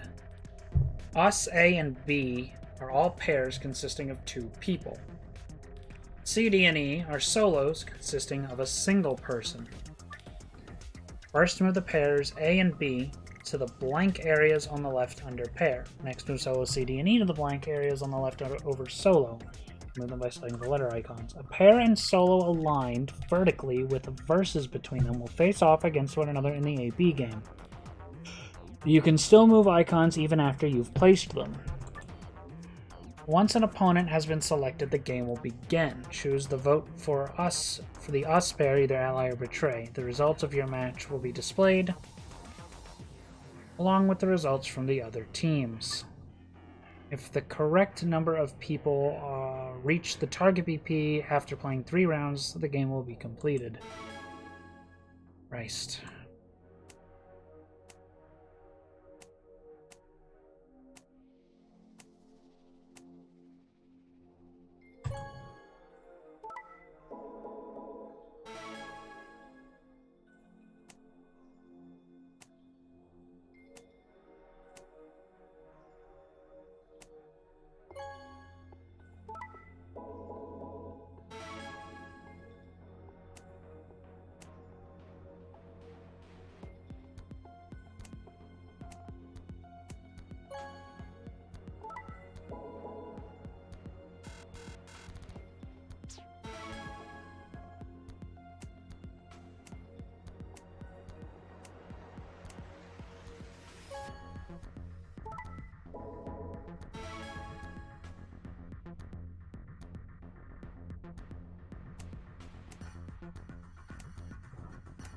Is this going to happen every single time?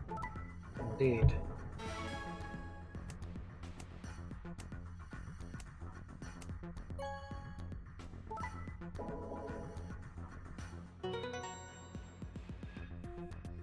Interesting.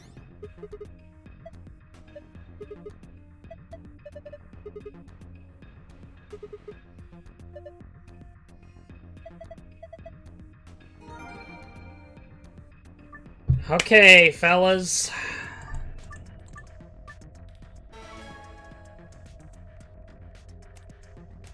Now, we know A and E will always betray. So if we do this and choose betray, then what happens? C didn't ally that time.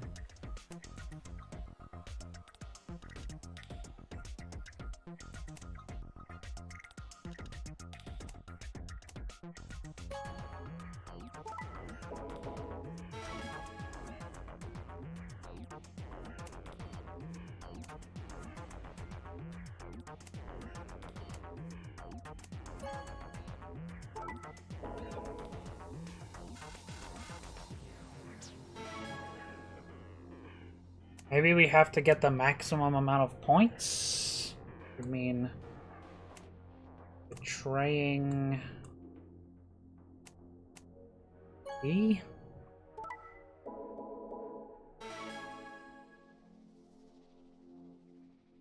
Then betraying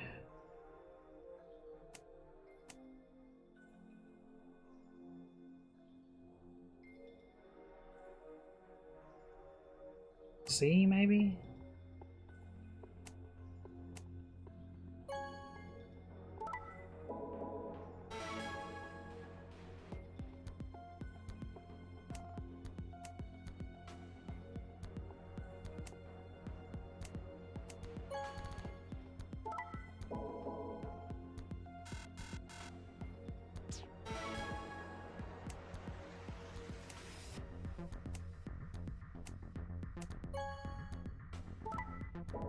So C will always ally with you.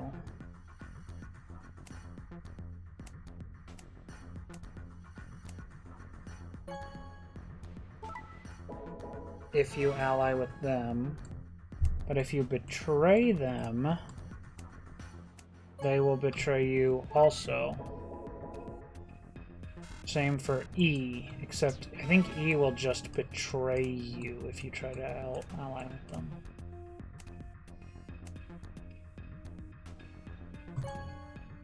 Yeah.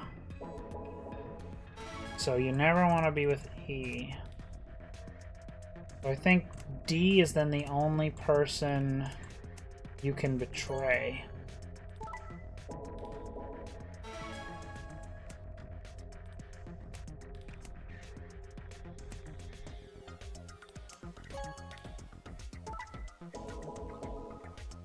Let's see. All right.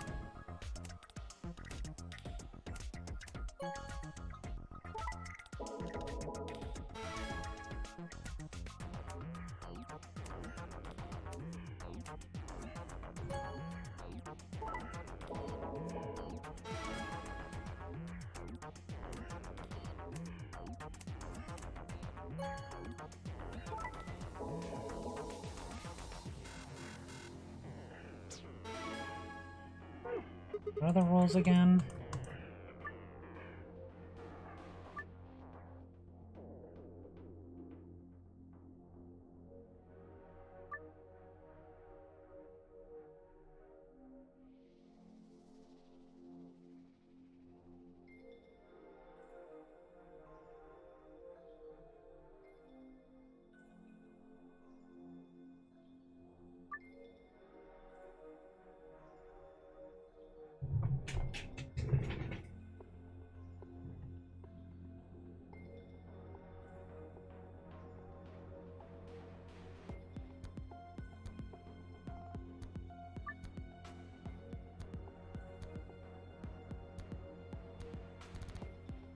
Have to maximize the amount of...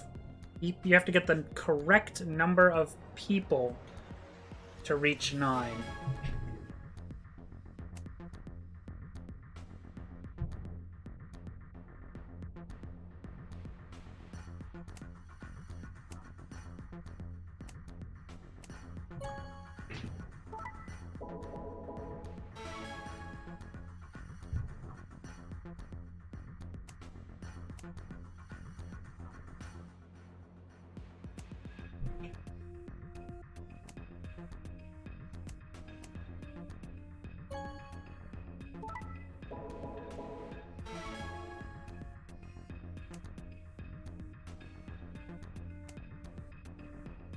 A needs to betray someone, so they can betray D.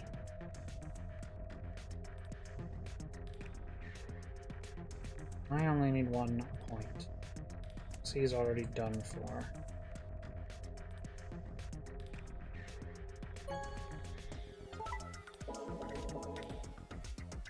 That's 3 people.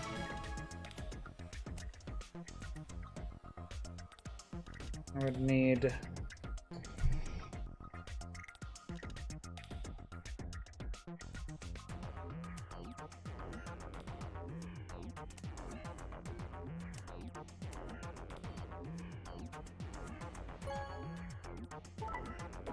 C, D, E, and then ally.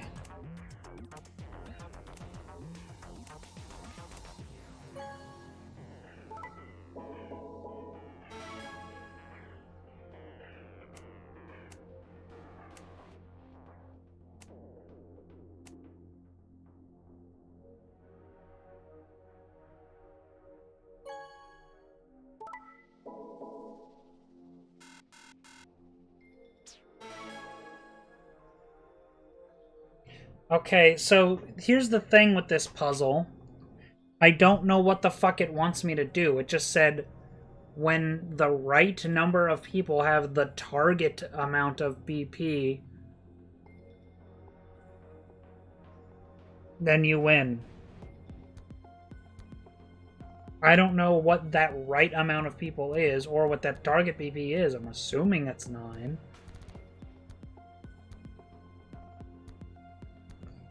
What happens if I switch where these guys are?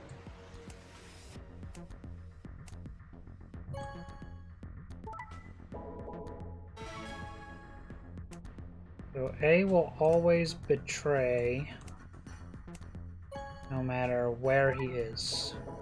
Okay.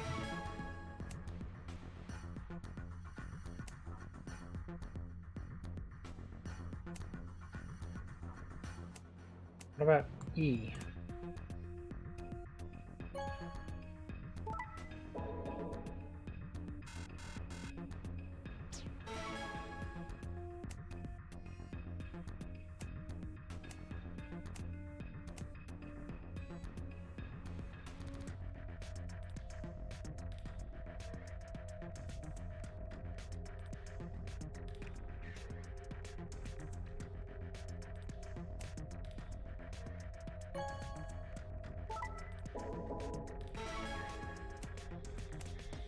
This gets 4 people up to 9.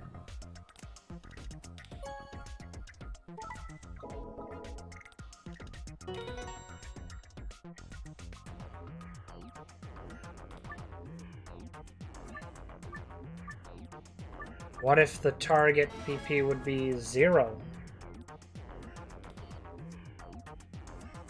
I'll get as many people killed as possible. Now, if I remember correctly, if I just do this, C will always betray me, right? Yeah.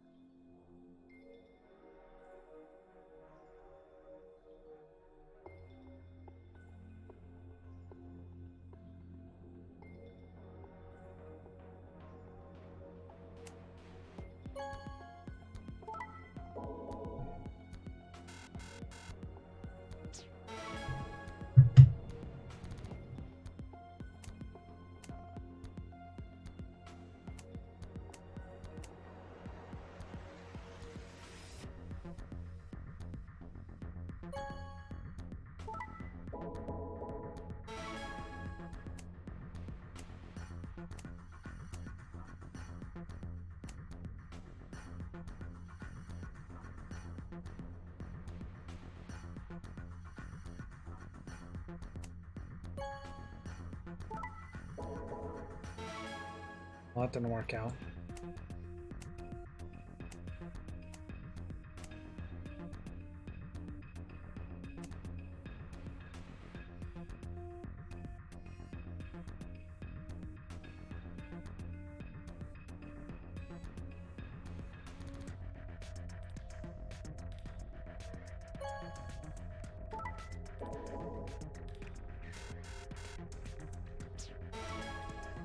If I knew exactly what I was supposed to get, I could figure it out. But the problem with this puzzle is that I don't know what I'm supposed to do.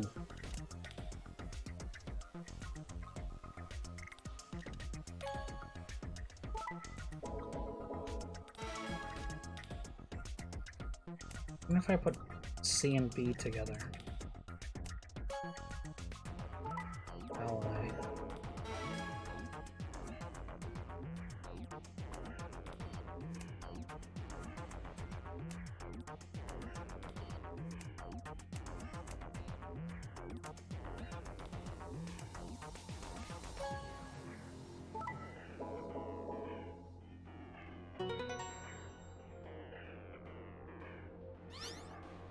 Okay, sure. I was just kind of randomly doing shit, but it worked.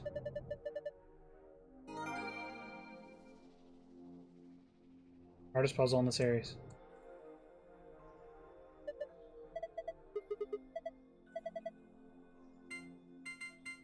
Is this it? Yeah.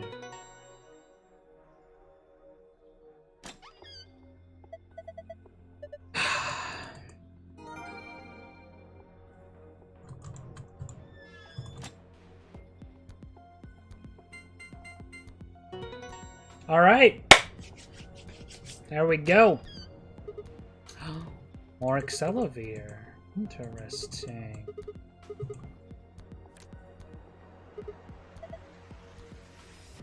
Hmm.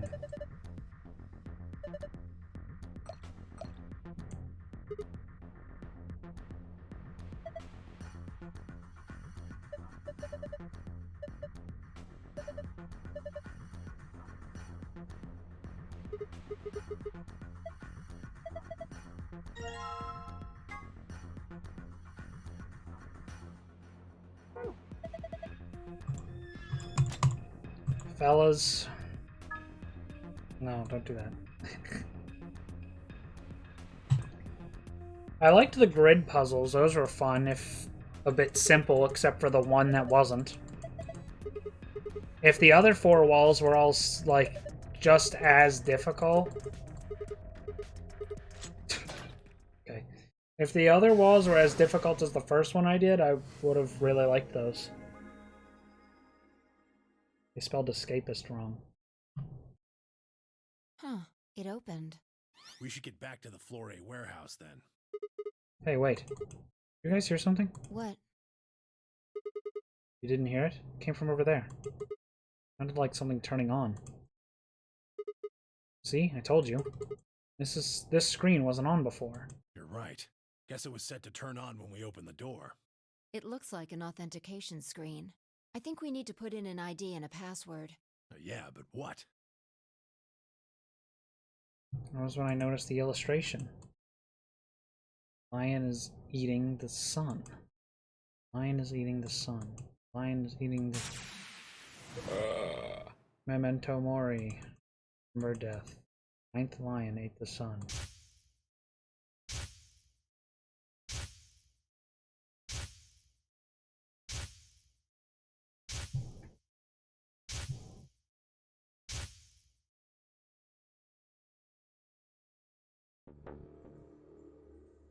Oh, of course.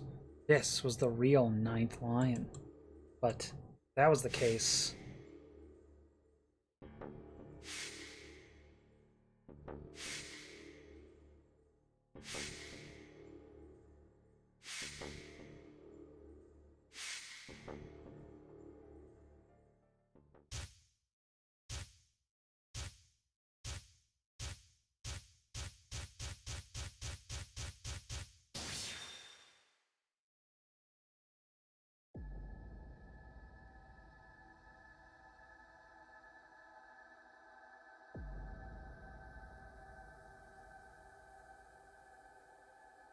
Well, I know the password. Jumpy doll. From, that. What was her name?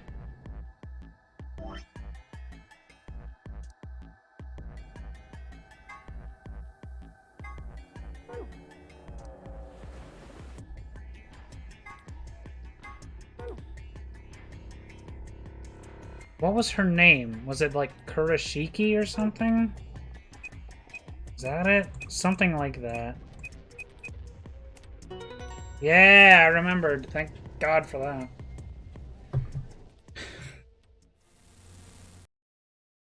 Sigma, look!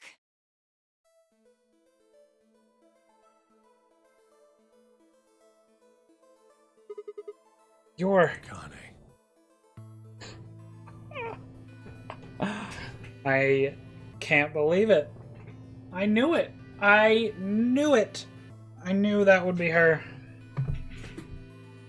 Oh, wait. Yeah, her last name was Kurashiki. I guess that was actually pretty fucking obvious. I literally just forgot that was her last name.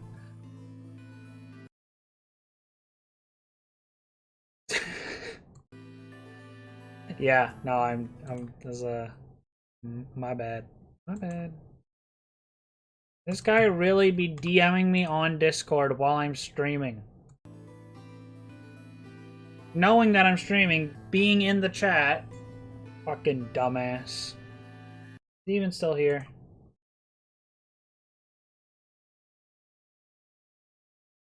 No. Fucking Joshua. Her name is Akane Kurashiki. I've been looking for her for a very long time. So is Tenmyoji Junpei then? I guess Santa is Zero again. She's a hologram. Akane. He closed his hand around empty air and let it fall to his side.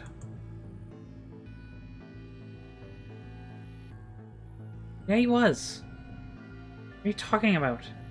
Well, Santa and June, whatever.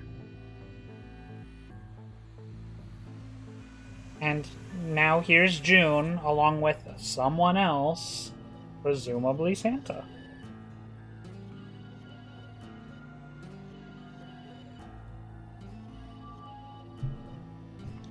But then what's with Clover? Why is she so young compared to everyone else?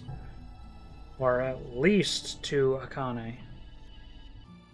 There was a moment of sad silence, and then she began to speak. I see you finally arrived. I've been waiting for you. Well, I suppose that's slightly inaccurate. What you see now is a holographic message I recorded before you came here. Unfortunately, this means I will not be able to answer your questions, at least not directly. I hope you will understand. But the guy in the hologram did not look like Santa at all. He had black hair. Not white.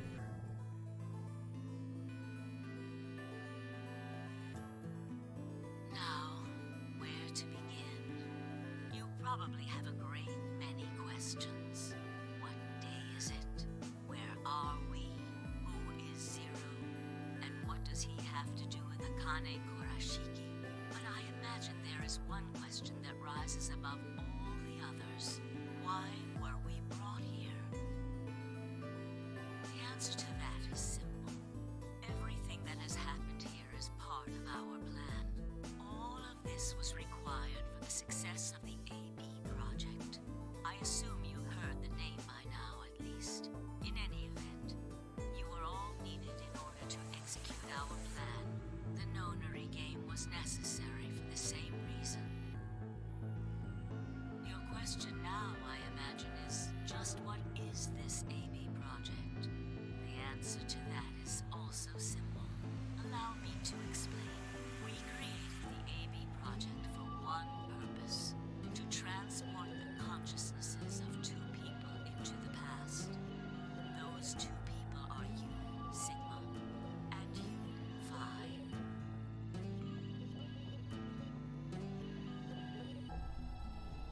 Transport the consciousnesses of two people into the past. What do you mean, the past?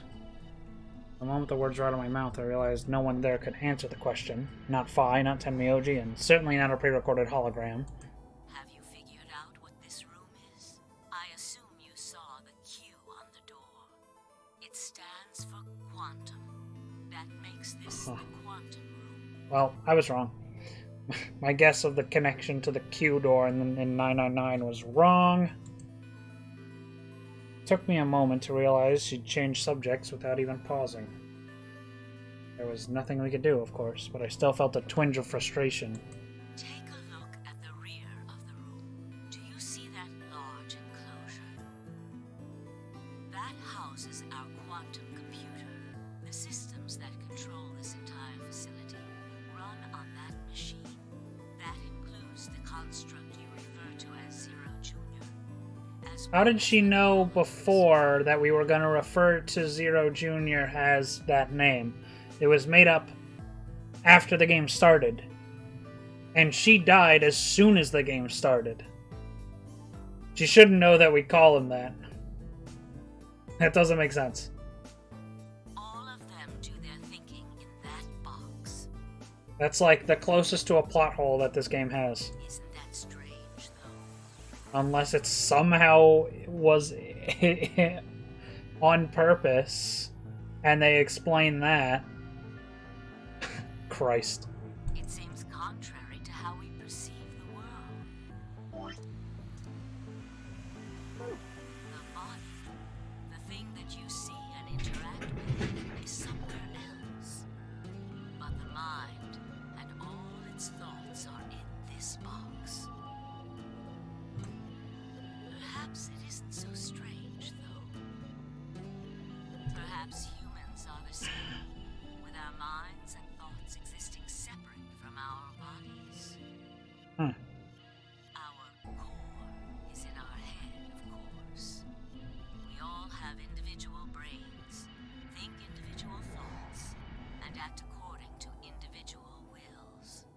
That makes communication difficult, though. So, we're forced to rely on inefficient mediums, like language, photographs, non-verbal cues, etc., to transmit information. Each one of us is an individual, and we have no direct connection to anyone else. But, is that really true? In the dimensions we are most familiar with, yes, it is. If we look at things from another higher dimension, however, we may all be connected after all, like the branches of a tree or a rhizome. Imagine a horizontal cross-section of the root system of a large tree. All you can see are the spots where the roots intersect the plane of your cross-section. In the two dimensions you see, the roots all appear to be individual things with no connection to one another. But this isn't the case. If you expand your view and look at the root system in 3 dimensions instead of only 2, you see the truth. All the roots join together at the trunk. In 2 dimensions, they appear to be separate. But if you look at the roots from a 3rd higher dimension, you see things that might appear to be separate from one another in 3 dimensions could be connected to one another if you look at them in 4 dimensions. Doesn't that at least seem like it could be a possibility? I believe that is how human consciousness actually works. Well, I'm not the only one, I suppose. Zero and I share that belief. Morphogenetic field theory. Tenmyoji mumbled something that sounded like nonsense. I opened my mouth to ask him what it meant, but Akane was already talking again. Now, when I talk about a 4th dimension, I'm referring to the 4th dimension used in Minkowski space-time. Let's start with a single dimension, where all that exists is a point. Connect points to one another, and you have a line. In one dimension, the only surface you can create is that, a line. But move to 2 dimensions and create more lines, and you can create shapes. These are 2-dimensional surfaces. Move up to 3 dimensions, and you can connect these shapes to one another and form 3-dimensional objects. Now you have a 3-dimensional surface, which encompasses a volume of space. Connect 3-dimensional objects to one another, and you formed a 4-dimensional object, which encompasses a volume of both space and time. It is on that 4th-dimensional axis that our minds are connected. If that was true, then what would prevent anyone from sending their consciousness backward or forward in time? That theory is the foundation of the AB project. The A represents after, and the B represents before.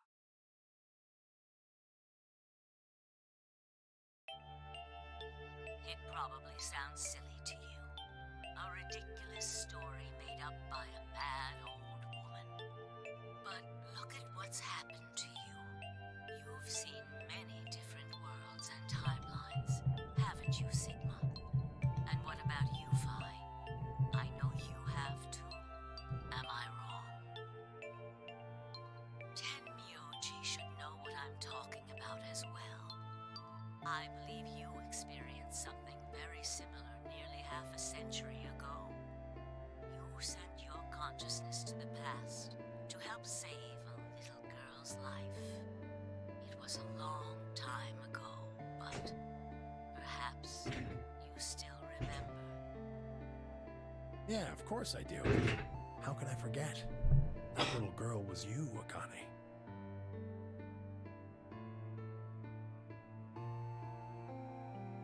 I had the idea that Tenmyoji was Junpei for a while, but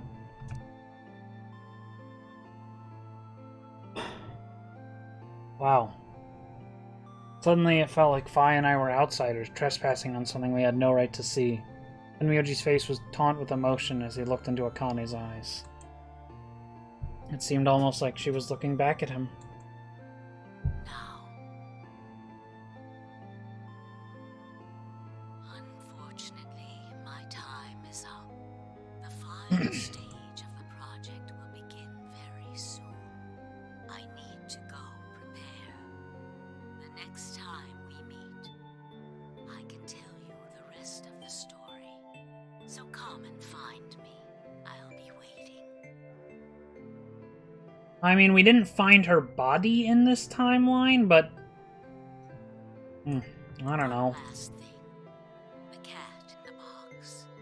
Is it alive? Or is it dead? Sigma? Phi? You will decide its fate. Goodbye. Wait! Akane, wait! Oh, Tenmyoji. I can almost see you. You don't need to worry. Everything is going to be okay. I will see you again one day. I promise. But I'm going to have to ask you to wait just a little longer. Wait! Akane!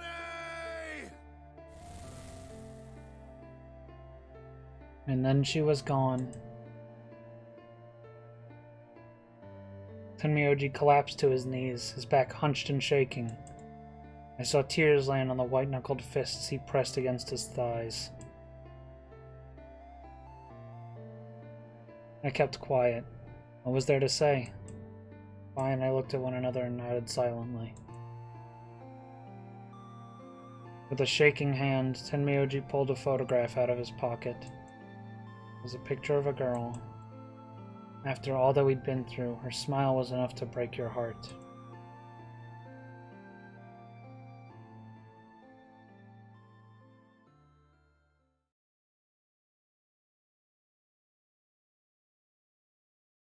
We made our way to the warehouse on floor A and met up with the others. It took only a few minutes to decide to head to the infirmary.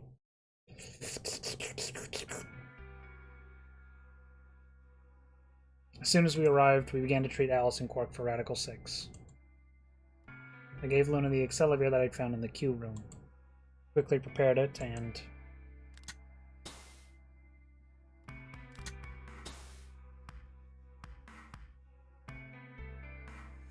ejected Alice and Quark. Thank goodness. It will take some time for them to recover completely, but they should be fine. Why not make backups just in case?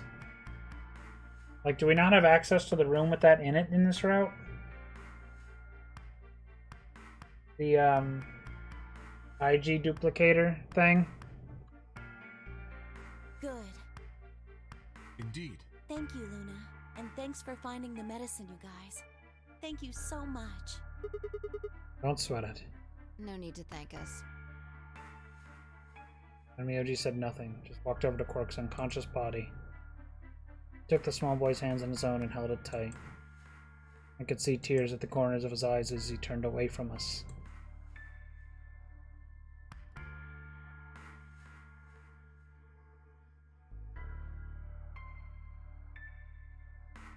Suddenly I remembered. Dio. Already gone. Didn't take me long to find him. And he was sprawled unconscious on the floor beneath the sink. Handcuffs? Oh, we found those in the crew quarters. Before you returned, we went to check on the bomb in room 2, and we found them there. Of course, the bomb was indeed turned off. Thank you again for dealing with them. You are, quite literally, lifesavers. You have my eternal gratitude. I coughed awkwardly and looked pointedly around the room. I glanced over at Phi to see if she was doing the same.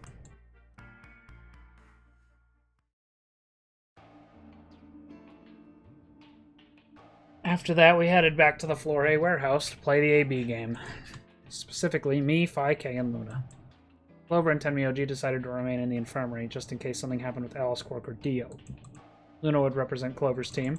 With Quark and Dio sleeping, K would represent their team by default. Which left me, Phi, and Tenmyoji.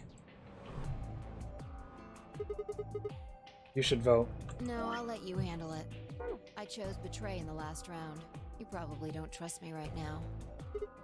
What? That doesn't matter now. Excuse me.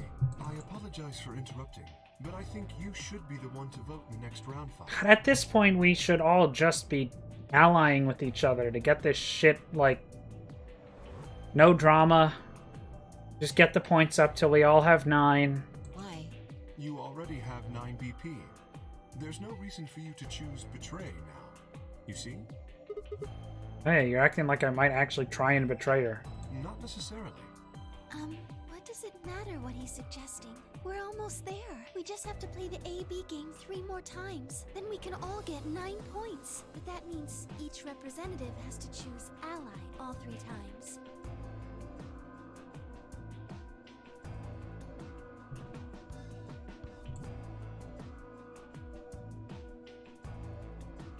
Okay, I'll vote. You sure you're alright with this, Sigma? Yeah, I trust you. I handed her the star key. Shall we open the doors?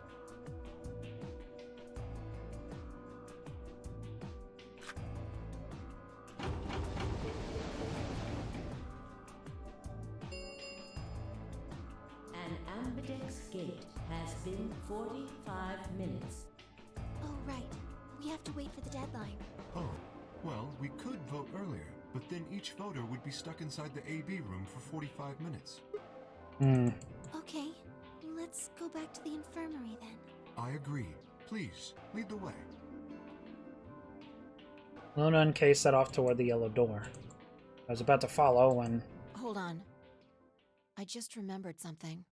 The What? AB room on the left, in one of the other histories, she... Oh yeah, you're right. Connie's body was in there. What does this mean? Why didn't we find her body this timeline? Maybe because she wasn't murdered. But how? When did history change? Do you remember what Akane said? The cat in the box. Is it alive or is it dead, Sigma? Fine. You will decide its fate. The Schrodinger's cat thing. Exactly.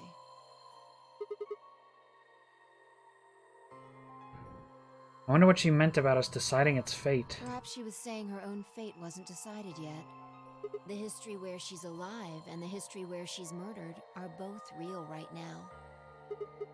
What? No, that's impossible. We've already opened the box. We already opened the door to this AB room, and there was no body. No, we haven't opened the box. We haven't found a body.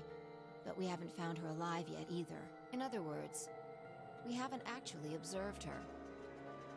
The hologram was a recording from before this game started. The next time we meet, I can tell you the rest of the story. So come and find me. I'll be waiting. Where was Akane now? Where was she waiting for us? Or what if she wasn't anywhere now? What if she was waiting for us in another timeline? What if she was waiting for us in the past? Was that even possible? If she was, what would that mean?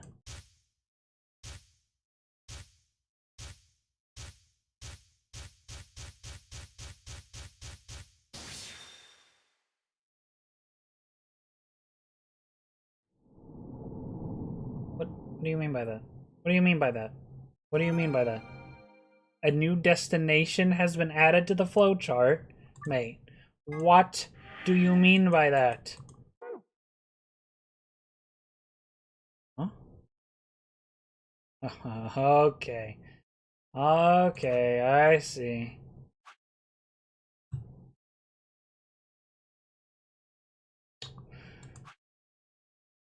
AB room past, huh?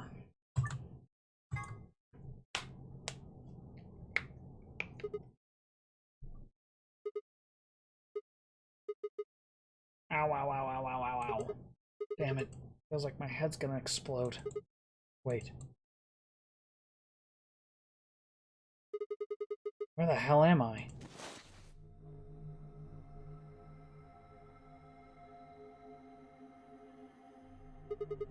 Looks like an elevator, but... No, this is one of the AB rooms.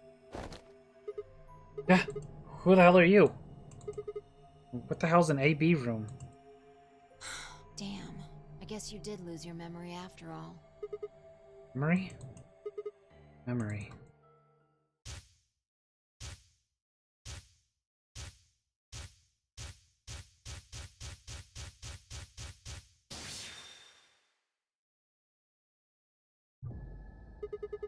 I remember. You're Phi. She grinned. When is Check this? your bracelet. It's a red pair. BP is 3. Mine's the same. Does this mean this is the beginning of the game? We've gone back to when we first woke up in the AB room. No, I think we woke up a little earlier this time. How do you know? Push the buttons on the side of your bracelet. 2 hours, 15 minutes. We didn't wake up this long before the primary doors opened last time. I think we're about an hour early. Wait a minute. If you're right... Akane might still be alive. We got back before Dio killed her, I think. Then... Right. We're here for one reason. To stop her from getting killed. Exactly. Let's move. We need to get out of here fast. Don't need to tell me twice. Let's go.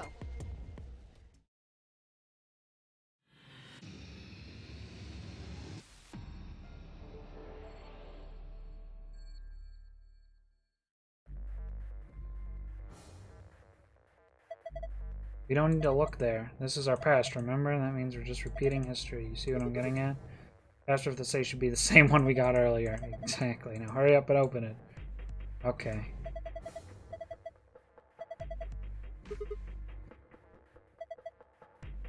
Oh. Safe's down here.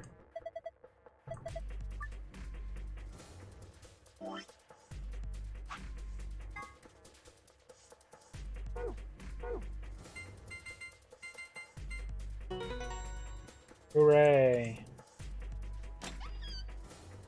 Oh.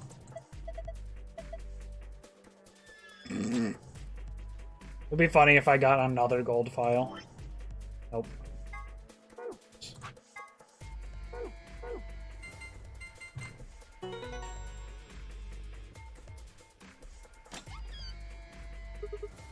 There, it's open. All right.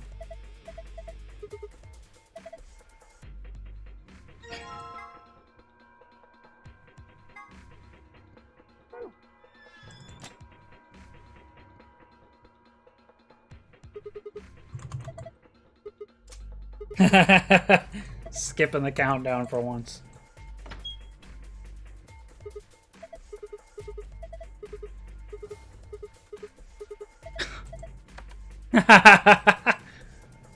Fucking dumbass.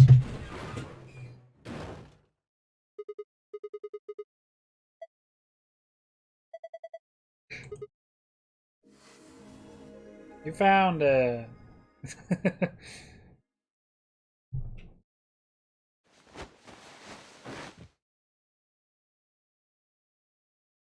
Fine, I climbed up through the hatch and out onto the top of the AB room. It took us only a moment to spot them. Kane! Behind her was Dio. He was moving quickly and quietly, a knife glinting in his right hand. Shit! There was no time to yell to her. I scrambled down from the top of the AB room. I wasn't following me. When I looked back, she was still standing on the roof. Vi! What the hell are you doing? Get down here and... Before I could finish, she moved. She ran across the roof, launched herself into the air. Oh! Get his ass! What the? He's fine. Just unconscious. I bent down and held my fingers in front of his mouth. He was still breathing. I don't think he saw me. He probably has no idea what happened to him. I went down like a sack of potatoes. He had it coming. Sure did. I heard footsteps come to a stop right in front of us. Looked up. So you came. I've been waiting for you. You're here to hear the rest, right? Wait. Just wait a minute. What the hell is your deal? How can you be so calm? If we hadn't shown up just now, you'd... Have been stabbed in the heart by this young man and died. Yes. Although, that reminds me, I haven't thanked you yet. Thank you very much. That is the most sarcastic thank you I have ever heard. I very much appreciate you saving me. That... what? Hold on. How do you know about being stabbed by Dio? Are you an Esper too? Yes, indeed I am. I am able to jump through time, just like you. Then what the hell were you thinking? If you knew he was gonna stab you, why were you gonna let him do it? Because I had to. You what? Think back. Why are you here? If I hadn't been killed by Dio, no one else would have been murdered. Consequently, your own abilities would never have manifested. I did explain, didn't I? The purpose of the AB project was to send the two of you to the past. Or your minds, at least. In order for that to happen, some death was necessary.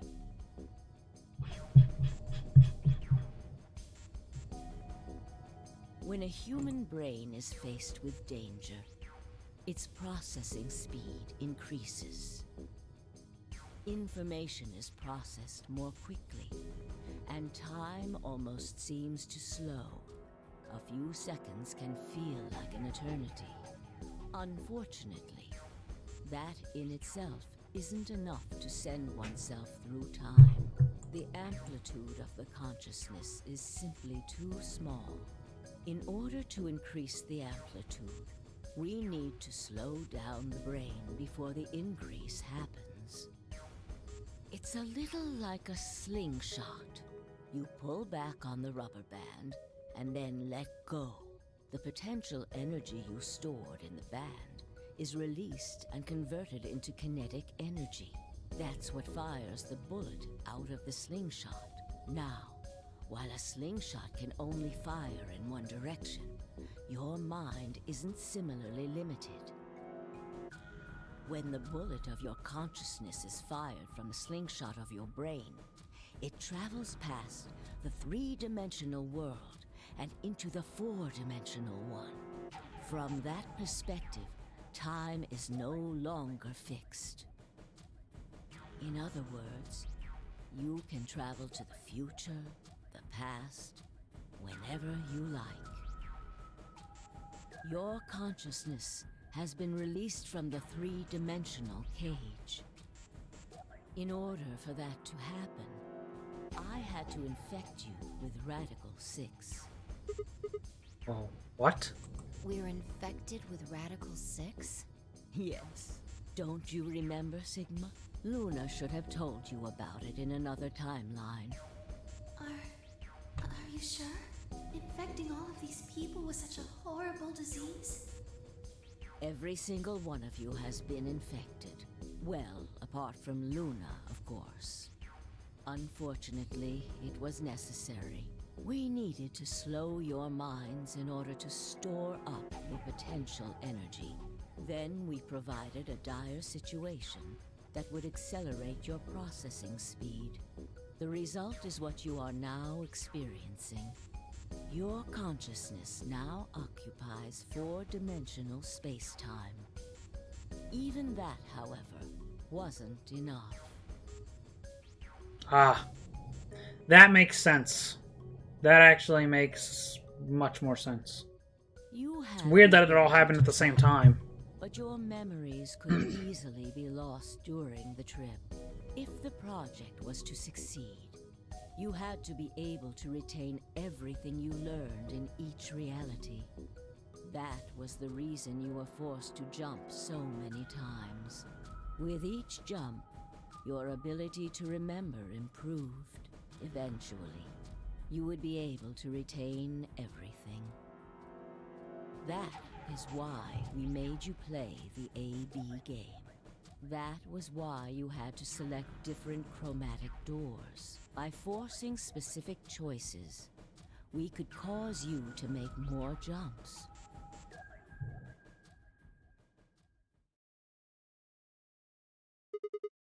I get it. I think I finally understand. Well, okay, there are a lot of things I don't understand, but all of what you've just told me makes sense.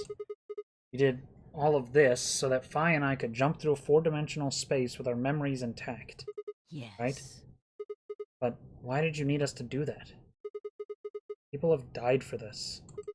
I mean, let's count how many different ways people died. Murder, antimatter explosion, suicide. I've died. So has Phi. So have you.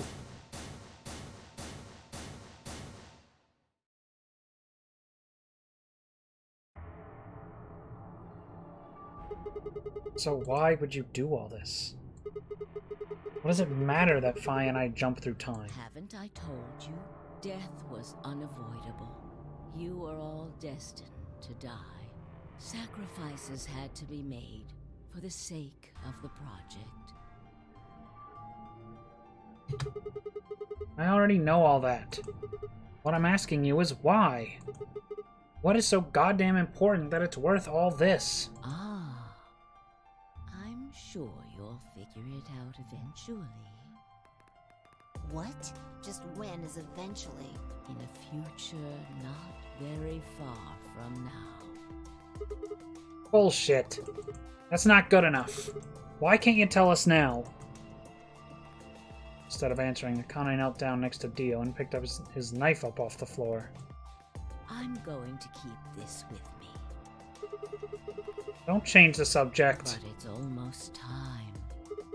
What are you talking about? We've got plenty of time. No. In a few moments, you'll return to the original timeline. What? This is the way it has to be. Don't fight it. Lagomorph. Yes. Its name is Lagomorph? Lagomorph? You call him Zero Jr. His official designation is Lagomorph. Okay. So she knows we call him Zero Jr. because she can jump through time just like we can. That makes sense then. Lagomorph, this is an order. Unlock my bracelet. Compliance.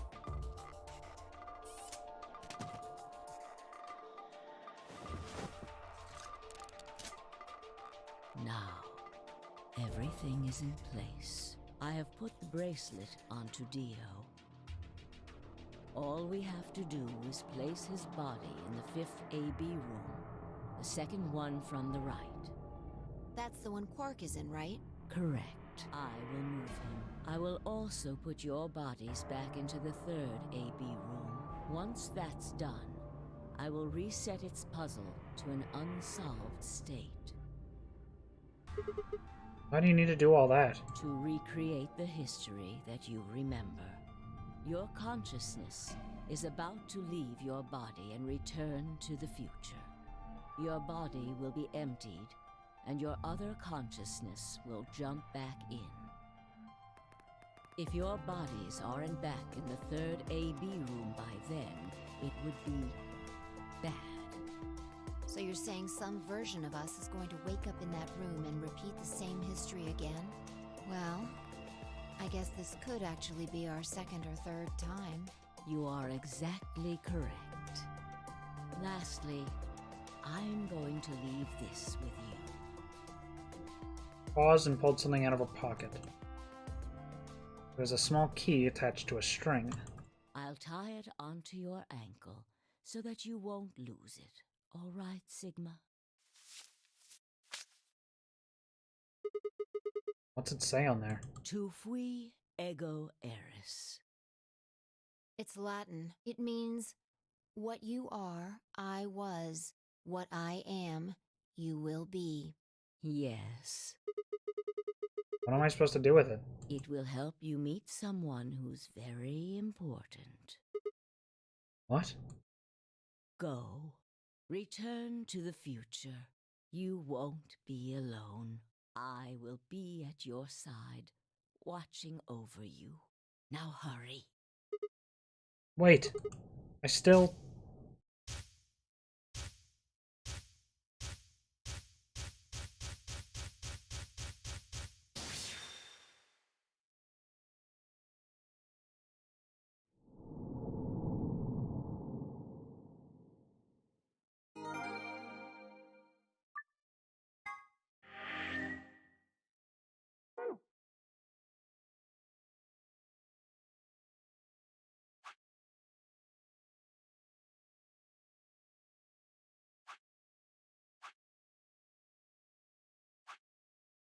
Okay. Q. Little bit silly, to be honest.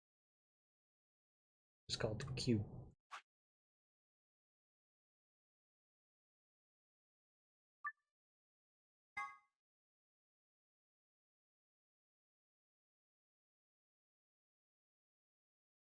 Oh, looks like you're awake. When did I fall asleep? Is this the infirmary? Why are we here? Do you know what happened at the AB gate? Kay and I went back to the infirmary, but... We waited and waited, and the two of you never returned. So we went to the warehouse to check on you. We found you passed out in front of the AB rooms. Kay and I hurried back here with you. I looked over at Phi and met her eyes. Hello, Crolin. You're just in time for the ending, I suppose. Do you remember what happened just now? You mean what happened a long time ago? Yeah. You got him pretty good, huh? Yeah, I remember all right. Almost there, yeah. At least, I think I am. Hey, I'm sure I've got what are a you guys talking good about? couple hours of dialogue to get through, but it's chill. Quark! What am I? Chopped liver? Alice! Back among the conscious and not psychotic, huh? Yeah, thanks. Grandpa told me what you did. Thanks for finding the medicine for us. No problem. All in a day's work. Although, I wouldn't mind a little swimsuit action. Really grabbing at straws here, aren't you? God. Hey, I wasn't talking to Quark. That was an offer for Alice. Not really my point. Oh, whatever. Forget about that. Yeah, Sigma, forget about that. Enough with the goddamn swimsuit bullshit. All we gotta Jesus. do is open the number 9 door. What are you talking about? Look at your bracelet. It says 10. I have 10 BP. I've got 15 BP? That means I got 6 more points while I was out. But how? You've been asleep for more than 2 hours. We've played the AB game 3 times. 3 times? Yes, of course, the color and group assignments were shuffled around each time. But no matter who voted, everyone chose Ally. Woohoo, we did it, Reddit. And now all of us have enough to leave.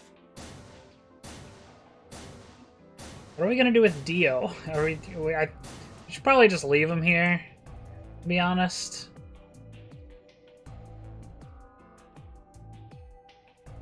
I was stunned. How had everyone cooperated long enough to raise all of our BP past 9? Because Akane hadn't been killed? Without a death to start things off, maybe we'd been less suspicious of one another. Or could the bombs have had something to do with it? We all joined forces against Dio, and Phi and I had been able to disarm all of them. All of us had banded together against a common enemy and overcome a tremendous threat. Perhaps that had strengthened our bond. Which, I had to admit, would be somewhat ironic. After all, Dio had planted the bombs that forced us all to work together against him. This must have been what Akane was talking about. Haven't I told you? Death was unavoidable. Sacrifices had to be made for the sake of the project. Come on, let's go! Let's open the door and get out of here! Wait. What about him? After some discussion, we decided to leave Dio behind. Get fucked! Alice was the only holdout. She'd complained about wanting to take him back to her superiors, but after I mentioned they'd come back to investigate after we escaped and deal with Dio then, she reluctantly complied. Alright, let's get going. Significance of what? What do you mean?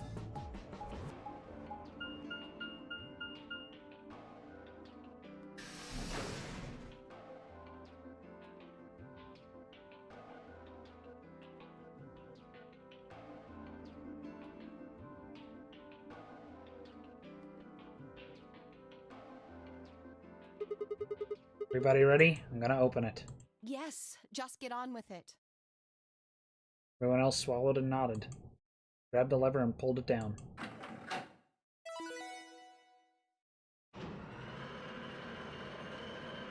Dio's backstory?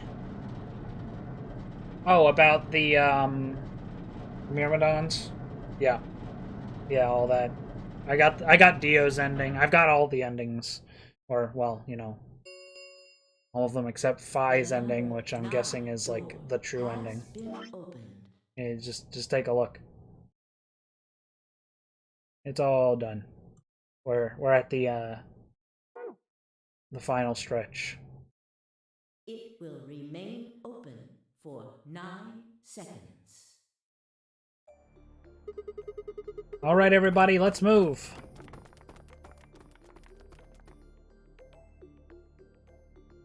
I didn't need to tell them twice. The room inside was clearly a loading elevator. It looked sort of like a large plate on top of a huge pedestal. We ran to the center of the plate and turned around. The number 9 door stood wide open. 1, 0. The number 9 door is closing. Yeah, I guess that's why they let him in. Yep.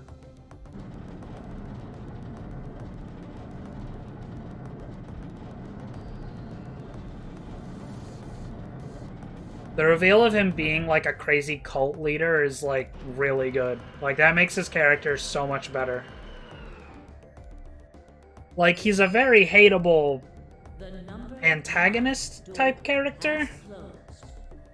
You know, despite being one of your teammates, initially at least, he still is kind of an antagonist.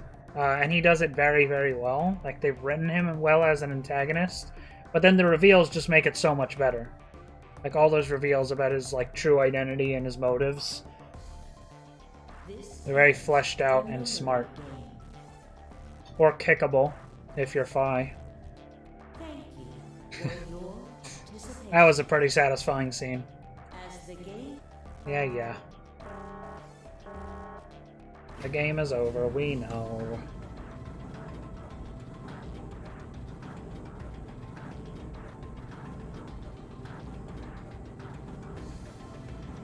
Problem though. We still have a problem. Akane said that she has infected all of us, except for Luna, obviously, with Radical 6, and only Alice and Quark have been treated. Also, there's still not been an explanation for Fi's, like, incredible jumping abilities. It's still kind of weird. But the game's not over yet, so we'll see what they do. Looks like we did it. Yes. We should keep moving. Beyond the door was a wide hallway that ended in a very solid wall. To the left we found a very familiar-looking door. We pushed it open and went in. Oh, I'm sure. If there's one thing I can say about these games, it's that all will be answered. It just wouldn't be Zero Escape if it wasn't. The pressure exchange chamber. You know what this place is? Yeah, sort of. This whole facility is pressurized, apparently. I think the idea is to keep the air outside, and consequently the virus from getting inside. That means that if we want to go out, we have to decompress so we match the outside air pressure. This room here is where you prepare for going into the actual pressure exchange room. See all those suits along the wall? I figure we need to put those on and head to the decompression room downstairs. Whoa! Hold on a minute! You're saying the air outside is full of that horrible virus? Yeah, that's what it seems like. Of course, according to Akane, we were all already infected with Radical 6, so the whole room seemed a little pointless. Why? How did all this happen? Did they? No, that's not possible. We've come this far. We can't turn back now. Let's go outside. There's no way to know what's really going on until we do. All right. No one else objected. We all donned the protective suits and headed downstairs to the decompression room.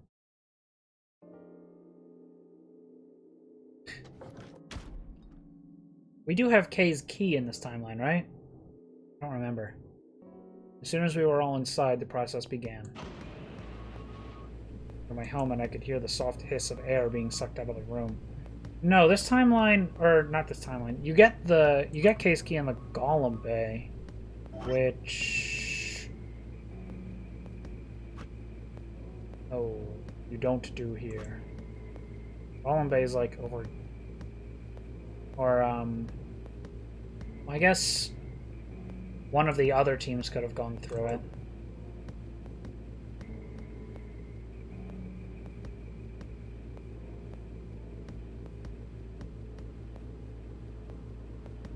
We stood there for several minutes waiting for the process to finish. What an anticlimactic ending, right? Like, imagine being in their shoes after all this, and the ending is just they sit in the fucking pressure exchange chamber for minutes on end, doing nothing, and then they walk outside. At last it did, and we heard the door begin to open. I mean, it's about to get more climactic, of course, but... And it was another decompression chamber. We repeated the process 2 more times before we reached the final door and opened it.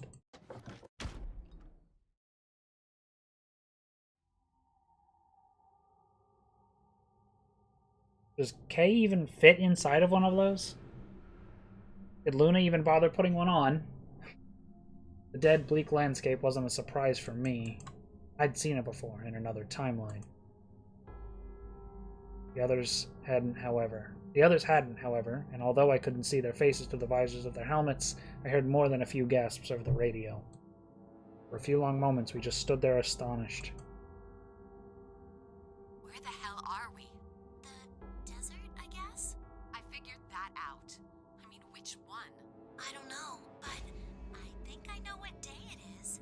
Look at the moon. It's red, right? That means today's the total lunar eclipse. So? Remember the astronomy magazine in the lounge? Well, the next eclipse like this was going to be on December 31st, 2028.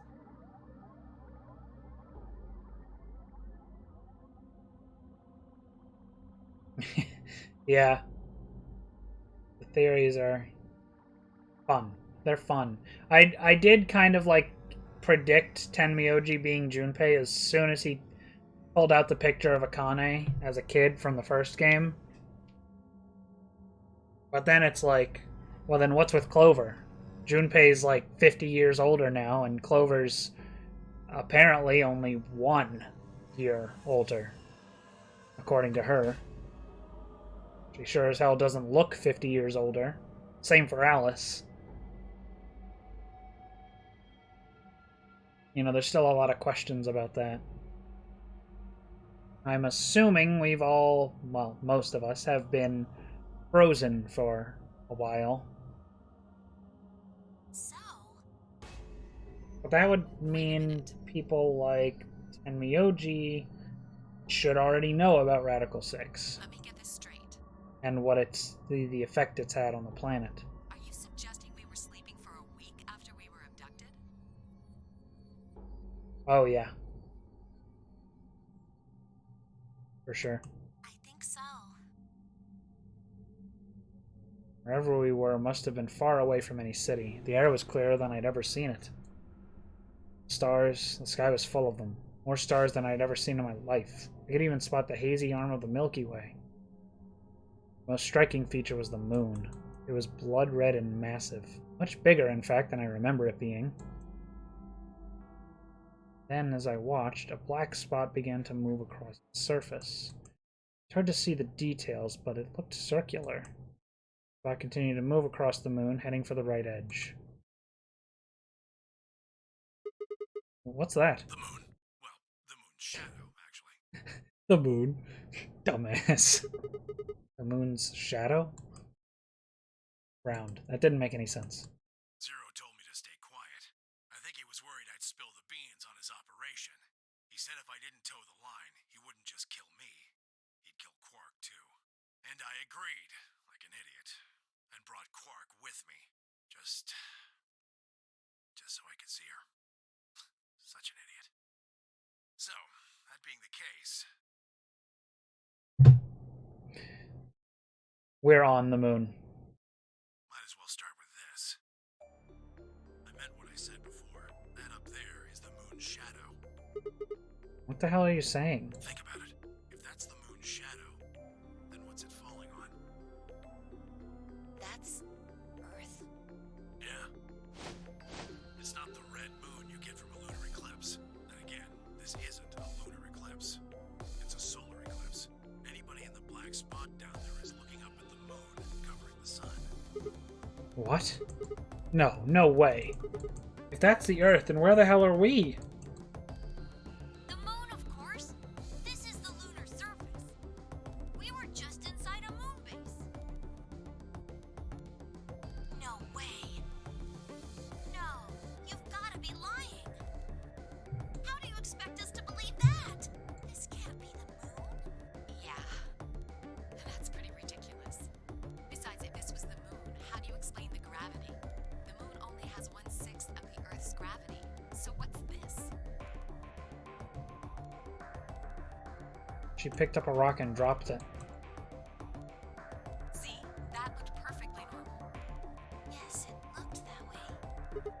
Luna? You were right about the gravity in a way. I was one of the people who knew this wasn't Earth. Well, I suppose I'm not people, if we're being honest, but... Excuse me? What? Please just listen. Alice, you were infected with Radical 6. Then we gave you the Excelivir, which cured you. The Radical 6 isn't completely gone, though. Some of its symptoms stick around for a while. Yeah. What symptoms? Well, Radical 6 can slow down your brain's processing speed by the root of 1/6.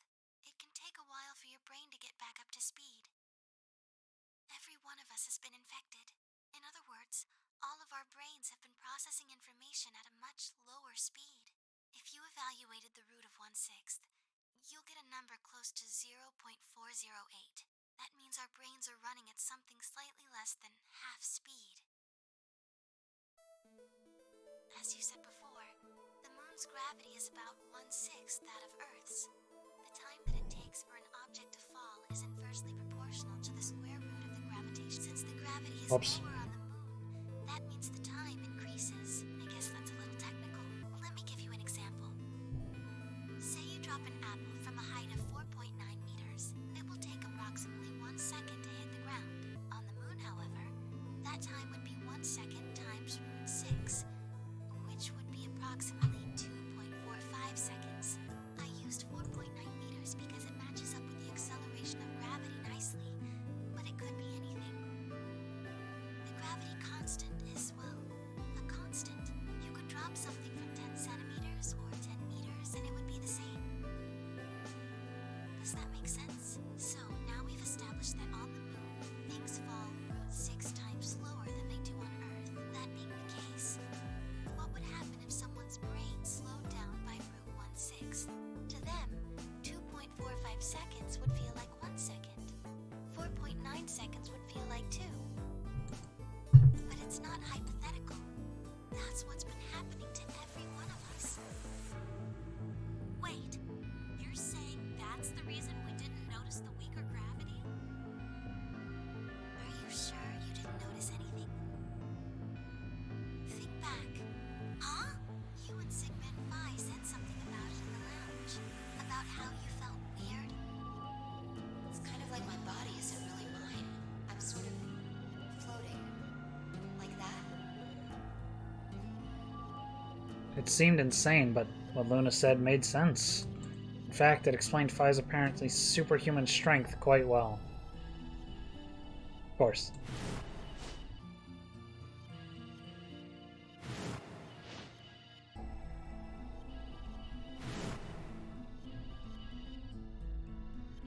Get his ass. Yeah.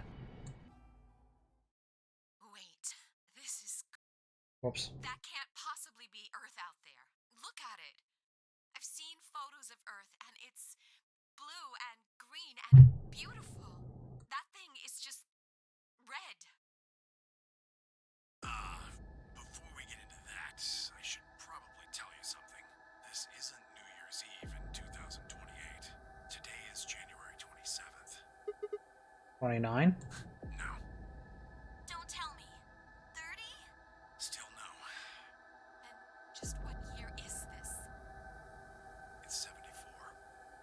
2074. No.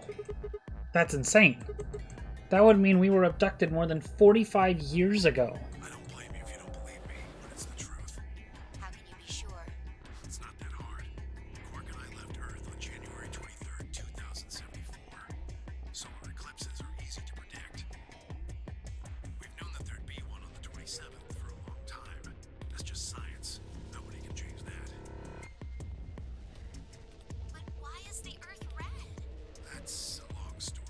About 45 years ago, on April 13th, 2029, there were 18 annihilation reactors operating in various parts of the world.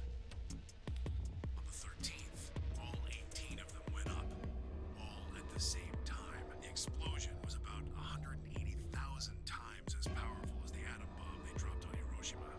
Jesus. What? Why? I suppose it started a few months before that.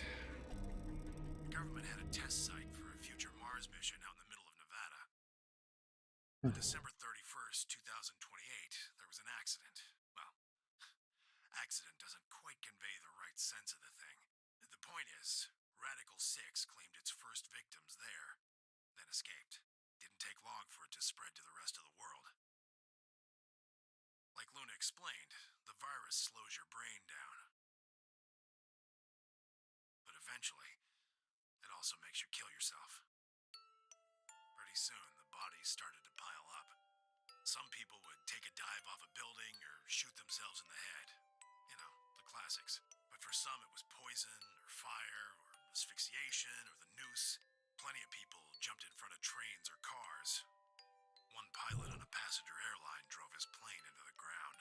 Most forms of transportation ground to a halt pretty fast. That meant food couldn't get distributed, and thousands of people who weren't even infected died from starvation. Everywhere you went, there were just piles of corpses, covered in flies and rats and crows. I don't know what hell's like, but I imagine it's a lot like that. After a while, people who managed to avoid getting infected started trying to get in touch with one another.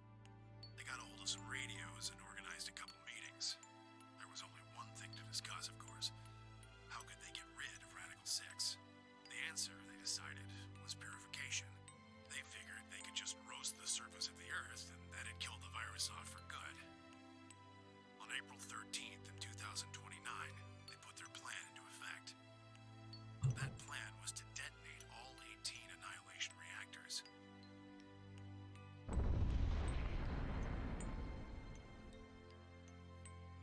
Now the truth is, that's mostly just rumor.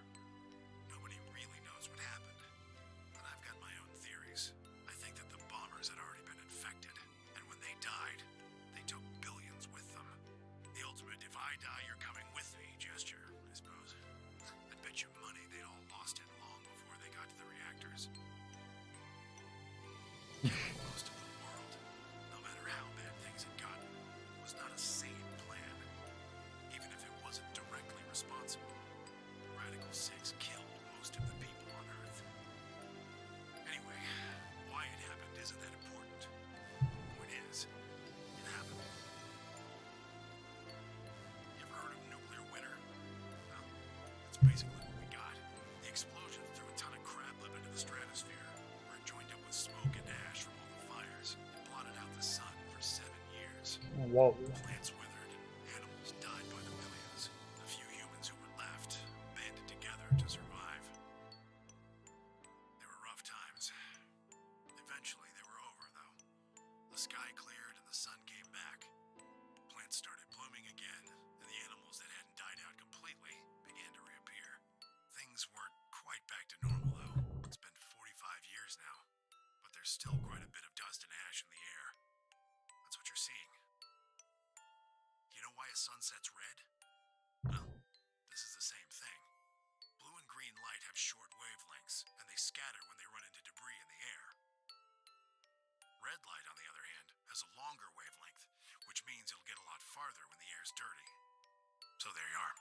The Earth looks red because that's the only color of light that can make it through the atmosphere. I was speechless. What could I possibly say? There was no reason for Tenmyoji to lie to us. So we were standing on the moon, looking at the Earth. It was 2074. But why? Why were we there? Why were we then?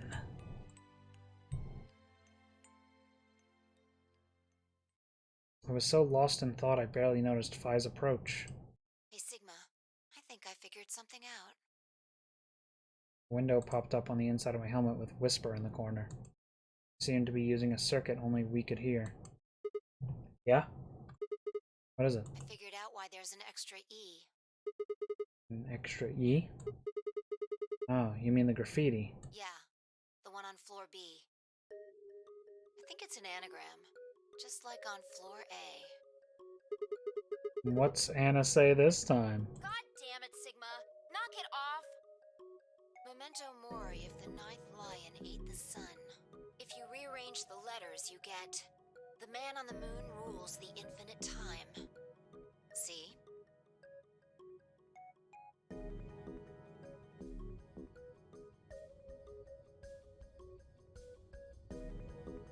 You need 6 E's to get that. So they stuck an extra one in ninth. Man on the moon rules the infinite time? I think it's a message for us from Zero Senior and Akane. Remember what she was telling us? We created the AB project for one purpose. To transport the consciousnesses of 2 people into the past. Those 2 people are you, Sigma, and you, Vi. So, what are you getting at? My god, you're slow. You don't get it? They're saying we rule the infinite time. Infinite time. They weren't just talking about having us jump a couple hours. I think they're planning to send us back. Way back. I had a feeling. Wait a minute. Are you saying you think they're gonna send us back 45 years? Yeah. I'd bet on it. So the ultimate purpose of the AB project is to send us back in time to that catastrophe Tenmyoji was talking about? I think so. That doesn't make sense, though. I mean, we came from the same time period. Before it, actually. So why bring us here and then send us back? Well, Akane should be able to tell us the rest. Let's go pay her a visit. Do you know where she is? I've got an idea. Come on, think. Remember what she said when she gave you the key?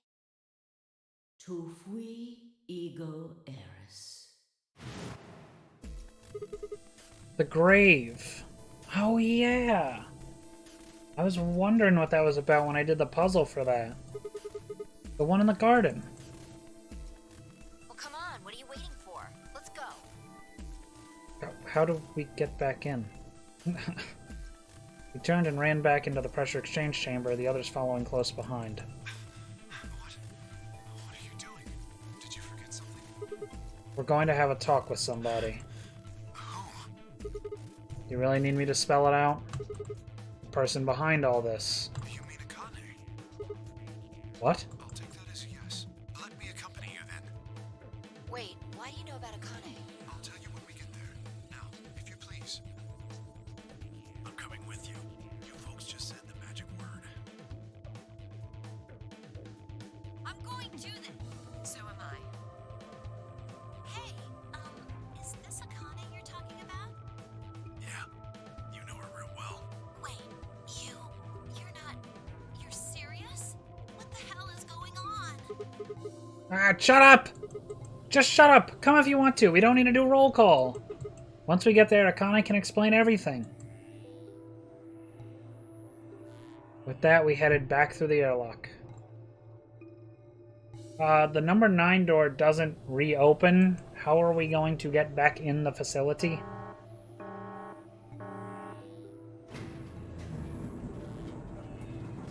I guess I can just kind of disable that. The game is over after all.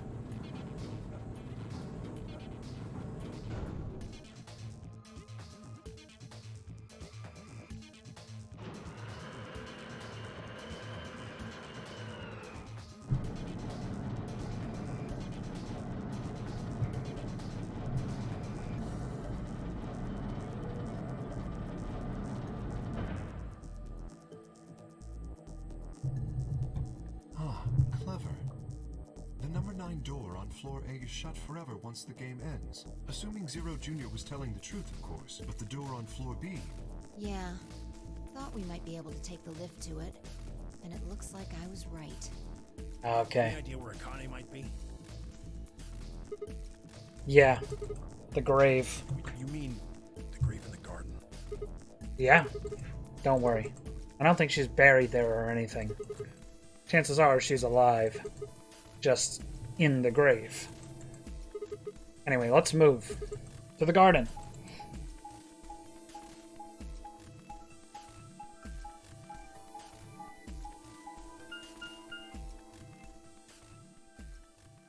I wonder what the B stands for. I don't know if they ever explained that yet. Why it's a bee garden. What is the bee?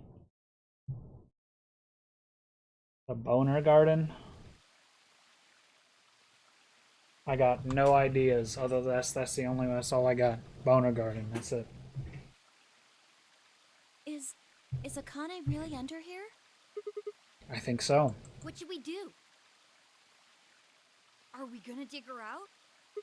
No, I don't think we'll have to do anything like that. See that keyhole in the grave? If I just insert this here, pulled the key off my ankle and fitted it into the hole. I twisted it to the right until I heard something unlock. A quiet grinding, the grave began to shift.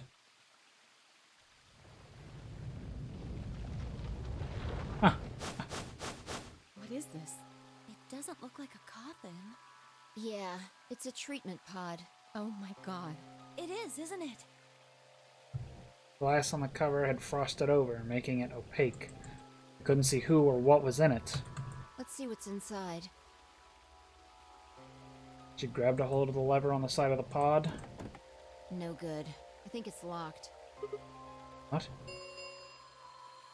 Treatment pod TP00. Stage 1 defrosting complete. Stage 2 will be complete in 10 minutes.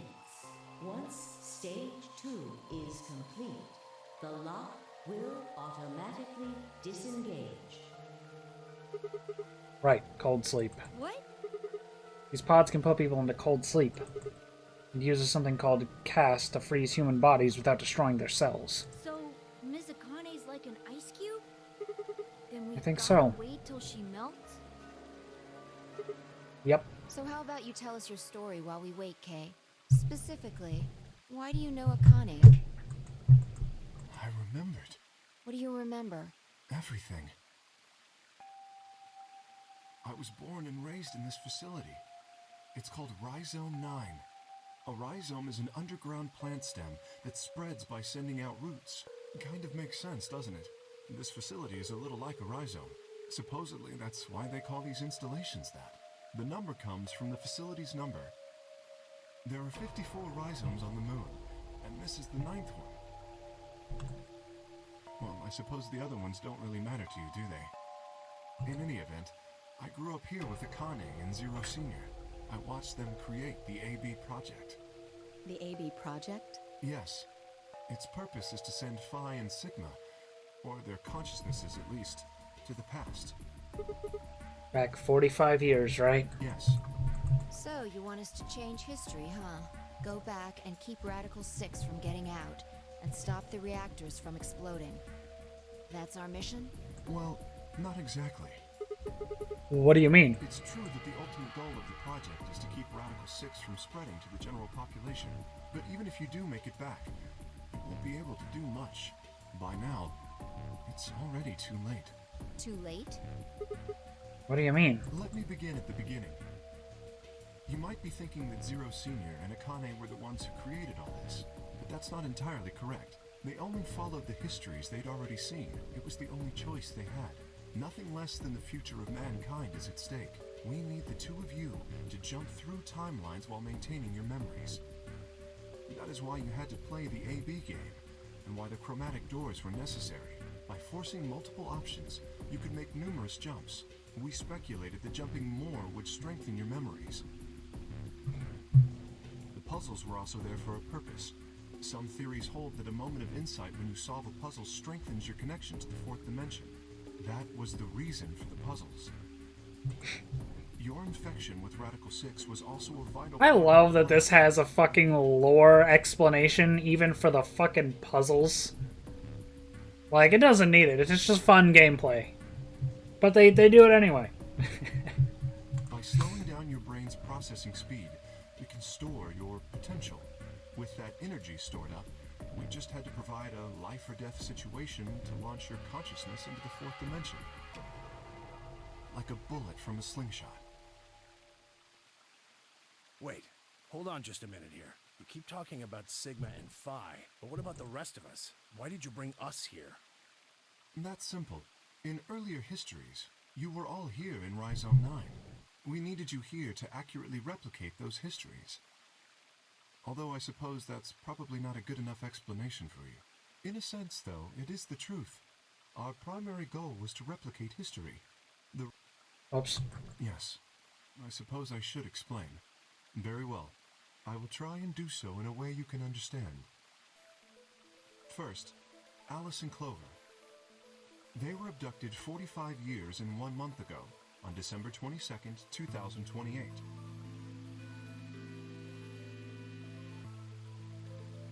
The location is Earth, of course. More specifically, Los Angeles, California, correct? Yes. Yeah.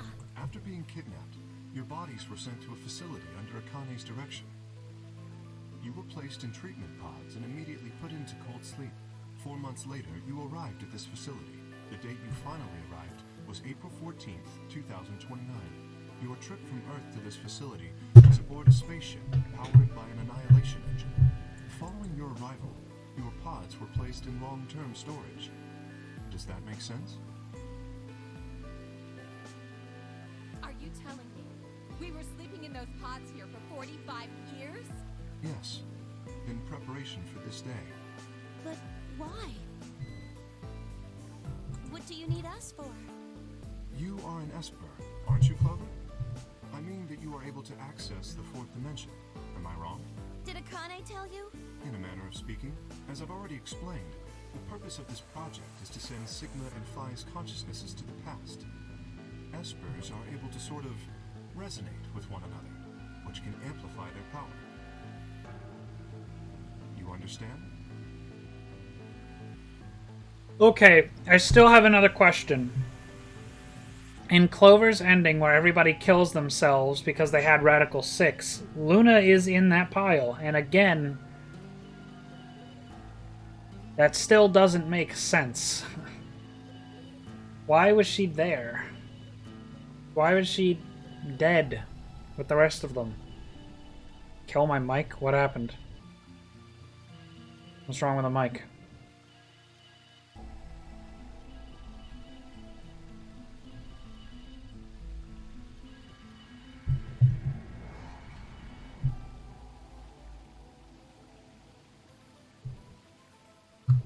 This is why we brought you here, Clover.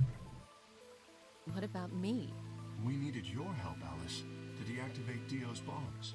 Huh? But I didn't do anything. But you did. In another history, you were able to perform a prime decomposition on the 25-digit integer that Dio left behind. Only you could do that sort of thing.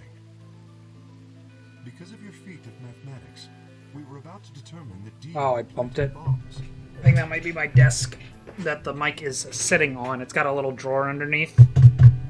It's probably what made that noise. Because I had my leg up.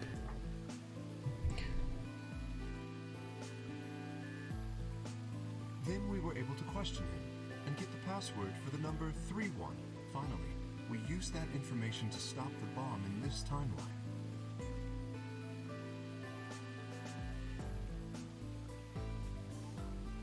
Without your help, Alice, we would have been reduced to nothing more than so much space dust. This history exists because of your presence. Now, let me explain why we needed Tenmyoji and Quark. Tenmyoji is simple. We needed you for the same reason we needed Clover. You are able to access the fourth dimension. Almost half a century ago, you used that ability to save a young girl, didn't you? Yeah, I did. We needed you to resonate with Sigma and Phi, so we brought you here. All it took was a messenger. Do you want to see Akane? If you do, come with me. I was a fool and fell for it. And you brought Quark with you. In fact, you insisted that he come. Yeah, I know. I guess you were worried about leaving me alone, huh? He kept saying he couldn't run off to the moon and leave me behind. I'm sorry, Quark. If I hadn't been so stupid and selfish, none of this would have happened to you. I never thought this would happen. Can you ever forgive me? Oh, don't worry about it. I mean, I agreed to come with you. I thought the moon would be way more interesting than boring old Earth. What kid would turn that down? We didn't see the messenger after we got on the ship. It was on autopilot. As soon as we got in, it headed straight for the moon. During the trip, Zero told me to keep quiet once we got there. I don't remember anything after we landed. Then there was a bunch of that white smoke, and we passed out, and when I woke up, I was in the AB room. Now, Dio. His real name is Left, and he's the leader of a terrorist organization called the Myrmidons. He was ordered to come here. The Myrmidons are under the control of an organization called Free the Soul, which is in turn controlled by a man known as Brother. It was Brother who orchestrated the release of Radical 6 into the general population 45 years ago. Do you remember what Phi mentioned earlier? The ultimate purpose of the AB project is to change history and keep Radical 6 from being released. If we succeed, that would be bad for Brother and his organization. Our success would prevent them from creating the ideal world they're working toward. That is why Brother sent Left, his trusted lieutenant, to this facility. They needed to stop the AB project. So, Dio was given two tasks. The first was to eliminate Akane, the architect of the AB project. The second was to join the AB game and win it. If Dio won the game, the AB project would not be completed, at least not in that timeline. In other words, in that world, the project would have been stopped. If things didn't go as planned, Dio was given a contingency plan. If you cannot murder Akane and win the game, destroy Rhizome 9, hence the bombs. Can I ask you something? Perhaps. How did Brother know about the AB project? He was also an Esper. Really? We can set Brother aside for now, though. May I proceed? Unobjected. We were all curious. Excellent. That explains everyone, save two, Luna and myself. Sigma and Phi already know the truth about Luna. I don't believe I should reveal any more, however. I think it would be more appropriate if you could ask Luna yourselves at a later time. Would that be all right with you, Luna? Yes, that's okay. As for me, as I said before, I was born and raised here. The rest of you were brought to this facility, but I've never left. That makes me someone close to Zero Senior and Akane. Hey, who is Zero Senior? You've already met him, Sigma, in another timeline. Yeah, well, I saw a hologram. I still don't know who he is.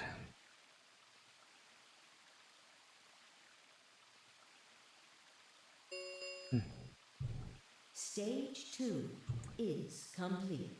TP-00 unlocking. It looks like it's finished. Shall we open the pod? Yeah, let's do it.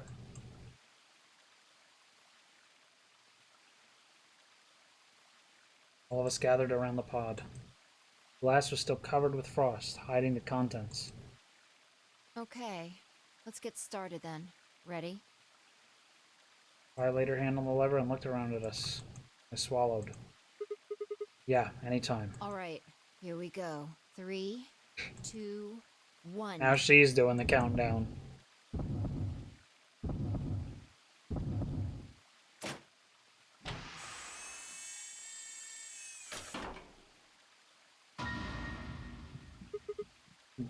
What?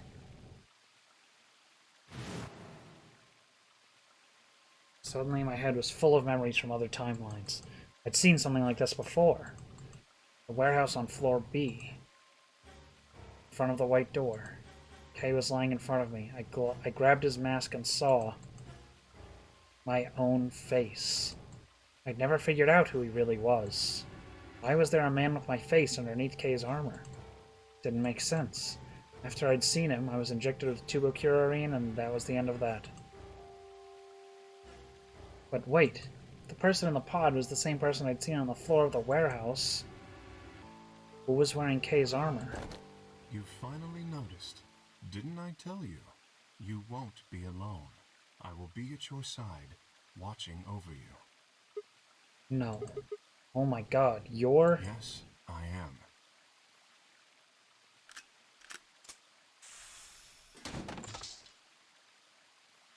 Akane Kurashiki. No shit.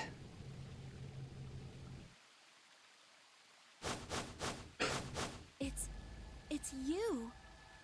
June. I mean, Akane from... But you're old. Yes, that's correct. I haven't spoken to you in a very long time, Clover. Or you, Junpei. Junpei? Akane, long time no see. I could barely hear what they were saying. My mind was still reeling. Felt like all the air had been knocked out of me, and it was all I could do to not collapse right then and there. When? How long? Do you remember when the two of you saved me in the warehouse? Once you saved me, you went back to your future. Well, your minds did, at least. I carried your bodies to the third AB room, and then took Dio's to the fifth.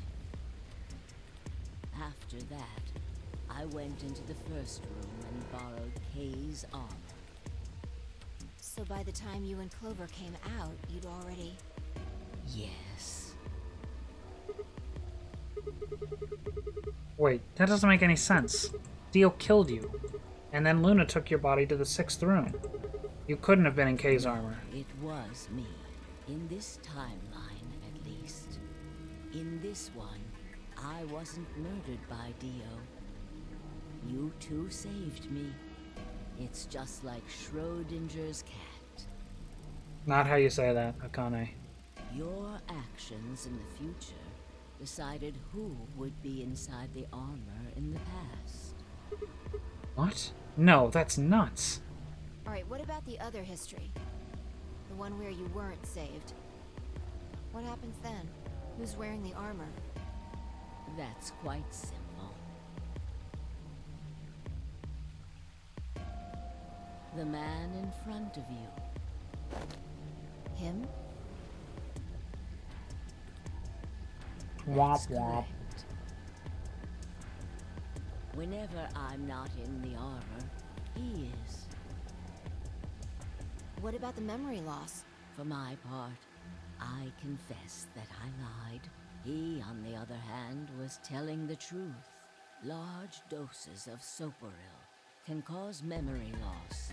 I gave him a rather large dose. So, who is he? You've never seen him before? No. What about the rest of you? I have no idea who he is. I've never seen him before. Me either. Total stranger. Hey, come on, what are you guys saying? Right here? Same face? Huh? Huh? Are you alright, Mr. Sigma? Did you hit your head or something? Huh? What? Didn't make any sense. Why didn't they recognize me? Sigma, your consciousness can jump through time. You can inhabit your body in the past or in the future. What does that mean? Don't you get it? You've jumped to the future from 45 years ago. I looked around frantically. Pond. I ran threw myself down onto my knees. Crawling onto all fours, I approached the edge. My heart was hammering inside my chest. A cold sweat trickled down my spine. Calm down. Calm down. Calm down, damn it. I struggled to take deep breaths. Then slowly, I peered into the pond, looking for my reflection. What? No. This can't be real. This face. It's your face, Dr. Sigma Climb.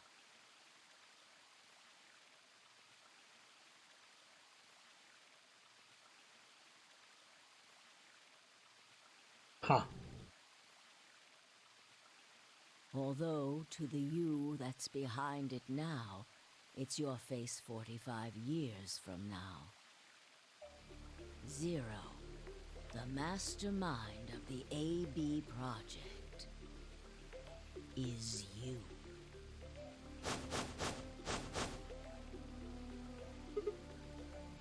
What? No, that's not possible. That's bullshit. No, it's the truth. Fighting it isn't going to do you any good. Please, Doctor.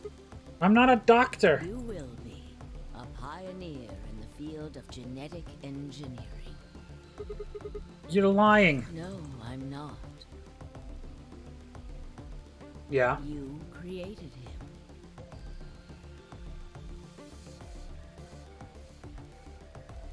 Well, I suppose I should say you are going to create him. Create? His name is Kyle Klein, your clone.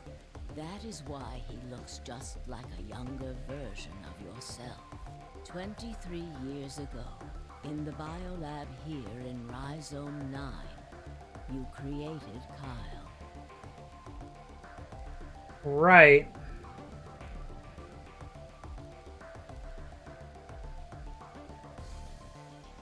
Right, he said that, but...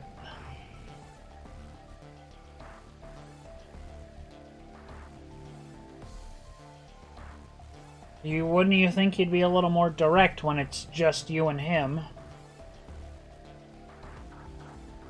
Well, I suppose for you, that's still in the future.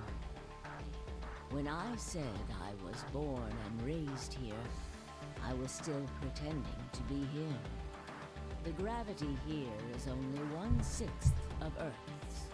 If nothing was done, the reduced gravity would cause his bones to be weaker than normal human ones. But you prepared for that. You gave him that armor.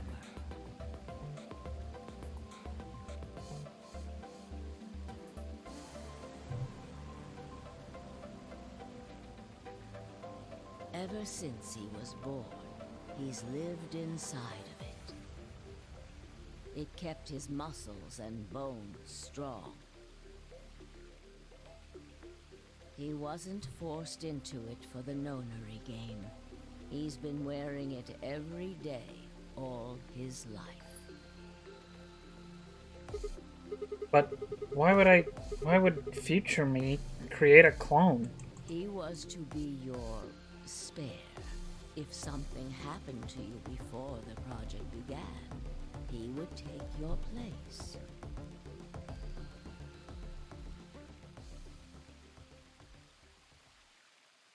I mentioned before that the AB projects A and B stood for after and before.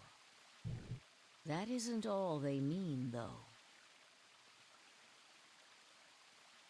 Right, Kyle. The A also means anima, and the B means body. Anima is another word for the soul or the consciousness. Body is, well, exactly what it says on the tin. The past consciousness will go into the future body, and the future consciousness will go into the past body. They switch. That was the chief goal of the project. Wait, so the future person goes into the past person? Sigma, do you remember the note you found in the garden? You mean this, right? Yes.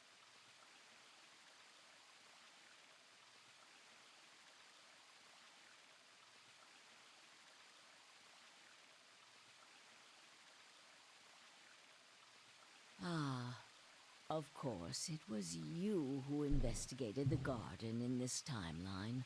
Yeah. Sigma, take a good look at this. It's an illustration of the time jumps your consciousness is making. A is where everything began. December 25th, 2028.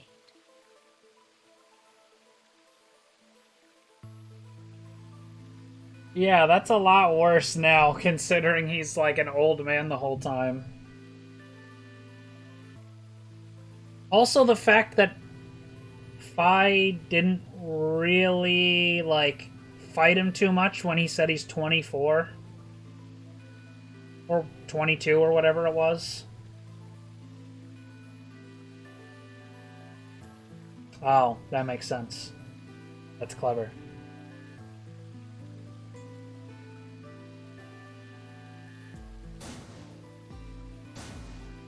Like, Fi mentioned it, like, called him a grandpa or something, but that was it. She didn't, like... She wasn't like, you literally have, like, gray-ass hair and wrinkles or anything. She just called him a grandpa. I feel like if he's saying he's 22... Well, yeah, that's fair. I mean... As a young man around that age myself, still, freak behavior.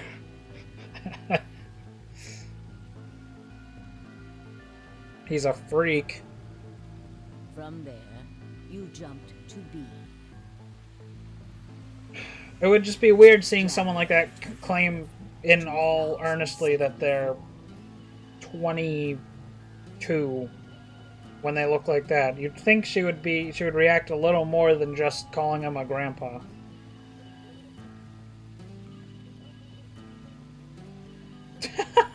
That's funny. You woke up in one of the AB rooms in Rhizome 9. You are in your own body, but it is 67 years old. Your consciousness has jumped 45 years into the future. I believe that may explain why you didn't notice the reduced lunar gravity. The body you woke up in was much older. Normally, you would have noticed that your muscles were much weaker. In this case, however, the lower gravity balanced that out.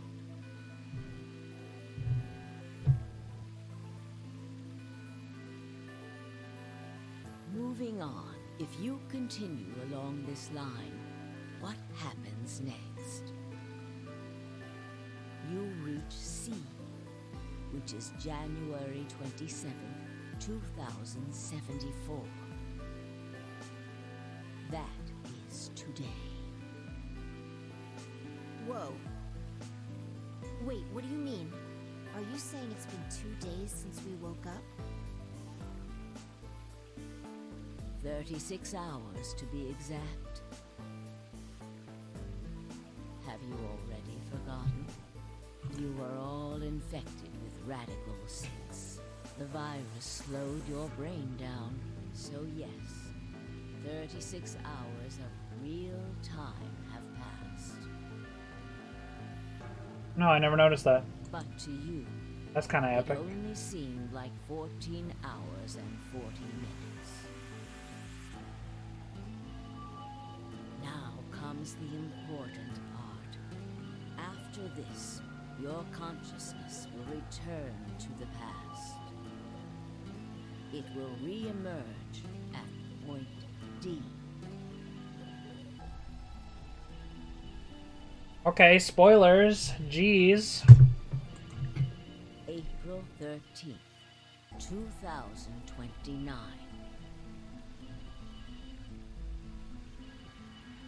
You will return to your younger body. But that's the same day as the reactor explosions. Yes. That is why I said it will be. Well, I didn't know that. I don't have the I don't have the damn game, like, physical. It's all on Steam. You will return to the past, but the events you would want to prevent will have already happened. The story does not end there, however. The line continues. After reaching... You are steaming. You will eventually return to B.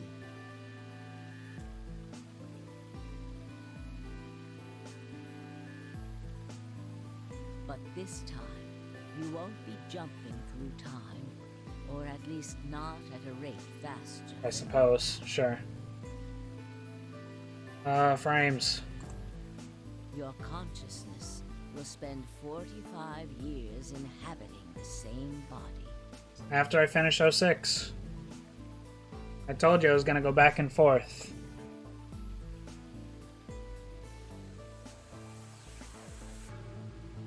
I got one story to play on that. Until you reach point B.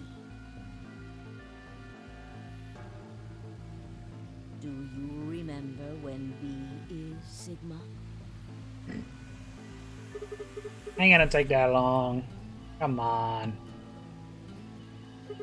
January 25th, 2074. According to what you just told us, it's 36 hours ago. Correct. That was when the consciousness of the 22-year-old Sigma jumped into the body of 67-year-old Sigma. So where did the older version of you go when you took his body? Really? More than the first one.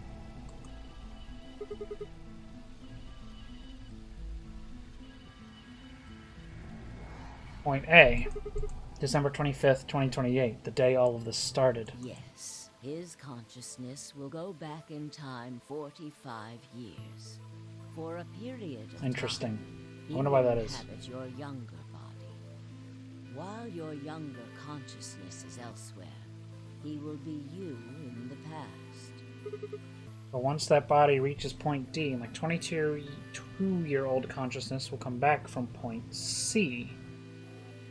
That's correct.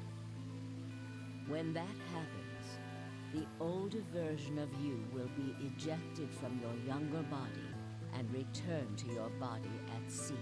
Years? I thought the games were like made together. That's crazy. What? How'd that happen?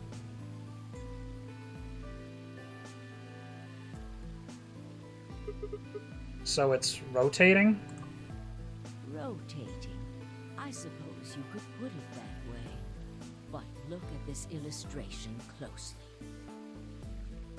What if you take all these lines and untangle them? You get one single line. It may look complicated, but in truth, it's a single straight path. No, there's a fork here.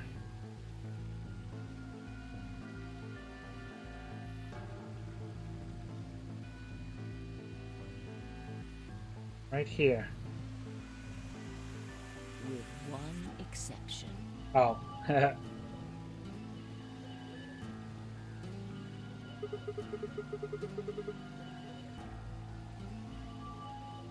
This line here at point E, right? Exactly.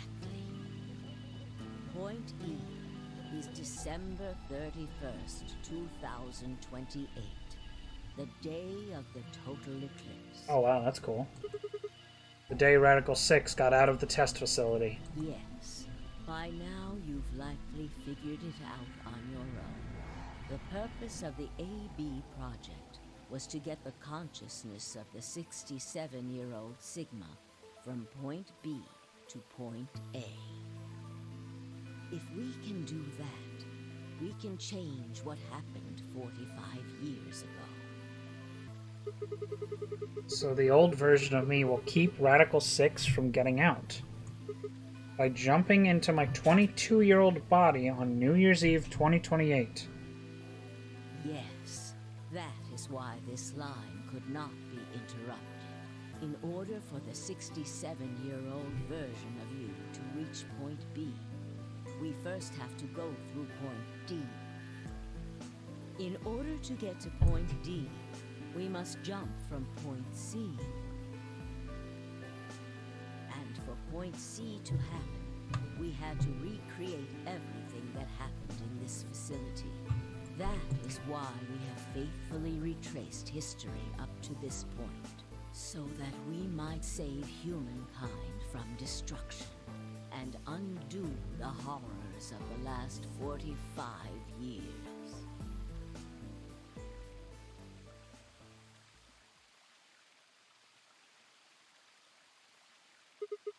Tell me one thing. What is that? You said that point C is January 7th, 2074, which is today. There's going to be a jump, and I'll jump to April 13th, 2029. Yes, that's right. But, look, I'm still old. When is this jump supposed to happen? Very soon. Soon? Yes. And what's going to trigger it? We need potential energy stored to send your consciousness into the fourth dimension. Fortunately, we now have plenty of that. Thanks, ironically, to Radical 6. All that remains is to launch your consciousness, like a bullet from a slingshot. And how do you propose to do that? Didn't I tell you? A crisis. A moment balanced between Oh boy. life and death. That can jumpstart your... And here's Dio's gonna show up and go crazy, right? What do you mean? You haven't figured it out. I mean this. Oh, no, she's just gonna do it herself. Okay. Dio's knife? No sooner were the words out of my mouth. Fi! I screamed and leapt toward them. Akane was already in motion, the knife driving toward Fi's chest. It was almost there.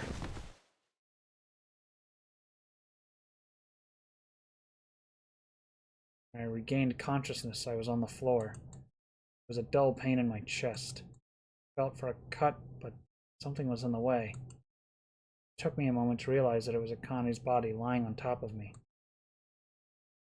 I twisted my neck to look around. Nearby was an old tombstone. On it was written a few words in Latin.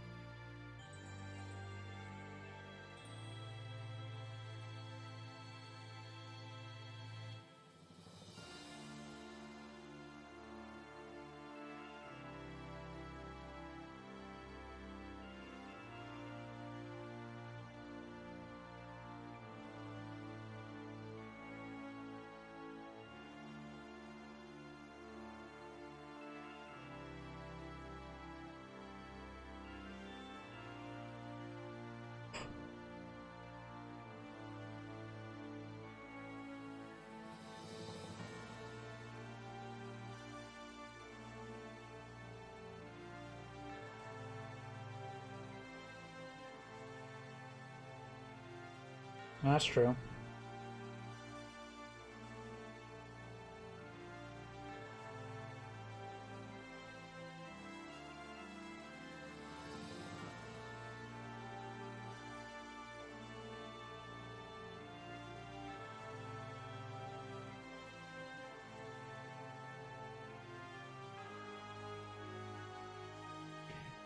But one thing I still don't understand is how Akane got involved in this.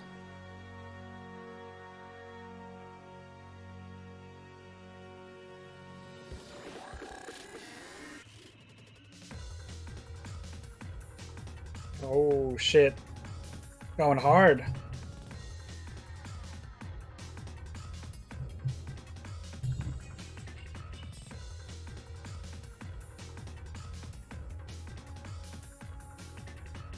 I think the scope of the story in this game and the insane twists are just like way crazier than 999.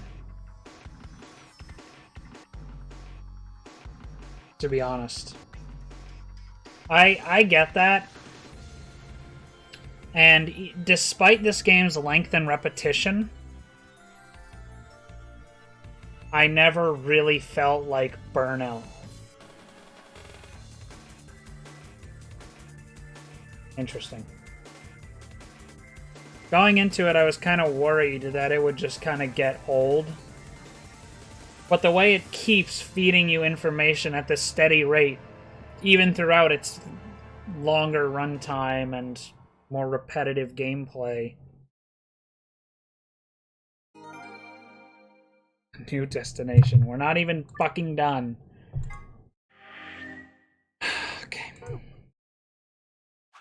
Yeah, of course. Of course we're not done. We have to do the jump back. Yeah, this game is crazy. Also, the massive, and I cannot understate this enough, massive improvement in puzzle design in this game. Huge advantage over the original. Like, these are some brain-busting escape room puzzles. And only a couple times were the solutions kind of, like, annoying or unfair seeming. But that's out of, like, what, 18 puzzles? And that's with doing all the hard modes? Like, extra shit? That is easily the biggest improvement over the original.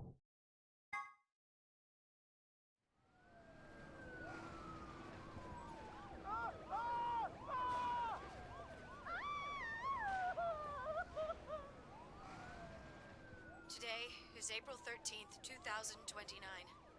And this is the evening news. Unfortunately, I'm sorry. I don't have any news to read. All of our station's reporters have passed after contracting Radical 6. So have my... Excuse me. I've managed to keep us on the air until now. But I'm out of tricks. It's time for me to sign off. I mean, yeah, there was a lot of established, like pre-existing puzzles. And I guess 999's felt more like actual escape rooms. But these puzzles made me think and really figure them out, and it's super satisfying. This concludes our broadcast day. I pray that someday our world can be cleansed of this horrible plague. Goodbye. Jesus. The moment I just stared at the TV, the roar of the static seemed to fill the entire room until with a click it disappeared too. Had the power gone out? I heard footsteps behind me and turned around. You.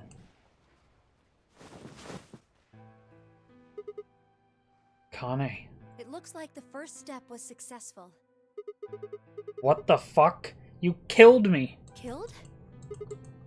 I guess technically you're going to kill me 45 years from now, but still. Hey, no need to be rude about it. I didn't kill you. I hit you with the butt of the knife. You're fine. I'm okay? Yes, you and Phi needed to experience a state of crisis. That was the only way. Me and Phi? Yes, I only told you about you, but we also needed Phi to jump. Quit hating!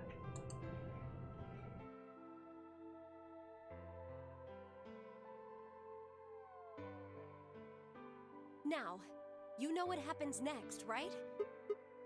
We go to the moon? Correct. We will be leaving tomorrow, April 14th, 2029. We've nearly finished preparing your shuttle. Only a few last-minute checks and additions. You'll be traveling to Rhizome 9, along with 3 treatment pods. Alice and Clover, right? Yes. What about the third one? Who's in there? Phi. We put her into cold sleep 2 days ago. Okay, but like, here's the thing. The motivations behind both Nonary games that she sets up make sense.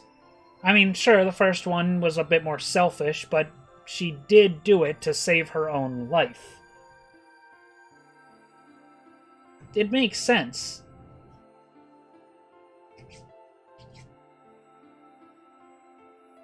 And this one, I mean, she's doing it, well, both of you are doing it to save the whole world.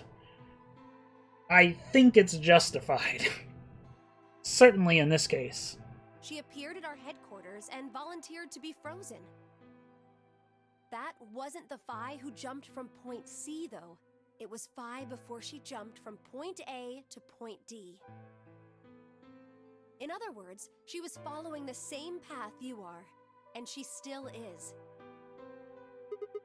That means that after you froze her, the Point C version of her jumped back into her body? Yes, the Point C version of Phi is sleeping in that pod.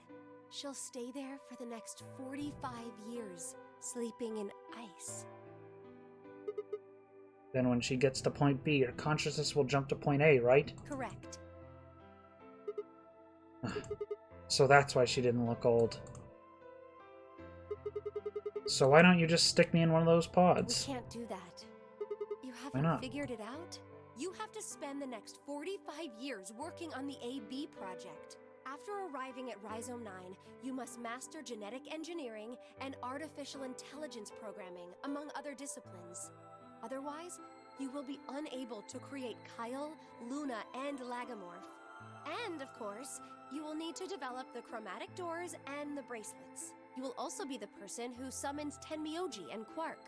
Once you've completed all the preparations, then the project can actually begin. January 25th, 2074. You will defrost Phi and carry her to the third AB room. Once you've done that, the 22-year-old version of you from Point A will force you out, and you'll just go back 45 years to your own body on December 25th, 2028.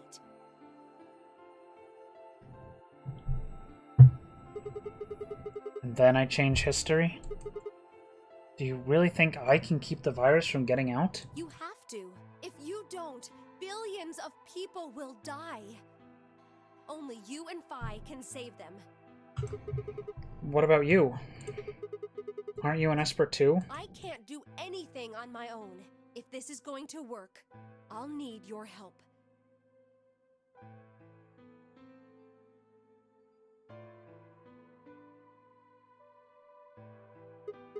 So, what do I need to do? What do you mean? Like, what specific actions do I need to take? When Phi and I jump to Point A, what are we going to do then? You'll both enter the Mars mission test site. And after that? I don't know. I'm sorry. What? I really don't know anything about what happens in there. We don't know how the Radical Six escaped. We don't even know why it was there in the first place. Oh, crap. Then we're screwed. That's why we need your help.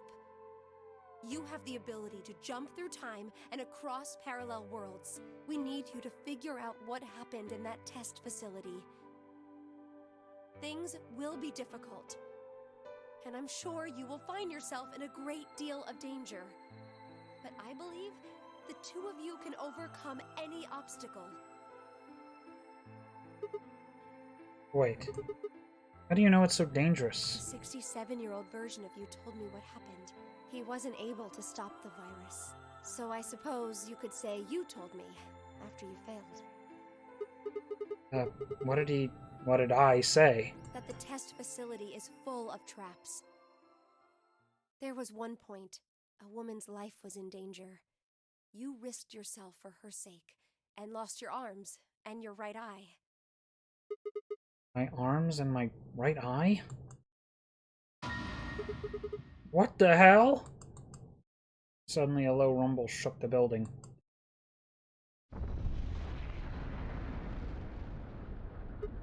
What was that? Go have a look. I moved slowly to the window and peered outside. On the horizon, I could see a massive mushroom cloud climbing slowly toward the sky.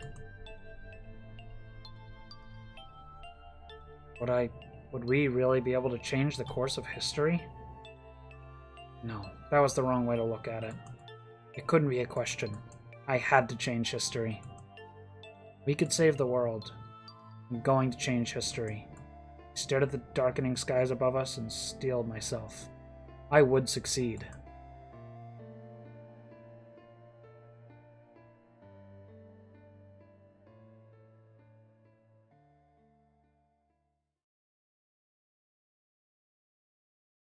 End or beginning.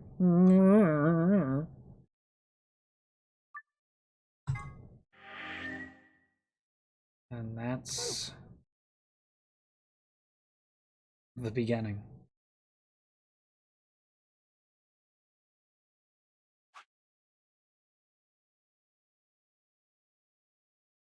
What is this? Why is that not? Oh. We're not done?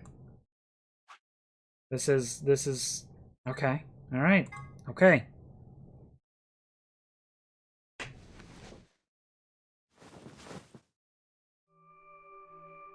Not canon? This part I'm doing right now? Okay. Where? I see you've finally woken up, Kyle. Kyle. Ah, yes. Of course.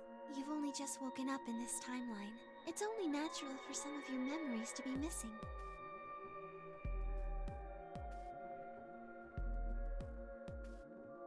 I lurched upright, jumped off the bed, and ran around to the other side of the partition. The mirror over the sink was covered with a film of dirt. I wiped it off with my sleeve, and my reflection stared back at me.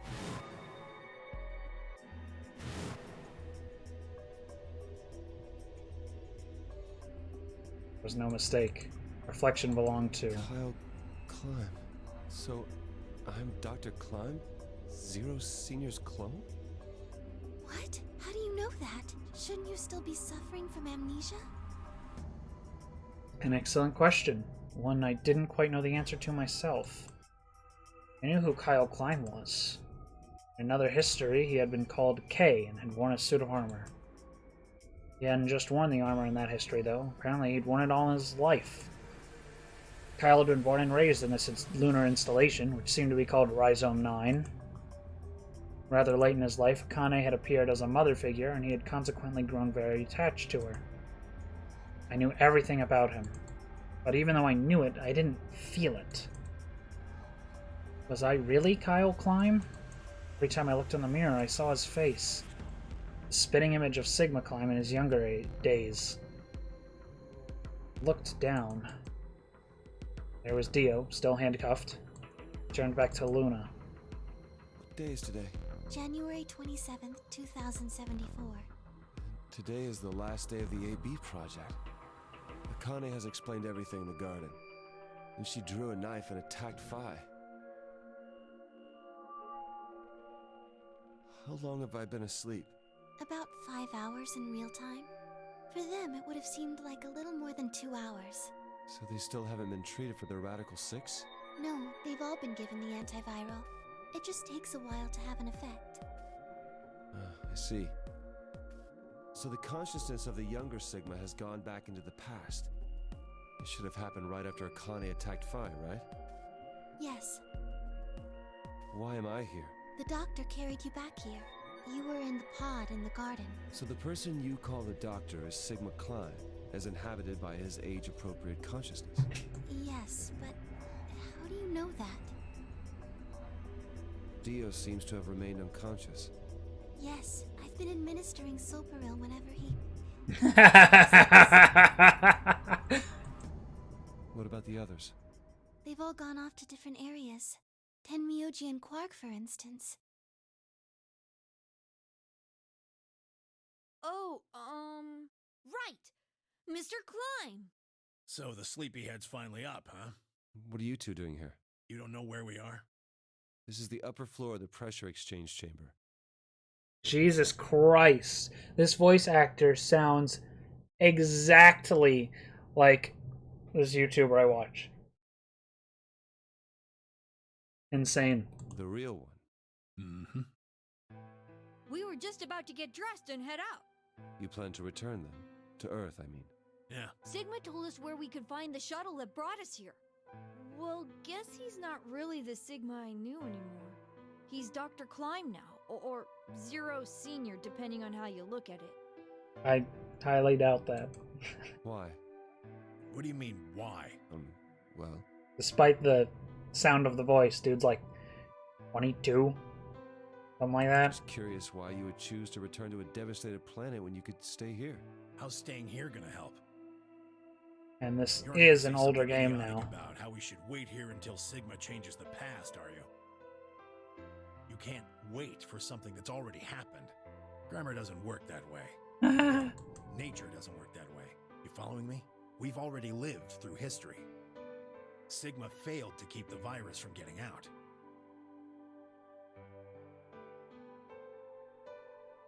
About 45 years ago, Radical 6 created a pandemic, and the antimatter reactors blew up. That all happened. Whatever Sigma does in the past, history's not going to change. In fact, it's because of what he did or didn't do in the past that we've got this past and present. Let me give you an example. Imagine a group of 100 motorcycles driving down an endless freeway. Eventually, they hit a junction. The road splits in two. One freeway continues off northwest, and the other stretches out to the northeast.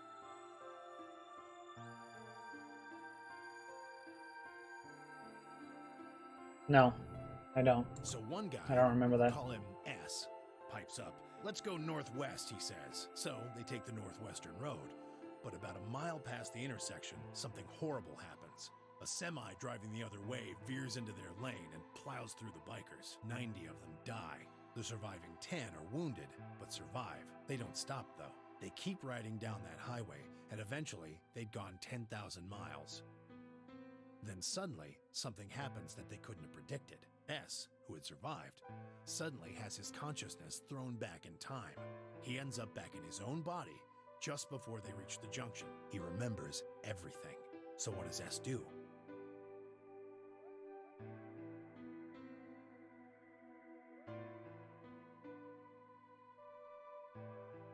Oh, right. I forgot Junpei is Tenmyoji.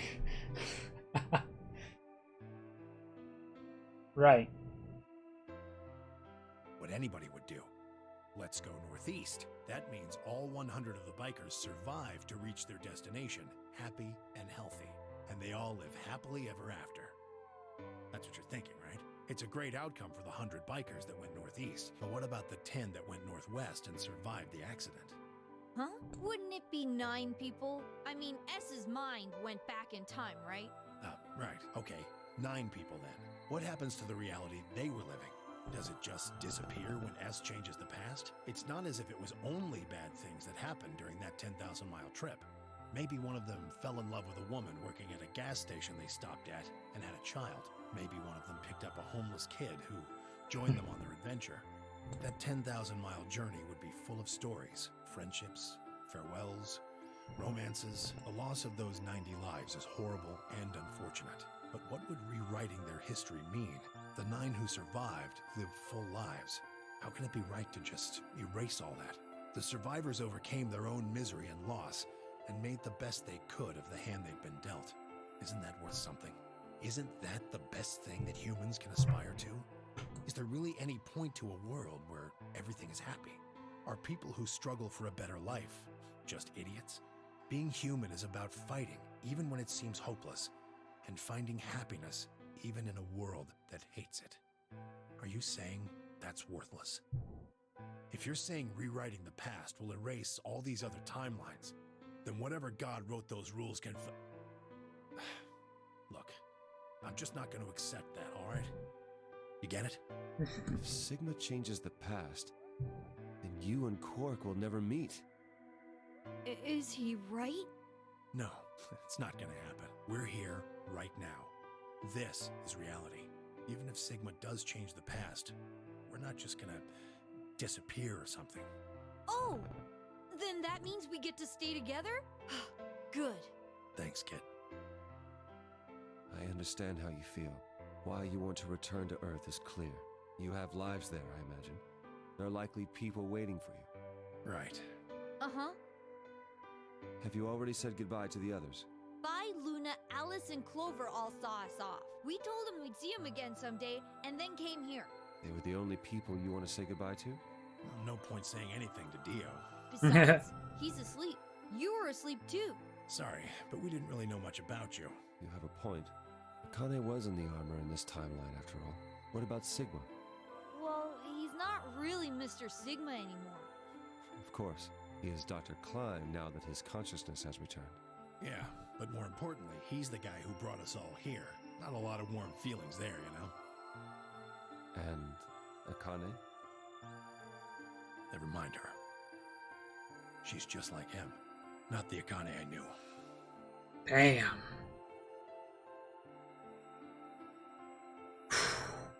That's rough. She must have seen some pretty awful things over the years. Hell, She might not even be human anymore. But the Akane Kurashiki I know isn't here. She's not anywhere. In the end, Clover and I were just pawns. Pawns to be used and then gotten rid of. Still, it's not like we're completely resentful. We had to be here to help change the past. That part's easy to understand. But Kinda sucks, though. I mean, Sigma and Phi have it easy. They get to go back to December 25th in 2028. They'll stop the Radical Six and save the world, and then they'll have a nice, normal future to look forward to. In other words, they get to go back to Point E and just enjoy history like it was supposed to happen. But we don't. We're stuck with Point C as our starting point. You told us about Tenmyoji's story, right? The one with the motorcycles? It would be like if Alice and I were kidnapped right before the intersection. Then whoever grabbed us takes us to wherever the bikers are going, 10,000 miles to the northwest. Don't get us wrong. We know why we had to be here. Without us, S's consciousness wouldn't have been able to go back to right before the intersection. If that couldn't happen, then the fate of those 90 dead bikers would be sealed. But it's still not the best situation for those of us left in the Northwest. We're stuck in the reality where the 90 bikers died. are we just supposed to go live on Earth? It's a wasteland now. And what about our friends and families? We left a whole world behind 45 years ago. Even if it is for the greater good? It just doesn't seem fair, does it? Yeah, it's a little bit much. So we went and talked to the old lady. Feel bad for Snake. She told us that there is one way. One way we could get back to the past. Let's say you do go back to the past. Wouldn't that cause your minds to get thrown back here? That seemed to be how Sigma and Phi's jumps worked, at least. Yes, you're right. But this is different. Different? From what she said, it sounds like there's a way we can send our bodies back in time, too. Oh, really now? We've got time travel in this universe now, huh? That's ridiculous. It would create a paradox. How could you have two Clovers and two Alices at the same time? Yeah. But that wouldn't happen. Akane says there's a way around that. How on earth does she plan to do that? Schrodinger's cat.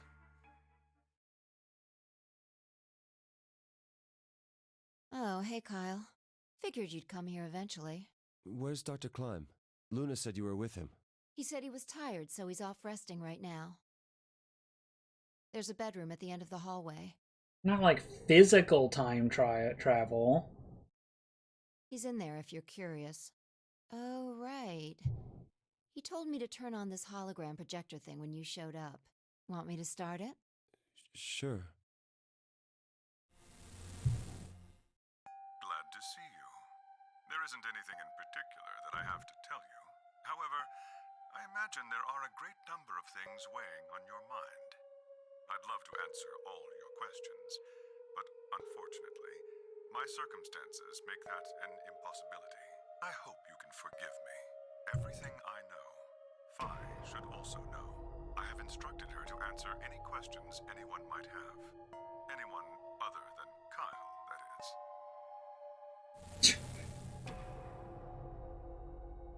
What does he mean, other than Kyle? Who knows? Is there anything you want to ask? Right, well, I guess I may as well cut to the chase. Just who are you, Phi? I'm not Superman, that's for sure. And I'm not Batman or Spider-Man or Aquaman or a Merman or a Wolfman. I'm not a Brahmin or Kamen or Ramen. I'm not a Cayman either, so you really don't need to worry about anything. Please don't dodge the question. About 5 hours ago, Akane attacked you with a knife. That triggered something which sent your mind back to the past, correct? Specifically, you were sent to Point D, April 13th, 2029. On that date, your body was already in Akane's custody. Although by then you were in cold sleep, you wouldn't have regained consciousness, but your mind was now inhabiting that body. That pod was your home for 45 years. You slept there, frozen, until the time was right. Then on January 25th, 2074, you were, even though you didn't wake up. Still unconscious, you were carried to the AB room. That was when your consciousness changed bodies again. A version of you from December 25th, 2028 arrived, pushing you out and sending you back to December 25th, 2028. This is when you finally woke up. In 2028, you found and joined forces with Sigma, whose older mind was inhabiting his younger body. Together, you attempted to infiltrate the Mars mission test facility. Unfortunately, your plan failed. The Radical Six did escape on New Year's Eve. That failure determined the path you followed. Instead of going along the line that branches out to the right from point E, you headed straight to point D. Point D being April 13th of the following year. That was the day that you made your way to Akane's hideout and asked to be put into one of the treatment pods. Another consciousness enters your body around that time from the future. It is, of course, the version of you that left your body when Akane attacked you in the garden. This caused the two versions of you to swap places.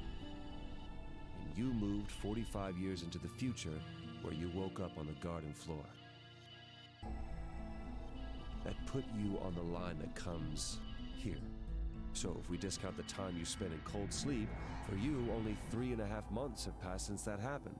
That being when you were sent back into the past from the garden. Have I missed anything? No, everything you talked about you got right. Well, what do you mean by that? I'm kind of an unknown variable in this equation. You could think of me as a kind of X factor. It's taken me the last 3.5 months to understand it. I haven't understood anything in the last 3.5 seconds. Could you please explain? It's kind of like the relationship between classical mechanics and modern physics. Strictly speaking, you can't combine velocities with v1 plus v2. v1 plus v2 divided by 1 plus v1 times v2 over c squared is the actual equation. Of course, the sort of velocities we encounter in day-to-day life don't come close to being c squared, which is the speed of light squared. That means that 1 plus v1 times v2 divided by c squared is usually going to evaluate to something pretty close to 1. Since that would mean dividing by 1, it's usually okay to just skip that step and use v1 plus v2.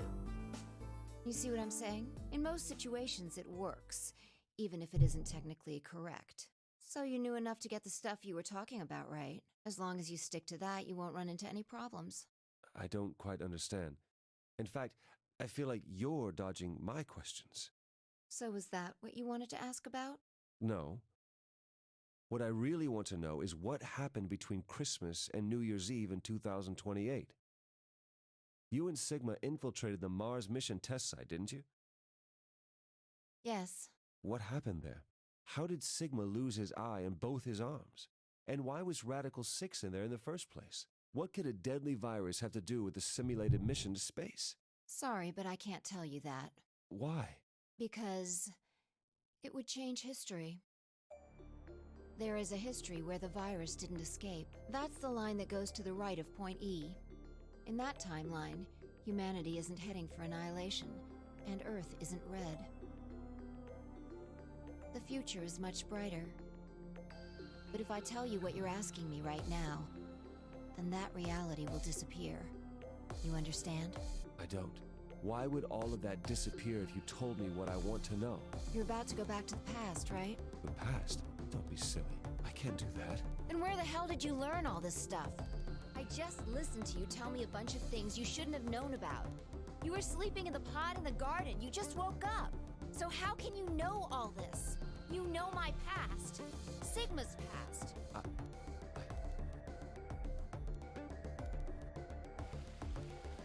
Is that the next game? I shall give you your answer. The Mars mission? I figured it would be. You are not Kyle Klein. Your body is Kyle's, but your consciousness is not. Think about it. Do you really believe you are Kyle? Or could you be someone else entirely? Then, where is the real Kyle's consciousness? He was thrown out when you entered. Right now, in a manner of speaking, he has arrived at December 25th, 2028. His consciousness has gone into a body from that time. I doubt you know how much the Doctor loves Kyle. He raised him on his own. Kyle is irreplaceable. Do you really think he would go back to the past and leave Kyle behind here? I know what I told the others, that Kyle was Dr. Climb's spare, but that was not his only purpose.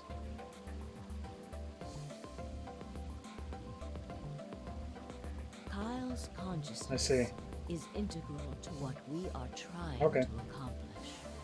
This new mission begins on Christmas and ends on New Year's Eve 2028. Its purpose will be to infiltrate the test facility and prevent the spread of the virus. For this to happen, Kyle is absolutely necessary. And that is why he created him? Yes. So now that my consciousness has entered his body, the Doctor has achieved his objective. Kyle has gone back to 2028 to participate in his mission. Correct. There's one thing that troubles me. Kyle was created before reaching point B from point D. That means his body did not exist on Christmas in 2028. Does that mean he has entered my body? Have we just switched places? I suppose you could put it that way, yes. That's ridiculous. What's going to happen to me? You telling me I have to spend the rest of my life here in this box, living in a borrowed body? No, not at all. You can travel freely through time and space. You are an uncontrolled variable that entered our closed system. As such, the rules of this world do not apply to you. I have no idea what... Please don't try to play dumb. I know what you are. Surely you must know by now, too. You are about to go into the past and save the world. Phi and Sigma, even with all of his future knowledge, will need your help. Only you can right the horrible wrongs of our past. Only you can save the world. There's no way I... Yes, there is. You have to.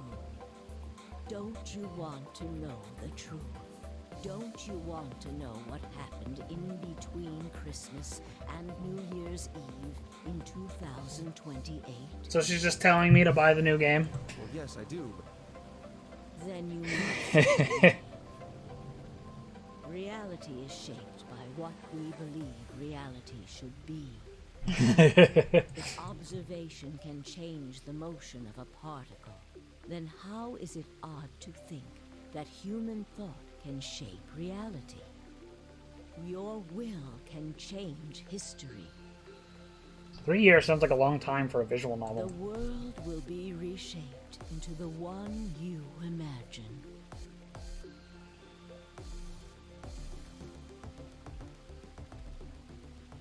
Really? That's a shame. Remember what I've told you. Only you can change history. Only you can save the world. Damn. Oh, good thing it got out. You found it. And with that, 37 hours, game is over. As the Akane ending. Well, future Akane ending.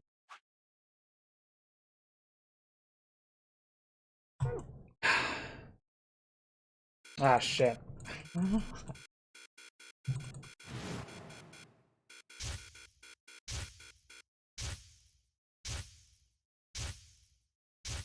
This is different.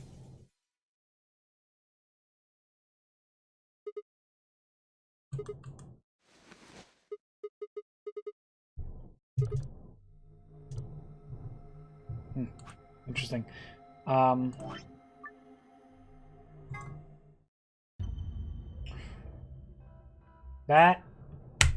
That's that.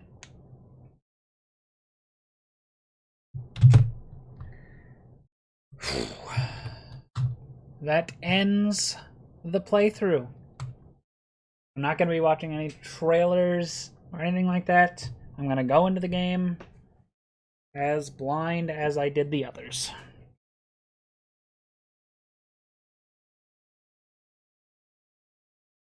Oh, boy. Overall, game is very good.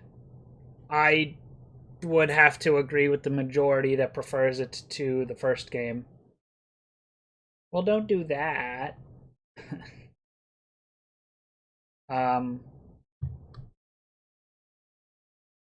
Really, it just comes down to the puzzle design. That is like the biggest advantage VLR has over 999.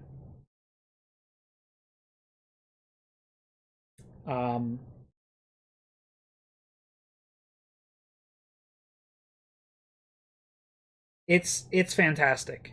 Absolutely fantastic puzzle design. Really fun logic puzzles. And is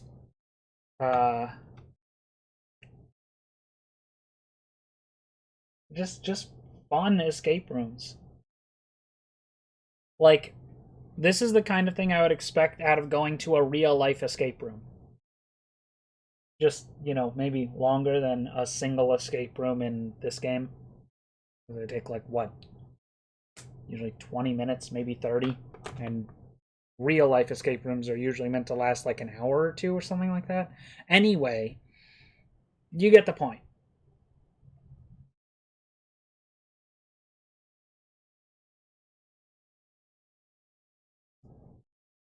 Really, that's surprising.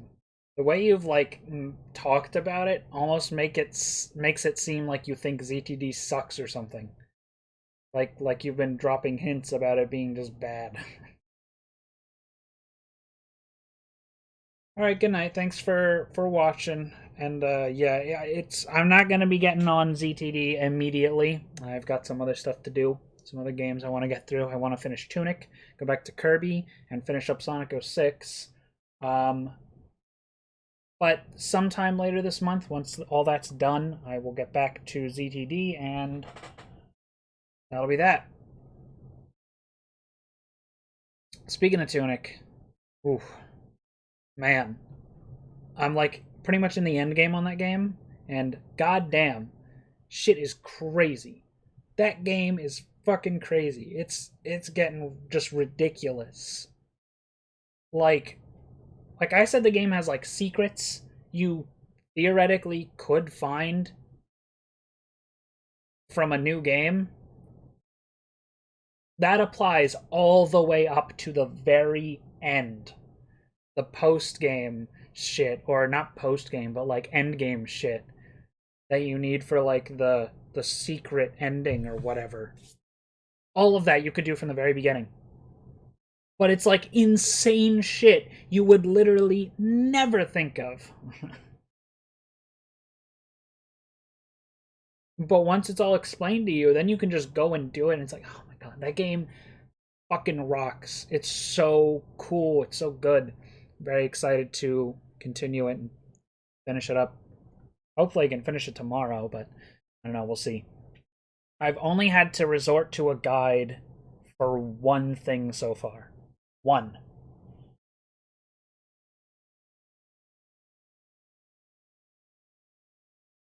Despite how cryptic the game is, cryptic the game can be. But yeah. I don't have too much left to go on that game, so that's almost done. Kirby I gotta get back to. I'm kind of putting it off because Tunic is just better. And then I'll go back and finish 06. And then we'll continue on with these games. Anyway, Thanks for watching. It is bedtime because it's almost 3 a.m. Good night. Bye.